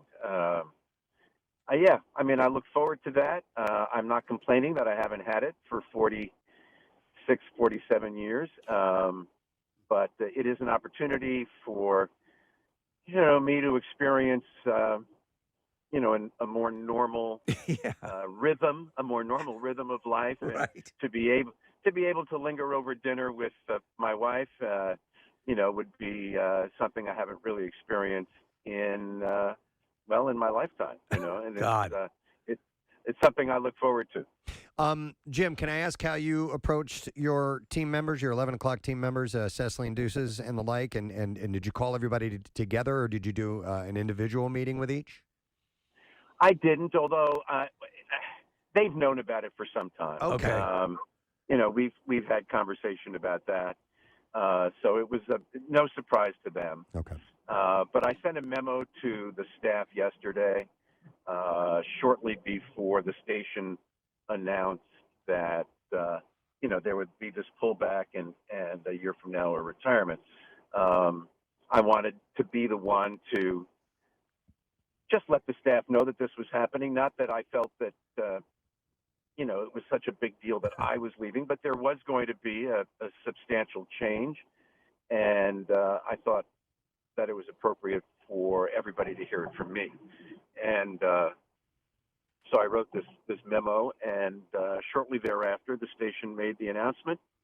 And, today we've got news to cover. That's the way you approach it, yes. Jim, this is Nick. We've had an opportunity to chat a couple times about travel that you've had over the last few years when you've come down to Camp Out, and thank you for being a part of Camp Out over the last few years. I'm curious as to what's on top of your bucket list once you have retired of where you're going to go. What are you going to see that you haven't been able to get to yet? That's interesting. My wife and I were just talking about going on a tour of Scandinavia. My son is taking his second semester of his junior year in he's in college, and he's taking his second semester in Copenhagen. So we're going to go to visit him at some point, but it's still going to be chilly there. So I think we're going to put off a tour, until it gets warmer and there is a more leisurely opportunity to really take in that part of the world. So that seems to be number one on our bucket list, and there'll be many more to follow, I believe. Jim, I was curious if your timing of this, of you finally hanging it up, was so you wouldn't have to go through another election cycle again. Well, it's funny you say that because this was supposed to end a number of years ago, actually, and there were 2 extensions. I asked Bernie if it would be all right if I could extend a couple of times, and not the last time, but the time before that was so that I could be here for the last election cycle. And I wanted to very much be present during the Trump phenomenon. I just thought it was an extraordinarily compelling political story, and I am something of a politics nerd. And, you know, you can say what you want about your personal feelings or your political preferences, but from a journalistic standpoint, obviously the whole Trump era, and who knows if it's over or not, has been just extraordinarily compelling. Going up to about 45 degrees today, and partly cloudy skies. Actually calling for a little bit of snow tomorrow morning. I don't think it's going to be anything more than kind of what we saw yesterday. A few of those flurries, but nothing to worry about. Nothing, just to get you a little flavor of winter, and that's it. So just a heads up on that. We have a final look at traffic. Let's go ahead and get that now and see what's happening. Kathy, what you got for us? We still have delays 95 southbound from Cotman through to Bridge, the Vine, westbound backing up the Ben Franklin Parkway to the Schuylkill eastbound, slows 202 into Gulf Mills, the Blue Ridge. Little alert on Facebook. It's our friend Tim Graham's birthday today. Oh. Our sales department here at Beasley Media, and Tim's awesome, so I'd like to wish him a happy birthday. Tim has a foundational history when it comes to the Preston and Steve show here at WMMR. Mm-hmm. He went up when we were fighting our non-compete contract. Yes. And went up and stood tall for us. Yes, he did. So happy birthday to you, Tim. Hope you have an awesome day. By the way, the 95th Academy of Music Academy Award nominations have been announced. Oh. And I can mention, we'll go through in a little bit more detail maybe tomorrow, but if you guys want the, Best picture, supporting actor, actress, and lead actor and actress, if you want. Yes, let's hear it. Just tell you about those real quick. It's funny because they come out obviously on the West Coast. They're coming out at like 5:30. Yep. But they're up. They're waiting. Best picture nominees are All Quiet on the Western Front, Avatar: The Way of Water, The Banshees of Inisherin, Elvis, Everything Everywhere All at Once, The Fabelmans, Tar, Top Gun Maverick, there was talk about. How about that? Making it in, yeah. That's 2 blockbusters. Yeah. Avatar and Maverick. Yep. Tar. Triangle of Sadness and Women Talking. So those are the nominees. How many? 9, isn't it usually what they do? 1, 2, 3, 9 or 10. 4, 5, 6, 7, 8, 9, 10 this time. Okay. Sounds desperate. There were. I thought maybe Knives Out might be in there. They were kicking around that Glass Onion might make it in, but no. As far as actors and actresses, let's go to that. Actor in a leading role, Austin Butler for Elvis, Colin Farrell for The Banshees of Inisherin, Brendan Fraser for The Whale, Paul Mescal for After Sun, and Bill Nye for Living. Oh, well, good for him. That's cool. Actress in a leading role, Kate Blanchett for Tar, Ana de Armas for Blonde. How about that movie that received all those Raspberry nominations? Yeah. Andrea Riseborough to Leslie is that film. Michelle Williams for The Fabelmans. And Michelle Yeoh for Everything Everywhere All at Once. She's a legend. Yeah. And then supporting roles, actress Angela Bassett for Black Panther Wakanda Forever.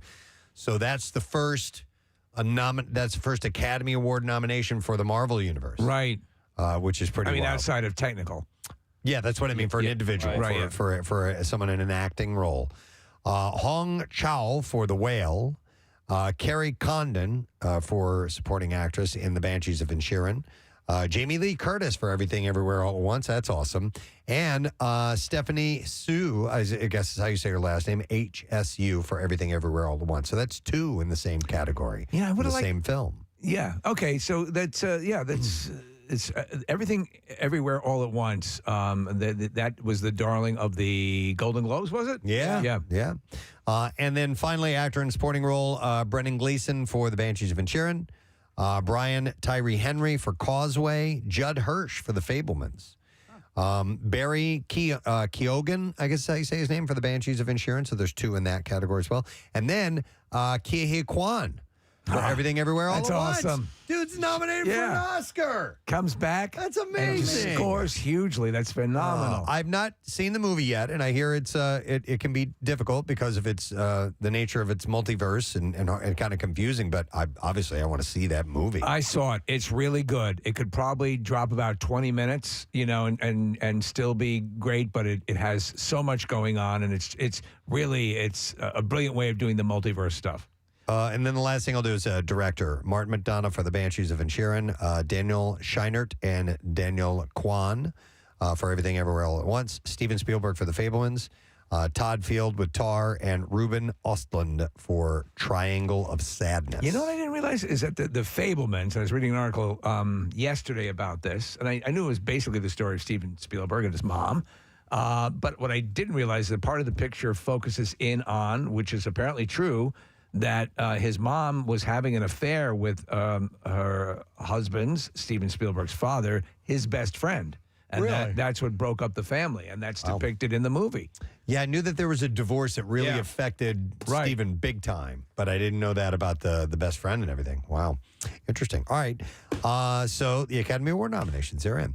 All right. Yes, Nick. I was just going to say, there's a really great YouTube video that came out a week or 2 ago. It's called Actors Roundtable. They've done a few of these. Hollywood Reporter and Ke Kwan and Brendan Fraser are both in it. And they have a really touching moment. They were both in Encino Man together. Yeah. And so Ke Kwan starts talking about how great of a friend he is with Brendan Fraser. And I guess they met up backstage, maybe at the Golden Globes or something like that. And what Brendan Fraser said to him was, "We're still here." And it was just really touching to see both of these guys who've had ups and downs in their careers, especially Ke Kwan, to be friends since 1992, since the Encino Man. It's Actors Roundtable, Hollywood Reporter, and Sandler's on it, Colin Farrell, a whole bunch of other really interesting guys. But their interaction is terrific. It's a great interview, a great roundtable, Nick, and especially when he's talking about thinking his career was over after the Goonies, and that was it. Didn't even occur to him. And look at the meteoric rise now. And now they're both nominated for Oscars. Phenomenal. I love it. All right. We have Bizarre File stories to share. Let's stop dilly-dallying. Come on now. WMMR presents Preston and Steve's Bizarre File. Dilly-dallying around here. Brought to you by Creekside Cabaret and their Amateur of the Year for 2022 party this Wednesday night. Last year's 12 Amateurs of the Month winners compete for the title. CreeksideCabaret.com. Nick McElwain's going to be there. On the center pole. Yes. All right. A Bangladesh kid who was playing hide and seek with friends never expected that he would be trapped inside of a shipping container, travel thousands of miles, and land on Malaysian soil. Wow. Cha Hung Fong, the police chief, said that a 45-year-old shipping operator had informed the police that a foreign boy had been discovered in the container at the west port of Port Klang. A TikToker, presumably working at Port Klang, recorded the incident when auxiliary police at the port opened the container to rescue the kid. The clip shows the kid appearing to be weary and frightened, confused with unfamiliar surroundings.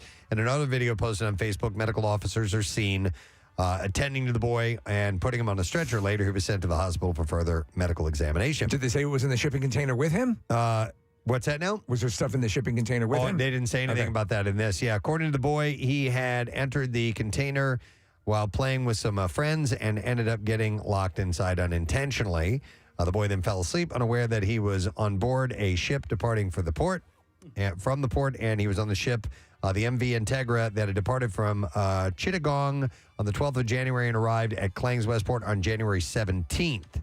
The boy was known only as Fahim and was found, and apparently he's being taken care of now. So it was just this bizarre That's insane. That happened, yeah. They probably thought he was a stowaway. Yeah, possibly. Houston, Texas woman pleaded guilty this week to stealing a $1 million scratch-off lottery ticket from her cousin and taking the lump sum payout of $500,000 in November of 2020. Oh, my God. The district attorney, Ann Donnelly, announced the plea in a press release saying that Iris Amador Argueta pleaded guilty before the judge to second-degree grand larceny. In return, Argueta is expected to be sentenced to 16 to 48 months in prison. An investigation found the victim, who is Argueta's cousin, purchased a New York State lottery for $5 at a convenience store as a scratch-off ticket on October 28, 2020. When the victim scratched a ticket, it revealed a $1 million prize. Now, the DA's office said the victim asked Argueta to claim the prize on his behalf to remain anonymous. Oh, okay. Promising $50,000 of the prize. All right. That's a pretty sweet deal, Yeah, right? that's wonderful. $50,000 just Yeah. to go and get this. But the greed kicked in. Argueta, who lived in Virginia at the time, agreed to claim the prize on the victim's behalf and drove to New York to receive the winnings. At the time, though, the New York State Gaming Commission was not accepting winning tickets in person, so Argueta mailed the ticket to the commission instead. Within weeks, Argueta reportedly went to deliver the lottery paperwork to her cousin, which said the prize winnings totaled $20,000. Along with the paperwork, she handed her cousin an envelope with $13,436 in cash and said that the rest was held for taxes. It was $1 million prize. Taxes are crazy. Surrendered $317,000 in winnings from her bank account, which were returned to the victim. The victim found a press release from the New York Lottery website saying that Argueta had claimed the $1 million prize and received a lump sum payout of $537,440 after taxes. The DA added the victim called Argueta, who said she did not have any more money, and if continued to call her, she would take legal action.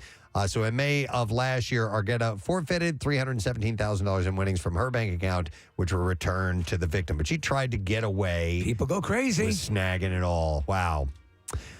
In an unexpected turn of events, a TikToker named Josiah Vargas pulled into his local McDonald's drive-thru to grab some grub, only to find $5,000 inside of the bag. He shared the story in the video with his voice carrying a tone of disappointment mixed with utter disbelief. And he's like, why would they do this? I ordered $10,000. He asked the camera, and now I have to return this because I'm a good person. Like any normal human, it crosses his mind to just take the money and run. He said, why did you guys do this to me? You know how bad I want this money? Why'd you put me in this situation? You made me realize how weak I am. I'm a weak little bitch. His walk as he returned to the cash, he jokingly asked one of the employees, you guys laundering money out here? And right after, you can hear several employees react to Vargas returning the daily deposit saying, oh my God, look at that. And you are a blessing from God. Hearing them express thanks almost makes you feel what Vargas might have felt in the moment after his good deed. He said they were just all hugging me and thanking me and crying, and I think I get free McDonald's for a month. Yeah. And they did. They gave him $200, which is pretty nice. A lot of times they don't give you anything. So it was pretty cool. They at least gave him $200 for helping out. All right, and then we'll do one more story and wrap it up. And this is a cute one. A Rhode Island police department said that it has granted the request of a young resident to have the remains of a cookie and some carrots DNA tested to determine if Santa Claus bit them. Mm-hmm. The Cumberland Police Department said in a news release, it received a letter this month from a young investigator seeking to have a partially eaten Oreo cookie and some baby carrot sticks DNA tested to identify whether they were indeed eaten by Santa Claus on December 25th. Chief Matthew J. Benson said in a release, this young lady obviously has a keen sense for truth and investigative process and did a tremendous job packaging her evidence for submission. We will do our very best to provide answers for her. I'm betting this little kid's going to go missing. You know what I'm saying? The food was passed along to the State Rhode Island Department of Health Forensic Sciences Unit for analysis. I want to see how this turns out. Benson said the department already provided the girl with some uncovered evidence in support of Santa Claus's presence in her neighborhood because a photo of a deer in the area was found on Christmas Eve. Conclusive. And there you go. That is what I have in your bizarre file this morning. All right. You've been waiting around for this. As I said, Nick McElwain is going to be at Creekside Cabaret tomorrow night, and I have a chance for you to win admission for you and 3 friends for the All-Star Amateur Contest at Creekside Cabaret in Hatfield tomorrow night. Pre-party hosted by our own Nick McElwain from 6 to a.m. and then 6 to 8 p.m. and then Sarah's there from 8 to 10 to MC the whole thing. We'll take caller number 18 at 215-263-WMMR, and we will get you those tickets. You can enter also for a chance to win concert tickets with the MM Army while you are there. CreeksideCabaret.com for more information. But the 18th caller, you get to go to the event tomorrow night. It's a big one for them and for you. We'll be back in just a moment. Stay with us. Preston and Steve on 93.3 WMMR. Become an MMR VIP. You know, in the formative stages of the pandemic, and I just felt very strongly that I wanted to be here for that story. It was, you know, and continues to be a unique story that really covers every facet of, you know, our human endeavor. You know, it's on one level, it's very personal. On another level, it's very societal. You know, we go from a story of people's fears and anxieties, fears about their own health, and whether they're going to, you know, escape the fate of hundreds of thousands of their countrymen. And on the other hand, it's, you know, an extraordinary public health story. You know, it's a story where people are hoping that this economic crisis doesn't affect them. People have lost their jobs. People have, you know, suffered real economic dislocation. On the other hand, it is an extraordinary economic story on a national and worldwide level. So, you know, there's so many different aspects to it that really touch all of our lives, and I just wanted to be here for that. And, you know, the story continues to unfold. There's a scene in the great the Patty Chayefsky movie Network where the William Holden is talking about, you know, his plans, and he goes he's gonna, you know, I'm gonna write a book. He goes, everybody writes a book. But I honestly would say I would love to read a book about your life. Yeah. If you, you know, if that's in the works. You talk about being a political junkie. I am as well. And, you know, I'd love to, you know, get some insight over your many decades dealing with everything as it has progressed. Well, you may have to wait a while. That's okay. That's good. okay. Yeah. Just include a lot of pictures because I'm not very smart. No, it's funny. I had a very, very nice email from Bob Iger, you know, who's the former CEO of the Disney company. He's still, I think, chairman of the board, and he was very, very generous with some of the things he said. But I recall talking to him at a Disney dinner in New York, and it was shortly after wrote his book, which was very, very good and very informative, and I really enjoyed writing it. But I had the occasion to say, "Hey, I read your book." He said, "Here's some advice, Jeff. Never write a book." He said it was easily one of the most difficult and arduous tasks of my life, and my advice to you would be, don't do it. Okay. So, Well, we don't want to cause undue stress. If it's something that floats your boat later on, yes, so you would definitely. I would definitely purchase a copy. That's all I'm saying. I also want to say, and we were talking about this earlier, is that listen, the same way we have Pierre Robert here at the station, who is an icon in rock radio, and his 40th year is this month. And you know, we were saying you are. There is, having lived in different markets, there is none smoother than you and more competent on the air. I mean, you're the best I've ever seen. The best we've ever seen. Yeah, so, and he's the standard that I hold everybody else up to. So Right. whenever I travel to another city and I'm in that hotel and I turn on the local newscast, I'm like, not Jim Gardner. ain't happening. Nope. Yeah. So does that create an extra onus and weight on you as you depart, or is it, you know, how do you? Or, you know, I assume you're not walking around with the "I'm number one" T-shirt on and all that stuff. So how do you process all this? You know, it's. I have always thought that 85-90% of my job takes place in the newsroom, not in the studio, and I've always felt very strongly about that. I think probably there are some people in this business who see it the other way around, where they identify most of their their work and what they're being paid for is the actual newscast. Yeah. And that may well be. I've just never identified things that way.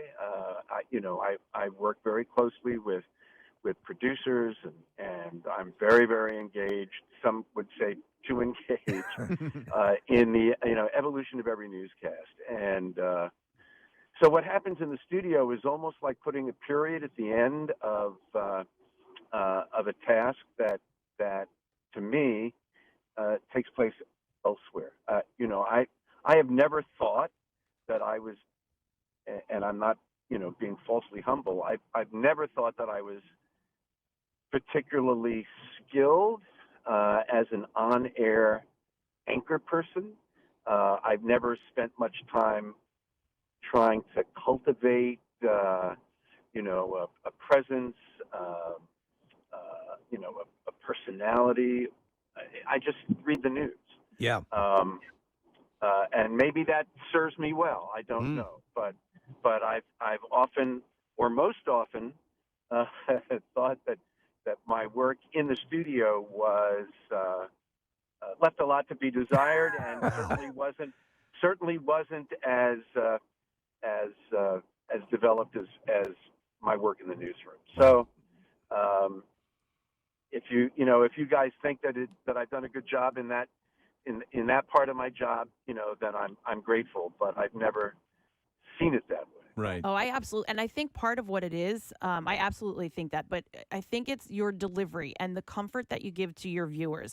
Whatever, is happening in this world, and whatever your, information that you're imparting to us, it's you deliver it in a way that makes us feel comfortable and that it's going to be okay. I mean, at least that's what I experienced when I watched Jim. I appreciate that. That's terrific, and I'm glad that you feel that way.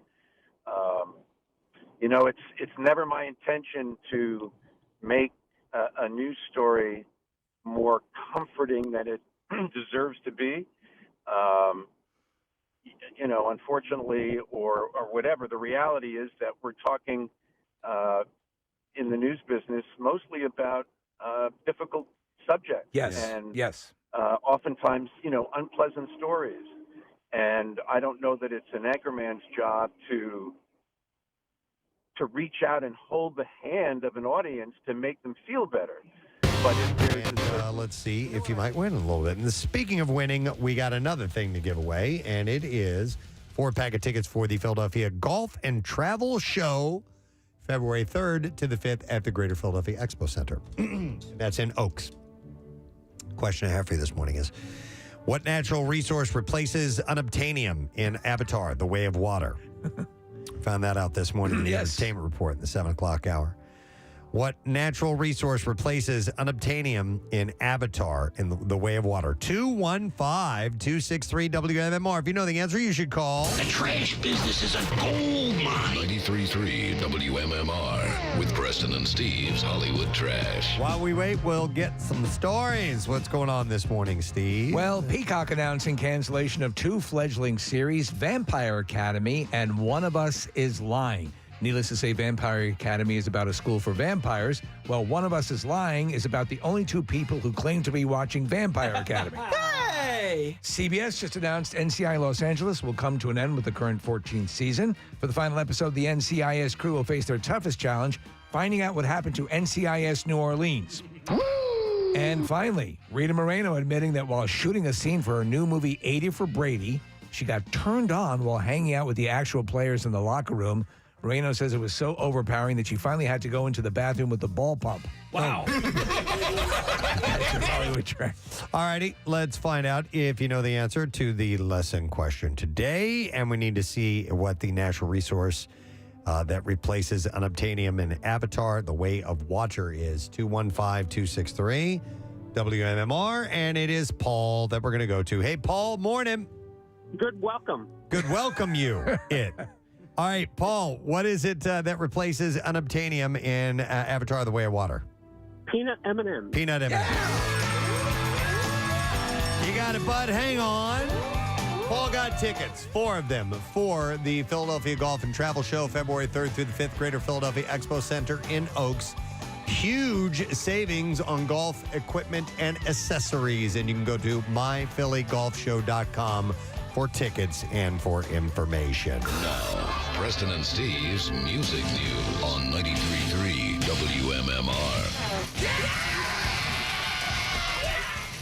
All right, we're going to start with this. We'll start with some classic rock news to begin with. 2/4 of the Doors, guitarist Robbie Krieger and the estate of the late Ray Manzarek have sold their complete rights to the band to Primary Wave Music, according to Rolling Stone.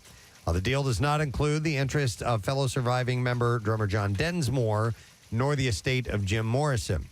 But Robbie Krieger, who wrote such legendary Doors tunes as Light My Fire, Love Me 2 Times, Touch Me, Love Her Madly, said in a statement, after 58 years and the most magical of times, I've decided to sell my share of the Doors to Primary Wave.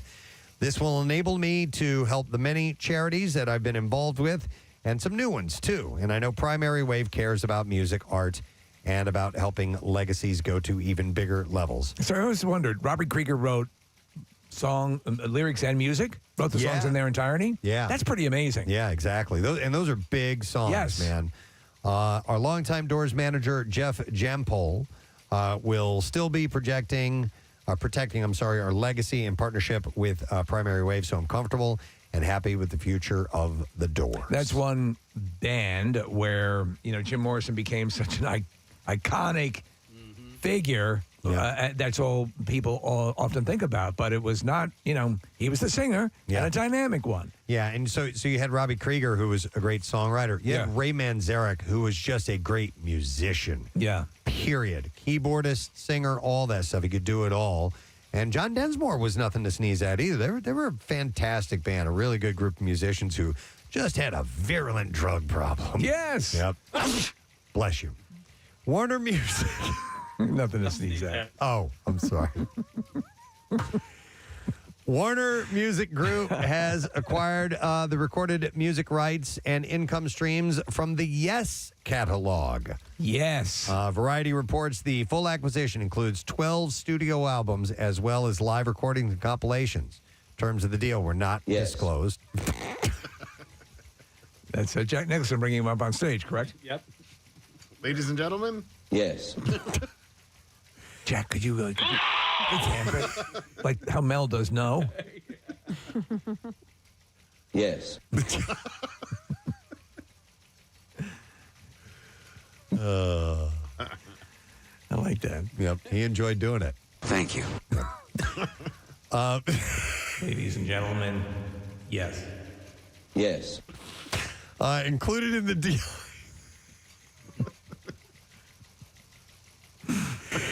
Our such seminal Yes album. Did I say seminal? I meant seminal, not seminal. Seminal. Yeah. Seminal. Seminal Yes albums is Fragile, Close to the Edge, and 90125, including FM standards. And Love Shack. And Love Shack. Standards Roundabout, I've Seen All Good People, Long Distance Runaround, and Owner of a Lonely Heart, among many others. So they're getting that. A couple of touring tidbits to add to. Yes, thank you. Nickelback has announced that they're hitting the road this summer. Yes. Who was that? That was De Niro. He's jealous, I guess. Wow. Yes. Okay. He wants to tour with them. Yes. And Nickelback's going to hit the road this summer. Country artists Brantley Gilbert and Josh Ross will be joining the band on the road. Well, Pacino's out with BTO. The tour kicks off on June 12th in Quebec City and will wrap on August 30th in Belmont Park, New York. The only stop I saw in our general area is in Hershey, and that'll be August 27th. And then Shinedown has announced a tour with 3 days Grace and From Ashes to New. That will kick off April 3rd in Michigan, wrap May 9th in Oregon. Closest they'll come to us will be in Wilkes-Barre at the Mohegan Sun Arena, and that will be on April 10th. Yes. Correct. Yes, I know. Thank you. He is dialed in. They both are. Yes. And Yes. then Yes. And then Marissa brought me this story. This spring's European tour for the band Panic at the Disco will be their last. They're calling it quits. I like Panic at the Disco. The band was formed by 4 childhood friends from Vegas in 2004. Roughly 10 years into the success, the band had officially become a solo project for the last original member, who was Brendan Urie. And in a post shared, Brendan announced that he will officially retire the band after this current tour. The final date is March 10th in Manchester, UK. And so they're wrapping it up. He said, sometimes a journey must end for a new one to begin. We've been trying to keep it to ourselves, though some of you may have heard. Sarah and I are expecting a baby very soon. Sarah's great. The prospect of being a father, yes. And getting my wife, and getting to watch my wife become a mother is both humbling.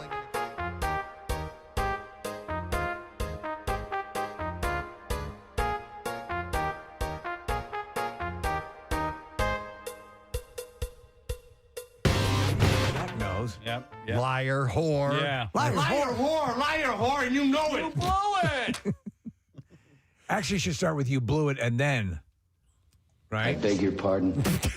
He comes across this. Yes. You This blew act. it. Liar, whore, and you know it. Sometimes I will think about that clip. Just think about that clip, and I will start laughing out loud. I happen to really like that movie. Liar, whore, and you know it. What's that? I like that movie. About a boy. This Boy's Or Life. no, not about a boy. This boy's life. Slightly different storyline. Just a bit. Than that one. That is one of those like really funny lines when it's isolated, but when watching the scene, Oh, yeah. it's like He's a horrible person in that can't- movie. She can't see without his, or he can't see without his glasses. Like that's a heartbreaking scene, and now that line is hilarious. Yeah. Do you remember that? Do you see the? Oh yeah. It's a great movie. It's hard to watch. He can only in bed. He can only. She has to be facing away. Exactly. Yeah. Ellen Barkin, right? Yes. Yeah. Oh, it was. Oh, That was a yes. Yes. That was an affirmative. Thank you, Jack. Yes. All right. And Leonardo DiCaprio. Okay. Yes, Leonardo DiCaprio is Yes. this boy. Thank you. All right. That is. Are we all good on This Boy's Yes, Life? absolutely. All right, excellent. Now back to yes. Jack, what do you think? We good? Yes. All right. Thank you. All right. We're going to take a break. You changed your mind? He's so taciturn. But I'm ready to wrap it up. Okay. All right. We're going to take a break. Thank you. Yeah, you're welcome. We'll be back in just a moment. Stay with us.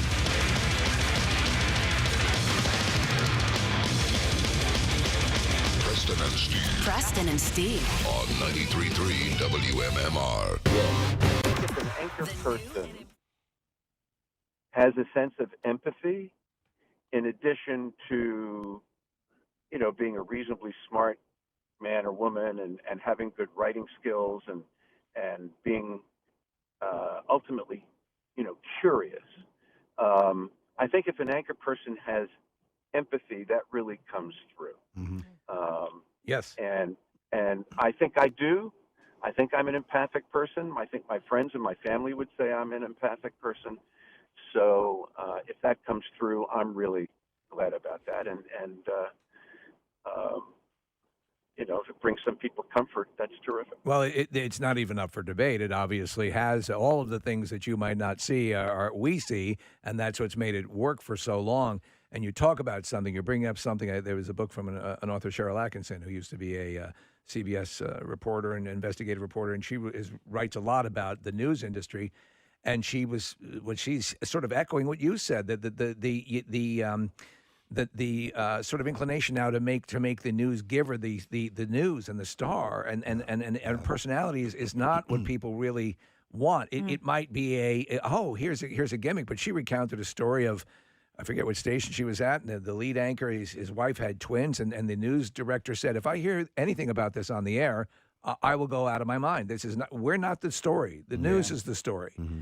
And I think your reticence to as you said, not over to be a Pollyanna with the news, but also not to falsely terrify the viewers is what served you so well, and it's why you are so revered in this industry.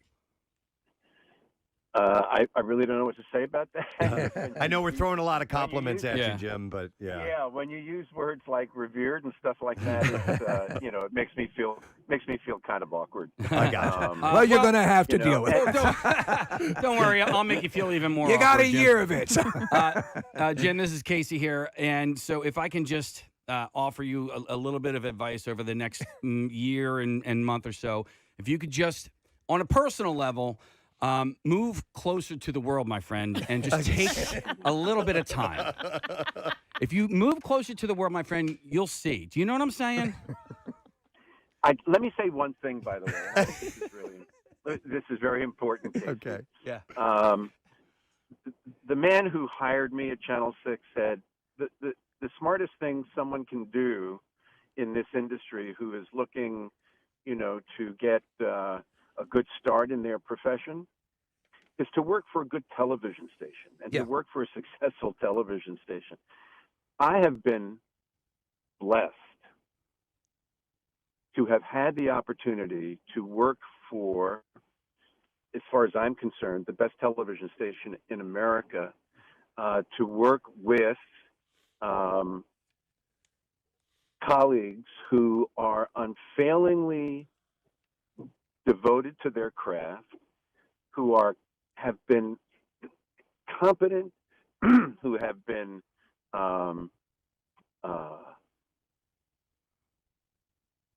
insistent on being fair, being right, who have really paid so much attention to the little things that become enormously important. They have made me much better, seem much better than I am over the years. I have been the luckiest guy in this industry. People, focus on the man or woman who is sitting at the anchor desk reading the news, and the fact is that our most important job is to represent the hundreds of people whose work and toil and devotion go into every newscast. I've had, even right now, my 6 o'clock producer, Jamie Shore, my 11 o'clock producer, Laura Mamarella, our executive producers, Matt Dennis, people like this who the public never gets to know. They're brilliant. They are, they're devoted. They are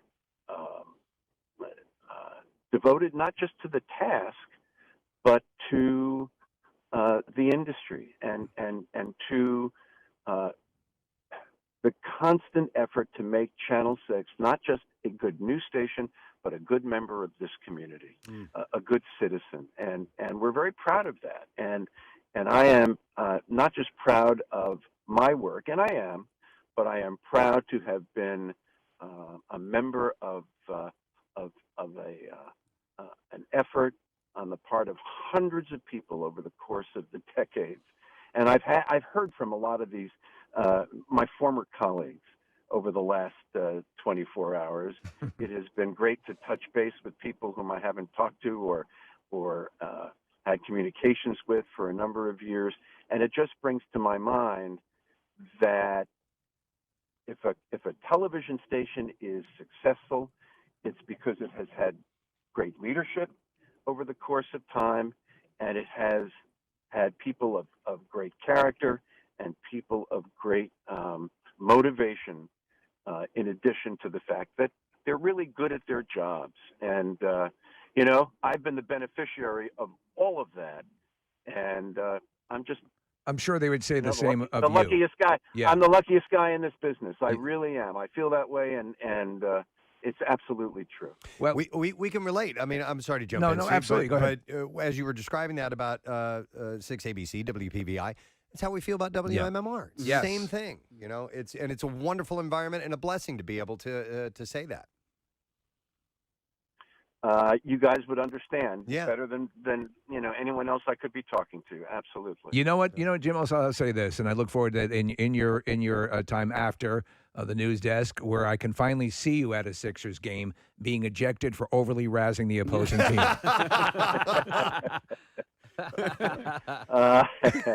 In my younger life, that happened all the time. Oh, really? So, Jim, for Camp Out for Hunger 2022, you'll be on the edge of retirement at that point. yeah. And you can really do whatever you want. We got the can drop. We'll bring back the chili cannon. We can do a stunt, whatever you want. His nights will be open. You'll Yes. be Yeah. free. So if you a year from now, just put that on your calendar. Hey, you started in radio a bit, so we're welcoming you back. Hey, I was the guy who, set fire to my colleague's newscast, while he was reading it on the radio. I'm sure all of you guys have had that experience. And that was the 24-year-old Jim Gardner. We love that. Jim, I know that you are a huge Sixers fan. Have you had the opportunity to ring the bell before a game yet? They asked me to do it last year, and it was much fun. And apparently, this whole situation over the last day or so has prompted them to think that maybe it would be a good idea to do it again. Hell, I'd put you on the team. I'm looking forward to it. It was so much fun, and if it happens again this year, that'll be great. Excellent. Probably going to be a done deal on that one. Well, Jim, we hated to hear the news, but we are happy for you, and we're happy the way that you're choosing to do this. So we get a year to spend and mull this over. So I'm sure we'll have another conversation with you down the road a bit as we get closer and reminiscing a little bit more. But we just wanted to say thank you and also say congratulations to you, and we just appreciate you so much. So thanks for coming on this morning. You guys are great. Thanks for having me, and we'll see you for campout, right? You got it. Absolutely. Excellent. All right, thank you. Jim Gardner, everyone.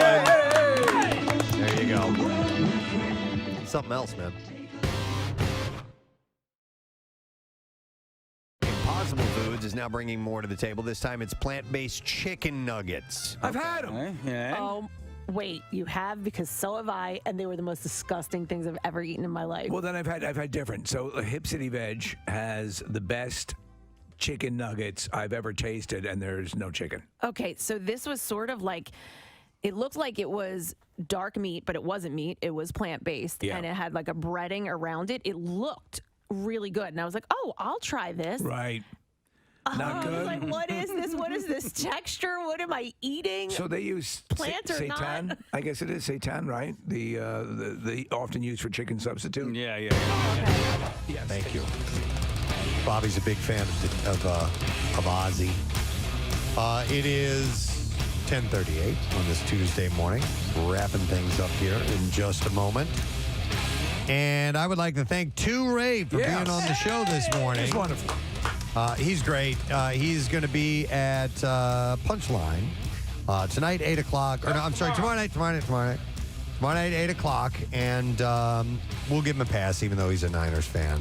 He's very honest in he is. his love for the team and why, and he understands where he is. Of course, he's a Philly guy, but he was great, man. So it was wonderful. We can come by here absolutely anytime and spend some time. Pierre Robert is here. That means he's ready for today's program. How you doing, man? Good day. Nice to see you. Nice to see you. What's up in your world, dude? I just learned that the mayor is going to lower the flags to half staff for Jerry Blavat. Yeah, we talked about that this morning. Yeah, isn't that really cool? Oh, my God. They started so cool. yesterday. All the way through to Saturday. Really? Yes. Yeah, Wow. all week. I'm going to the funeral on Saturday, and you got to be pretty heavyweight to get St. Peter's and Paul's Cathedral on Logan Circle Square, whatever it is. I expect it to be a rather massive event. But I've never heard of such a thing. It was amazing. Doing that. When my father died, the golf club he played at, which is a little tiny golf club, lowered the flag to half staff because he had been there a member for like 50 years or something like that.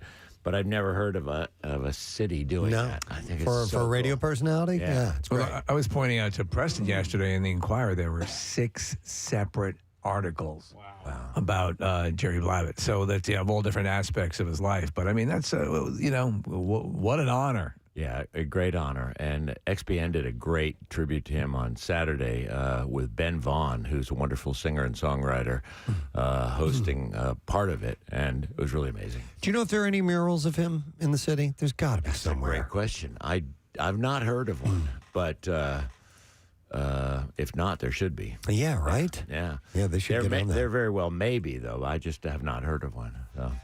What's our mural guy? John Ladecker, Casey? Is that his name? Yeah, we should get John to do one for free. Just of because- course, yes. Yeah, he wants to do that. On any building he chooses. Right. Why not? Without I wanted permission. to get us an MMR mural, Yeah, he wants to do one for us. but they tend to be on the pricey It looks side. like there is one. Yeah, there is one. 1532 South Broad Street. Wow. Yeah, and there's a few. Oh, he's right in the center. Yeah, a couple of Philly legends. Chubby Checker and Frankie Avalon, Bobby Bobby Rydell, Rydell. Charlie Gracie. Oh, that's cool. Where's William it at? Sharon. William Hung. No. Fabian Forte. Yeah, Fabian. Fabian was from Philly. That was just yeah. Fabian? I never Bobby saw Darin. Forte as his last name. I didn't know that was his last name either. Bobby Darin there. Yeah. But Geeter's right in the center. Where is it located again? It is 1532 South Broad Street, right in South Philly. That's perfect. They did a great job of that. That's perfect, yeah. Considering the fact that his parents met, his father was a bookie. Yeah.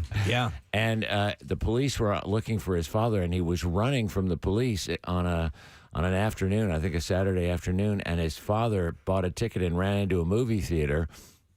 And the police had gotten a tip that he was there, and he saw this girl sitting alone. He goes, "Do you mind? I got to sit with you." And she goes, "Okay, I got to put my arm around you like we're together." Okay. And the police came in and made a sweep and didn't find him, and then he married that girl. And No.